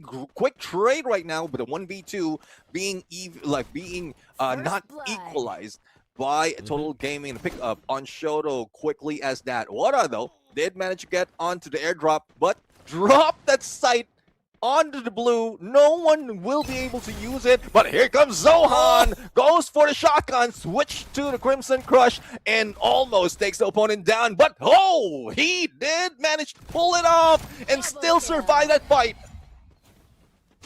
What a game coming in. Sohan, yes, he tried his best with the Crimson, but it was not enough. The players, the numbers coming in for IQOO Total Gaming, the way this was turned around. And look at this Sohan again with a shorty, finds the knock, but the numbers, they were a little too much for him to play. Water was also found above, and I think IQOO Total Gaming, just with those numbers, played it really smart. But you have to give it to Mafia. The way he played that bait, and Sohan was just stuck there. He was nowhere to do anything. Even he used the Crimson, but in vain. And that's one thing. I mean, if you have the numbers, you can play that late bait and switch, and there's little to no risk. A knockdown might ensue, but as long as you can go for the pickup, especially if it's only one player, so it doesn't matter. The recovery will be done after the round. But let's see, though. 2v4 situation. As quickly as that, there goes the Cryo Mind. And Wada, G36, let's see if he's going to fly like a G6 at this point if he make that knock. Founds the first, that's Water down. That was crucial. Sohan trying to protect him, could not do it. Now with the Crimson trying to tank that damage and wanted to take down Ayush, but Ayush is going to be better. And it seems like this is also falling from the hands of Reckoning Esports. Ninja, the last one spotted, gets Delete down, but it's still number disadvantage for Reckoning. Let's see. No heal, no time. Let's see if he can make it through. There goes the backstab. Shoto! Not quite sure what's happening there. I guess it is a cover that Ninja managed to use to the best advantage, even if Shoto has a clear view on him, but 3 players going against him. He needs to use the 2 medkits that he has, but the Blues closing in. Ninja might be able to take down Shoto, but the moment that he steps out, Ayush will be in there. There goes backstab, and there goes Shoto, finishing him off. For a second, Ninja was actually a ninja over there. Even though people could spot him, cannot take him down. It seemed like a cloak that was wearing for a second. But it was not enough time. There was the zone closing in. A little bit of that truck helped him out. And Ninja tried his best.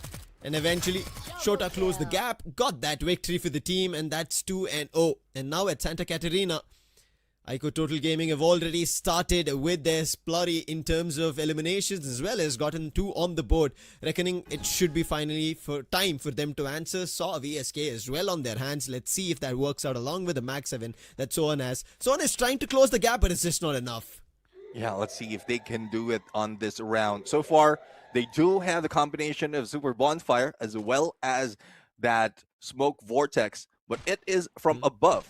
And they don't have that much opening unless they spot out Mafia on the other side. But speaking of Mafia, he had a clear view. Wada, on the other hand, gets a headshot and also a takedown. Ronith with a God nade. And there goes one man down away from IQOO Total Gaming.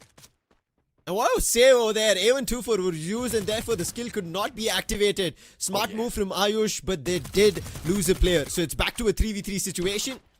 Ayush is trying to buy as much time as he can. All the 3 players stuck. Information has been relayed to his teammates, and that's the reason they have a higher ground positioning. Nice nade, should find an opening, but Sohan retaliates. Aurora Vision being used right now. That's deadly. Delete might be able to go for the delete right here. But Reckoning Esports, Zohan has been taken down, but the trade-off has been done. Water right now, quick pick up. Good on the Tiva. Half a second, but he goes down as well. 2v2 situation makes it 2v1, where Mafia, the only one remaining. And the other player's been brought back, so it's going to be a 1v3 for him. He's trying his best using the Santino at a crucial moment like this, and he's stuck outside the zone. How can he get back? 3 players ready, but they've not found the elimination because a player is floor above, and instantly they understand it. And look at Vota going in that direction, making sure Mafia has no chance, but not spotted him. Wait, what? Mafia crawling across, but it's still a 1v3 here, Neptune. Yeah, 1v3, but looking at where Mafia is, he might be able to take advantage. It might not go that far. There's still a space for him. Wada! For that valiant dash, not even breaking down the glue wall, but he just needs to reposition and makes that shot. Reckoning Esports right now want to come back 2-1. That was very smart coming in from Reckoning to play inside this broken shape. If they did not, they knew what Mafia could do, because we already saw as soon as the barriers dropped, instantly we saw damage coming through, and Reckoning instantly jumped inside the ship, making sure they don't continue that damage forefront. Used a couple of glue walls also to block it. So smart play coming from the side of Reckoning to even get back to a score of 1. They've put their first on the board now. Total Gaming, they need to make sure that this does not continue, because if they do, it's going to be an equalizer. Oh, let's see. I think Renid is in a good position right now to prevent that equalizer. As grenades being thrown, but Mafia spotted. Still, the couple of players from Reckoning Esports has been tagged as well as trapped in the middle. Trying to recover right now. Little to no chance of going for the push, but they just have to buy time because there's only 10 seconds remaining on that A124 Thrill of Battle, and they can use their skills. So that's the best use of timing when you get hit by that A124.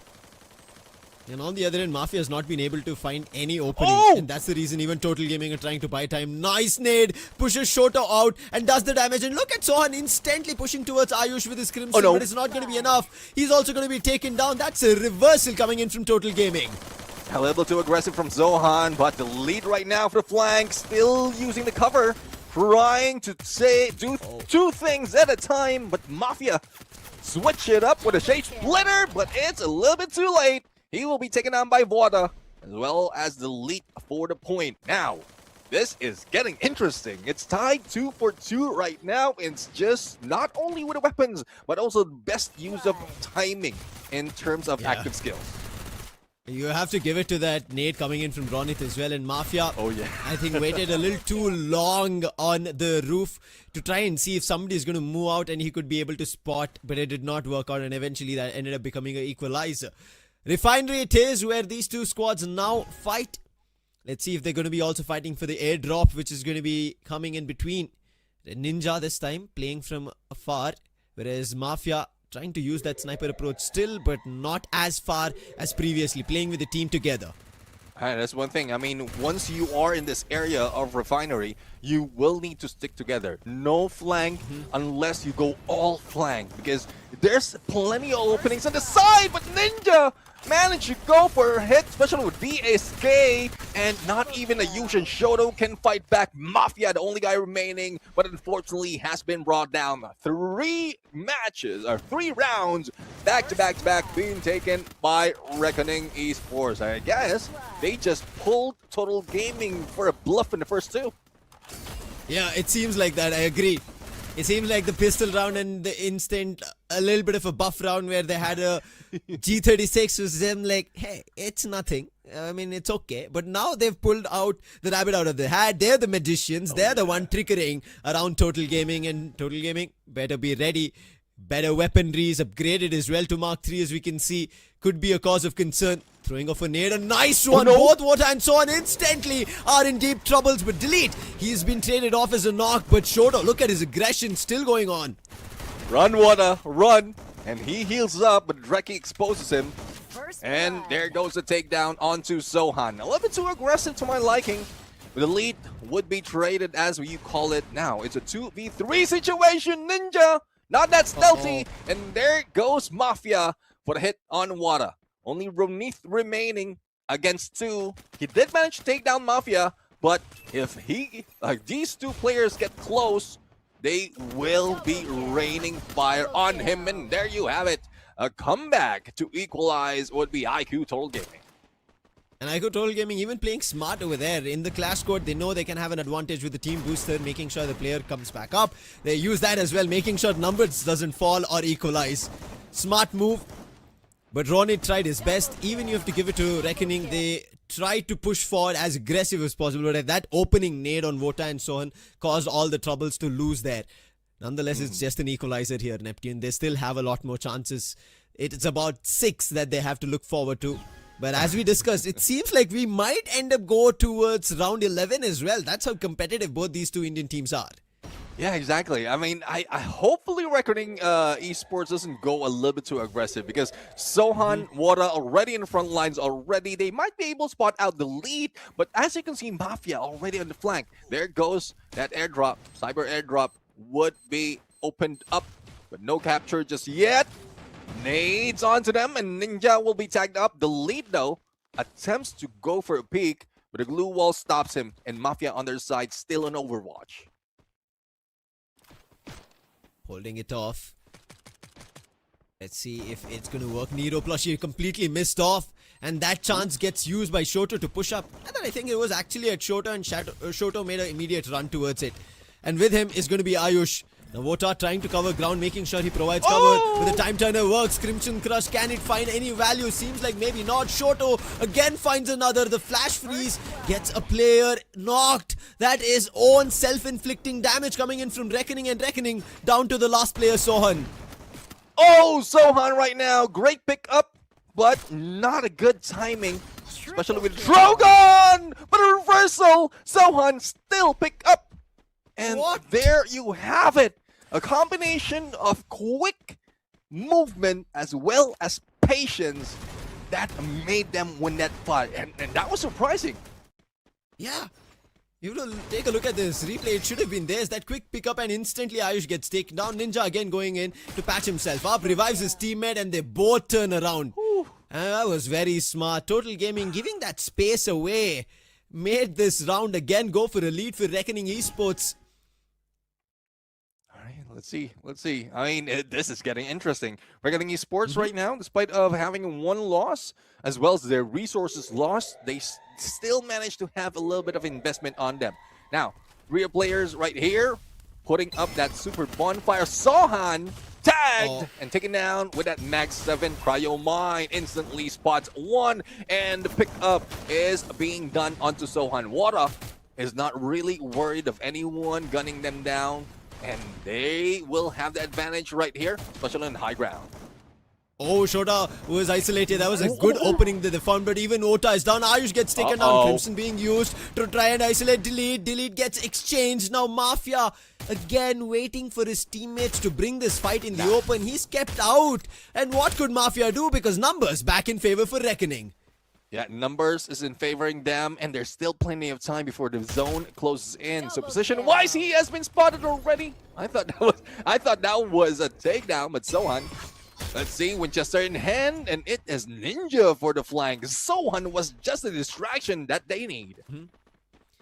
Smart play coming in from Reckoning, and they're making sure they blockade players from Total Gaming in various directions. We saw Shoto was ready to push up and ahead, but he instantly blocked with the glue wall and knocked. And then we ended up seeing Ayush trying to make a push. He was also knocked. And Delete, who tried to came in as a savior, he was also knocked. And by the time Mafia could even say anything, their round was gone, swept off, and he ended up making the bait for the team. And right as now, IQOO Total Gaming, they are 2 rounds down from Reckoning, and Reckoning are already at match point. While this was the difference, 2 rounds picked up from Total Gaming at the very start. Now they're lacking towards the end.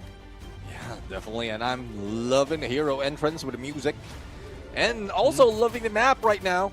In Mammoth, great potential for both sides. The lead taken down by Ronith. And Ninja right now make that shot onto Mafia. So pickup might be done, but no! Beats exposed, and IQOO Total Gaming instantly being annihilated, not even moving that far. Reckoning Esports, grab that booyah.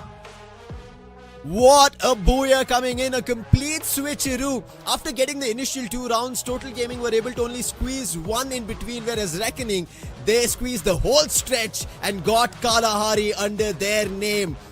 That was brilliant, and you can see Sohan, he's happy, he's flexing his glasses. And that is actually brilliant play coming in on Crimson.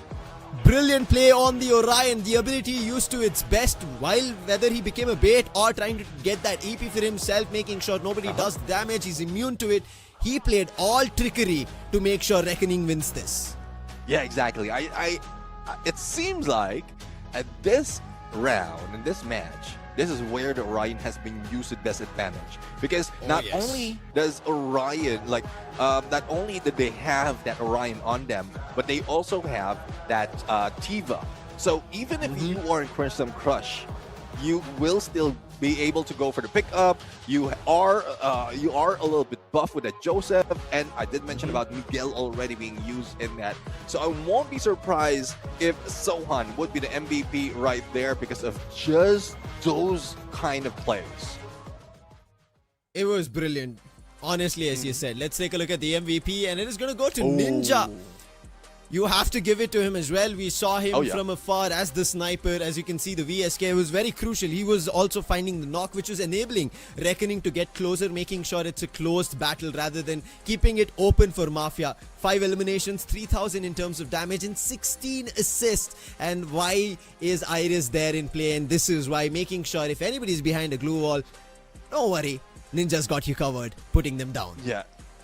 Ninjas got you covered indeed. And that's one thing. I mean, a lot of snipers has been using that wall brawl from Iris quite well because of that marking, as well as they tied it up with the Moko and even with VSK. I mean, we talk about how the passives has been used quite well. That although if it's a clump of opponents, in together, you go for a knock and you instantly slow down the rest, and that gives you more opportunity. Plus that Nikita's firearm expert, you are not worried about reloading quite long, because you'll be able to go fight back once again that quick. And we were talking about this Nikita as well as with the VSS. Now he does it with the VSK as well. That's the advantage that you get with the passives. Let's jump to the scoreboard. It's a 6-3. IQOO Total Gaming, the start that they had completely swept away by Reckoning Esports. As you can see, eliminations, yes, they are close in tandem with Reckoning Esports, 6 on IO, Shoto as well as Mafia, but Delete, I think a little in terms of his game turned down from the opponents. Only one elimination is surprise, but he does have 3000 damage, meaning he could not pick up the eliminations in terms of the damage he was able to retaliate. But on the other end, you have to give it to Sohan. You did mention he had to be the MVP, but his damage came down a little bit because he was looking forward to those final elimination confirms, and that's the reason Ninja took it up for his team. Yeah, I mean, I'm willing to say, or I'm already waiting for that opportunity to say, you don't mess with the Zohan, but well, Zohan did that much of elimination, but not so much of damage. But it's good. Reckoning Esports really showed up in there. The moment that they like turned things around, they went on a snowball. I'm not talking about the winter dreamscape that we have, but a snowball in terms of how these players, Reckoning Esports, studied Total IQOO, Total Gaming, probably in the history that they have. That's why rivalries are crucial. You would want to take down your opponents that you would have faced previously, the opponents who would have let you out of a crown, let you out of your championship, and now you have an opportunity to put them out of the game, and it seems like Reckoning have that intention. The first game, Kalahari, a 6-3, going up next, a lot more comfortable because of the map terrain. Should be both the teams, but because Reckoning have a head start with game 1 in their favor, they should be looking forward to closing it in game 2. Bermuda it is. Yeah, let's see though. I mean, advantage, like pistol round advantage, I think it doesn't do that much, especially when we've seen that the MVPs most of the time is using that enhanced hammer, because even if you're down one round and you're down in terms of weaponry, you can quickly change it up once you boost those weapons that you currently have. So yep, loss on economy doesn't matter. Enhanced hammer fixes that. Yeah, along with that, I think even the team boosters coming into play for both these teams that we've been seeing, playing to its best. I think this is what we wanted to see. While we did speak about a lot of this during the BR, but you could see to its fullest action during the Clash Squad, because individually players keep helping their teammates out, using those active and passive skills into play, and you could clearly see how the meta is evolving through the time. But right as now, it seems like Reckoning Esports Neptune, they are the ones who have evolved in this battle, and we're looking forward to Clash Squad because they missed out Battle Royale. Yeah, well, let's see right now. I mean, it was good work as well on how they played it out on that bans and then on that game. But we're going to go in on Bermuda bans and picks, and I'm really loving how IQOO Total Gaming will be able to counter what has been done, what has been brought into that fight, because you did mention that how Zohan has been quite a threat, but it's more of Ninja that put in so much of damage. So the decision for IQOO Total Gaming is, who are we going to take out? Would it be the skill that Zohan used, or would it be what Ninja used? Interesting. I mean, that's what I'm looking forward to. About the previous ban that they had, do they bank on it again, or they make sure that they do a player-specific ban, the player who caused trouble, and they go for Oscar? Interesting. Yeah, I mean, definitely for Oscar right there, they would really need to at least nerf IQOO Reckoning right there on what Wara has done. I'm not quite sure. I mean, that's not really a threat. Yeah, that's what I was wondering. I was like, Oscar?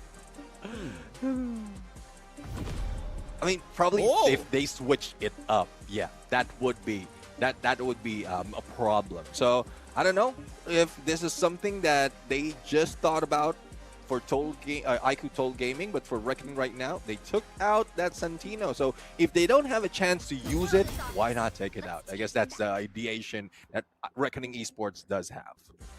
But on the other end, they let go of that Steffi, and you can instantly see the Steffi being picked up by Total Gaming. And I'm wondering, what do Reckoning go for? Do they bring back the Tatsuya? Because now they don't have Oscar to pick, but them banning Santino. While Mafia was still not being completely enabled on the Santino, and they still go for the ban, maybe some strategy being cooked up, making sure, especially on Bermuda, they do not want to see that Santino as much, and they bring back the Orion. The main cause of concern for IQOO Total Gaming is still here. Oh, what an instant pick on Nero! Orion plus Nero. I guess both of them has a sphere on it. One is a plushie, another one not that cute. But oh, loving the Dimitri right here. And have I told you the story about the Dimitri being used quite well combination of this and a Sonya, a potential clutch in most of the ranked games that I've seen. Because even if you're like, before you get knocked down, that Sonya gives you an extra second, a few seconds. Correct. And then you can still manage to make those hits. And then you pull up that healing heartbeat and you can pick yourself up. That's that's wicked if you were a guy, but it needs perfect timing as well as plenty of space. I think, as you rightfully said, they're playing it very smart. They have the chrono as well on top of it, having with Dimitri, making sure if even somebody rushes, as well as you mentioned, right, getting them back up shouldn't be much of a trouble. They will have HP back, people will be healing because of the music coming through. But what do Reckoning go for? They instantly go for Tatsuya, meaning their aggression is not taking a drop. They're continuing it, and on top of it, they bring the A1-2 for this time against Total Gaming. This aggression looks too deadly. On one end, they're kind of playing defensive in terms of having health, having Steffi, making sure damage is being tanked. But on the other end, going all out is Reckoning for Bermuda. Yeah, I mean, Reckoning right now, like, you can take out the 3 skills in terms of defense. You have that time turner, you have that Steffi's painting refuge, as well as that healing heartbeat, and it's just a counter of 1-8-1-2-4 from the side of Reckoning Esports. Lovely, as I'm seeing right now. This seems like a very smart draft coming through, and instantly getting that Crimson, making sure that they have the choice of it at the very start in terms of the picks. Brilliant play. Goes back to Sohan again. Ninja this time going towards the Nero. A1-2-4 for Ronit. Ronit is also doing brilliantly. And Vota gets back another dash for himself. Not from the Valiant dash, but at least a Rebel Rush. But on the other end, Chrono going towards Delete. Mafia this time, rather playing Ignis. That's a surprise on the Sniper. It seems like he is going to be playing closer. Shoto, who we already spoke about, he's going to be aggressive. He was aggressive, trying to find value. But this time, along with his teammates, while he's healing them, that's his intention, with Ayush playing the Steffi. Let's see.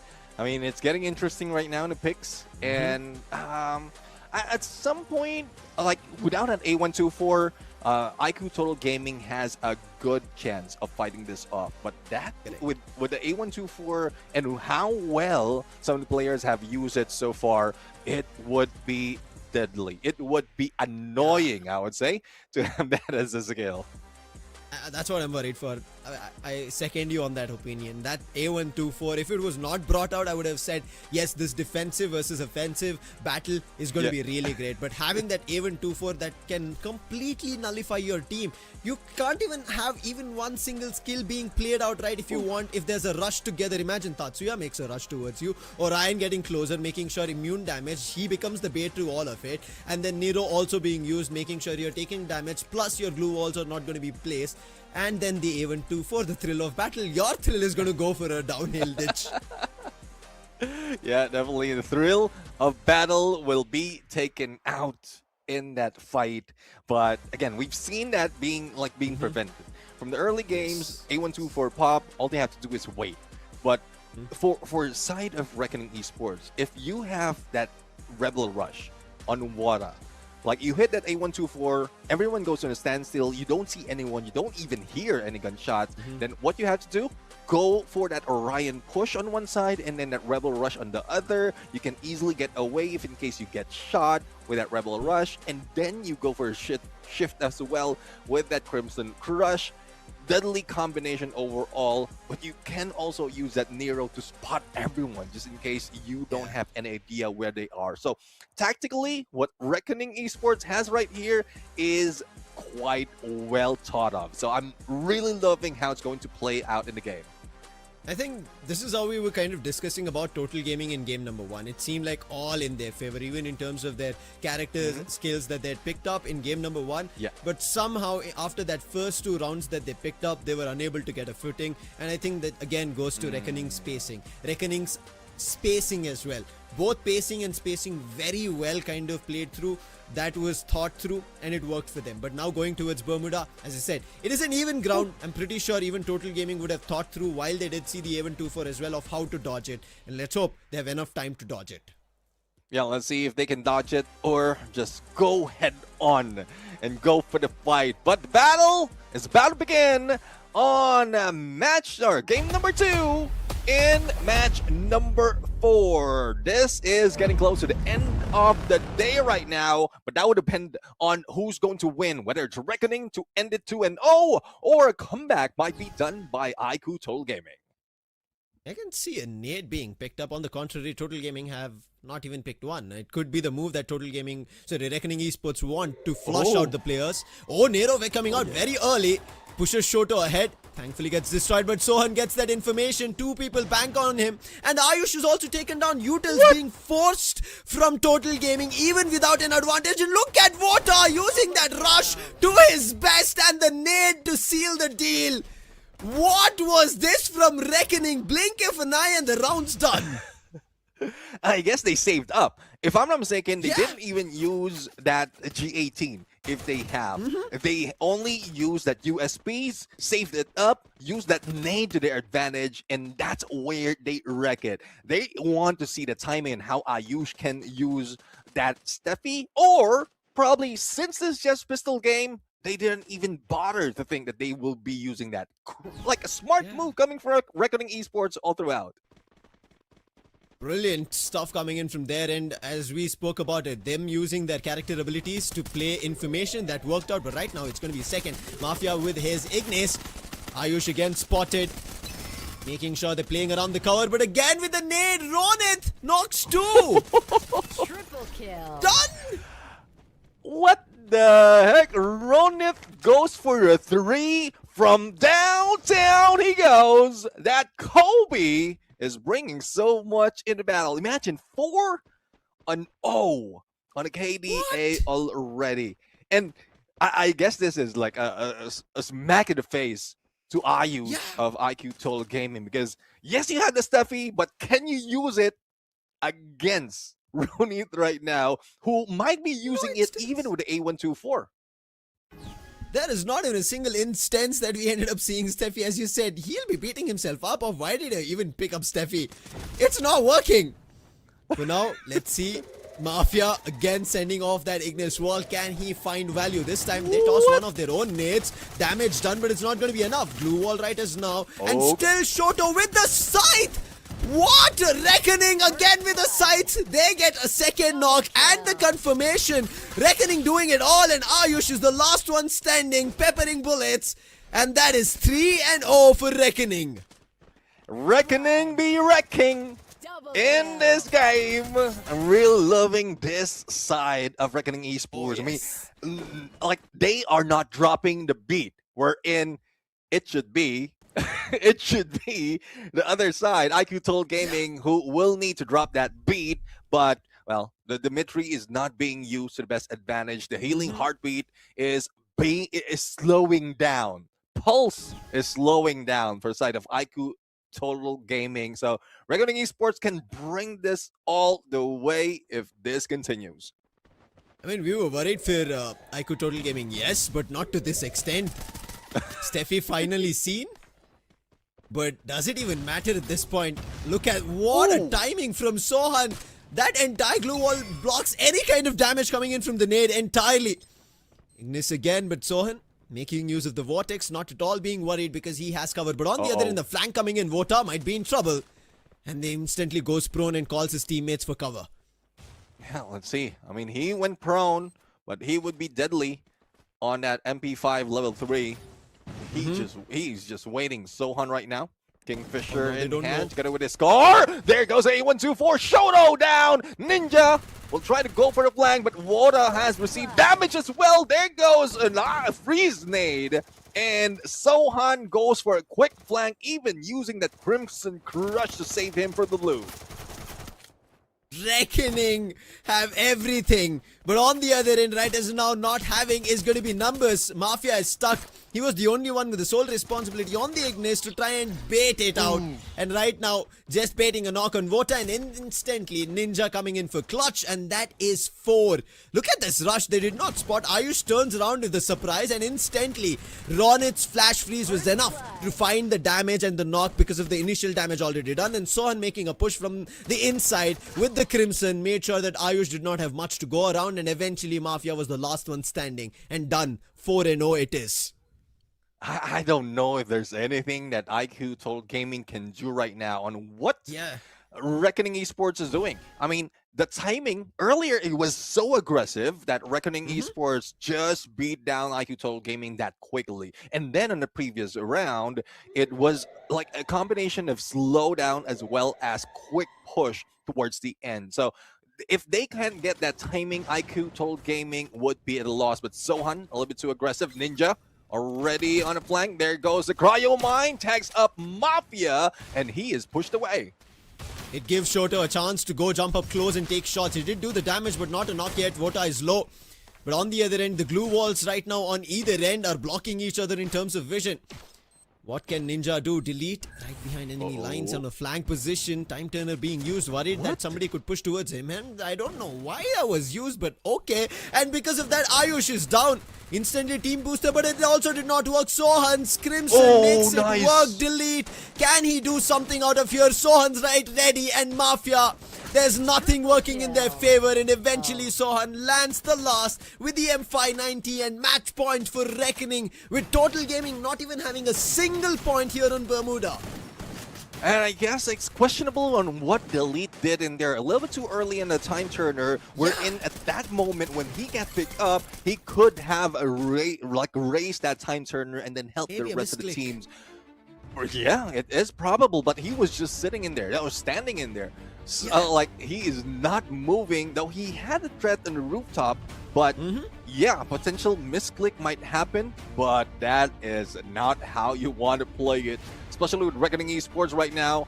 Placement of all those utilities as well as the smoke vortex intact. Positioning is on point. How they beat out IQOO Total Gaming, it is phenomenal. It seems like Reckoning would be going home with a 6-0 right here. A flawless could be written in their name right now. And you can see 3 of the players are playing on roof. Finally, Ninja gets down. Only Sohan's position on level ground, and Ronit trying to do damage. It did not work out for now, but Vota is going to help him out. Ignis's firewall. For now, nothing found, but Ninja, look at him on the flank. That could be a big one coming in from his end. Nero being used. They could be stuck because of it. Information also revealed that 2 players are inside. I'm loving it, the patience of Reckoning Esports right now. And now, everyone would be in the same spot. They pull up that Steffi, and Ronit will just be waiting. The moment the Steffi is gone, the nade will be thrown, and that might be it. But Ayus is not waiting. There goes a takedown. And it is Ronit who managed to pull it off. Delete right now trying to go for Delete. It's a 2v2 situation. If they manage to make it, they might be able to stay alive. But Delete with only a few HP, and Ninja managed to clutch this without even getting into the compound. Reckoning Esports grabs at 2-0. What a game coming in from Reckoning Esports. They literally wrecked their opponents out of this Clash Squad. And to imagine IQOO Total Gaming not even having a beating chance. You mentioned about their heartbeats slowing down, and now it's completely shut down. And that's what Reckoning did to their performance. With that beating chance, we thought at least one round was there, but Reckoning with this booyah, and this is a big one for them. This is why they wanted to prove as soon as they stepped into the Clash Squad. They might have missed BR, but here they want to make sure they move ahead. And though no amount of CPR can revive IQOO Total Gaming from that demise. I mean, demolish 6-0 when it was very close in the beginning. I mean, 3-6, I can go with that. I will still have motivation, but a 0-6 against Reckoning Esports, that is phenomenal. And the use of all the skills, the use and the timing of every player. I am saying to you, Lucifer, Reckoning Esports would be deadly as they move towards the bracket. I think Reckoning Esports were preparing for this. When they saw that they missed out just because of a booyah, they decided now we are going to cook so hard, make sure that we don't miss even a single chance, and you have to give it to Ronit. And what a grenadier. I mean, for him to pull off a Beaston as well as an Alvaro when there was a Steffi on the opponent, that is big game coming in from Ronit, the big man for the team, with the 9 eliminations, 5 assists and 3,377 damage. stage, and he was the one with even the thrill of battle, and it was a thrilling one for Reckoning. Definitely. I mean, you have that Steffi. It doesn't matter for Ronit. Nope. I have that A124. Even without popping that A124, he can still make those shots. He can still make those nade hits, and I'm really loving it. I mean, buff up with that J Beebs, and also with that reload speed with the Nikita, it is helping him a lot. Up close and personal, long range, mid range, it doesn't matter. 9 elimination, 33.77 in damage, and 5 assists. Ronit is something else. He is indeed. This is the Ronit I know. I mean, when I met him in Lucknow during the LAN, he had a lot for his teammates that he was confident on. But again, it happens, the LAN heebie-jeebies when you're down there. But now that he knows his teammates have had the experience of both and had time to prepare for Clash Squad, you can see 9 eliminations already, which we spoke about. Sohan has 7. And this time, Ronit made sure that as the IGL for the team, he also becomes the star, making sure that Sohan had his limelight in the previous game. Ninja not backed off as well. He also has 5 eliminations. This time not much in terms of damage in his favor. He's contributed in eliminations. Vota, I think he did not even have an opportunity to say something. Ronit was doing the gist from the very start of things. Yeah, I mean, I'm just loving Ninja in there in the final moment. He was nowhere. He was nowhere to be found. Final moment, he was just outside the compound, not even engaging in that, but he still managed to go for a clutch, ending that battle. I would say very disappointingly for IQOO Total Gaming, because if you die out of the blue in a very crucial moment just like that, then you would be out in the dumps in terms of mentality. Yeah, this is a hard pill to swallow for IQOO Total Gaming. While a lot of viewers, us as well, would have thought that they could make it to the round 3, maybe match up with Avida coming day after, but it's going to be Reckoning Esports who've done the gist of it, and I think very well done. You have to give it to them. Now, we cannot say that they had completely outdrafted Total Gaming. We spoke about them. They had defensive capabilities, but completely putting it down the crunch, and they did not know when to use what. We could see that fluster between that time turner also being activated so early, and with Kalahari and Bermuda only the first 2 games to get and become the end of it says a lot about Reckoning's preparation, and I think they were the rightful winners today. You cannot take anything away from them. Credit is due for it. Yeah, definitely agree. I mean, I'm loving this side of Reckoning Esports. I would love to see more, but I like IQOO Total Gaming. I expect that there will be a lot more that they can do. They could have done. But Reckoning says, all right, let's not give them the opportunity. We might lose out later on. We have this on our game plan, and let's pull this off. So I guess that's what they did right now. They understood the assignment. Once that Steppy comes in, okay, we're going to have that A124, and then trick them. In having that opportunity of blocking a nade, and Roni says, nah, I'll still lob those nades. I'm going to hit those Kobe's, and you don't know what's coming to you. And he was tossing all, whether it be flash freezes or the nades itself. It was finding value. Ronit played to perfection while being the grenadier for the team in Bermuda. In the other, maybe Ninja helped out. Sohan on the Orion was doing everything. But as of now, with Reckoning winning this game, they make sure they qualify and move ahead in the bracket. Let's take a look at it. Falcons versus Revenant XSPARK. Falcons won a 2-1 game, make it towards round number 2, with Bigatron also winning their game in a 2-0 fashion. Avida versus Makna, that went the distance with 3 games coming through, but still Avida were able to close it out. But Reckoning and Total Gaming, which we did presume to go the distance, Reckoning did not even allow them to take a step. Yeah, whoever wished this to happen, well, I guess IQOO Total Gaming didn't expect that to happen. But we even us, I mean, we were expecting that, yes, they're coming from the same region. They're coming from the same country. They have history. They will have, like, a good fighting chance. Reckoning says, now we've already done that. We're going to bring this home. Well, probably not home, but I guess one step further. So they're in there on the next round, and what follows next would be the next half of our first round, where we have Kagendra against DRS, B Esports going against Godlike, GOW against NG Pros, Nightmare against Meta Ninja, and that would be happening just tomorrow.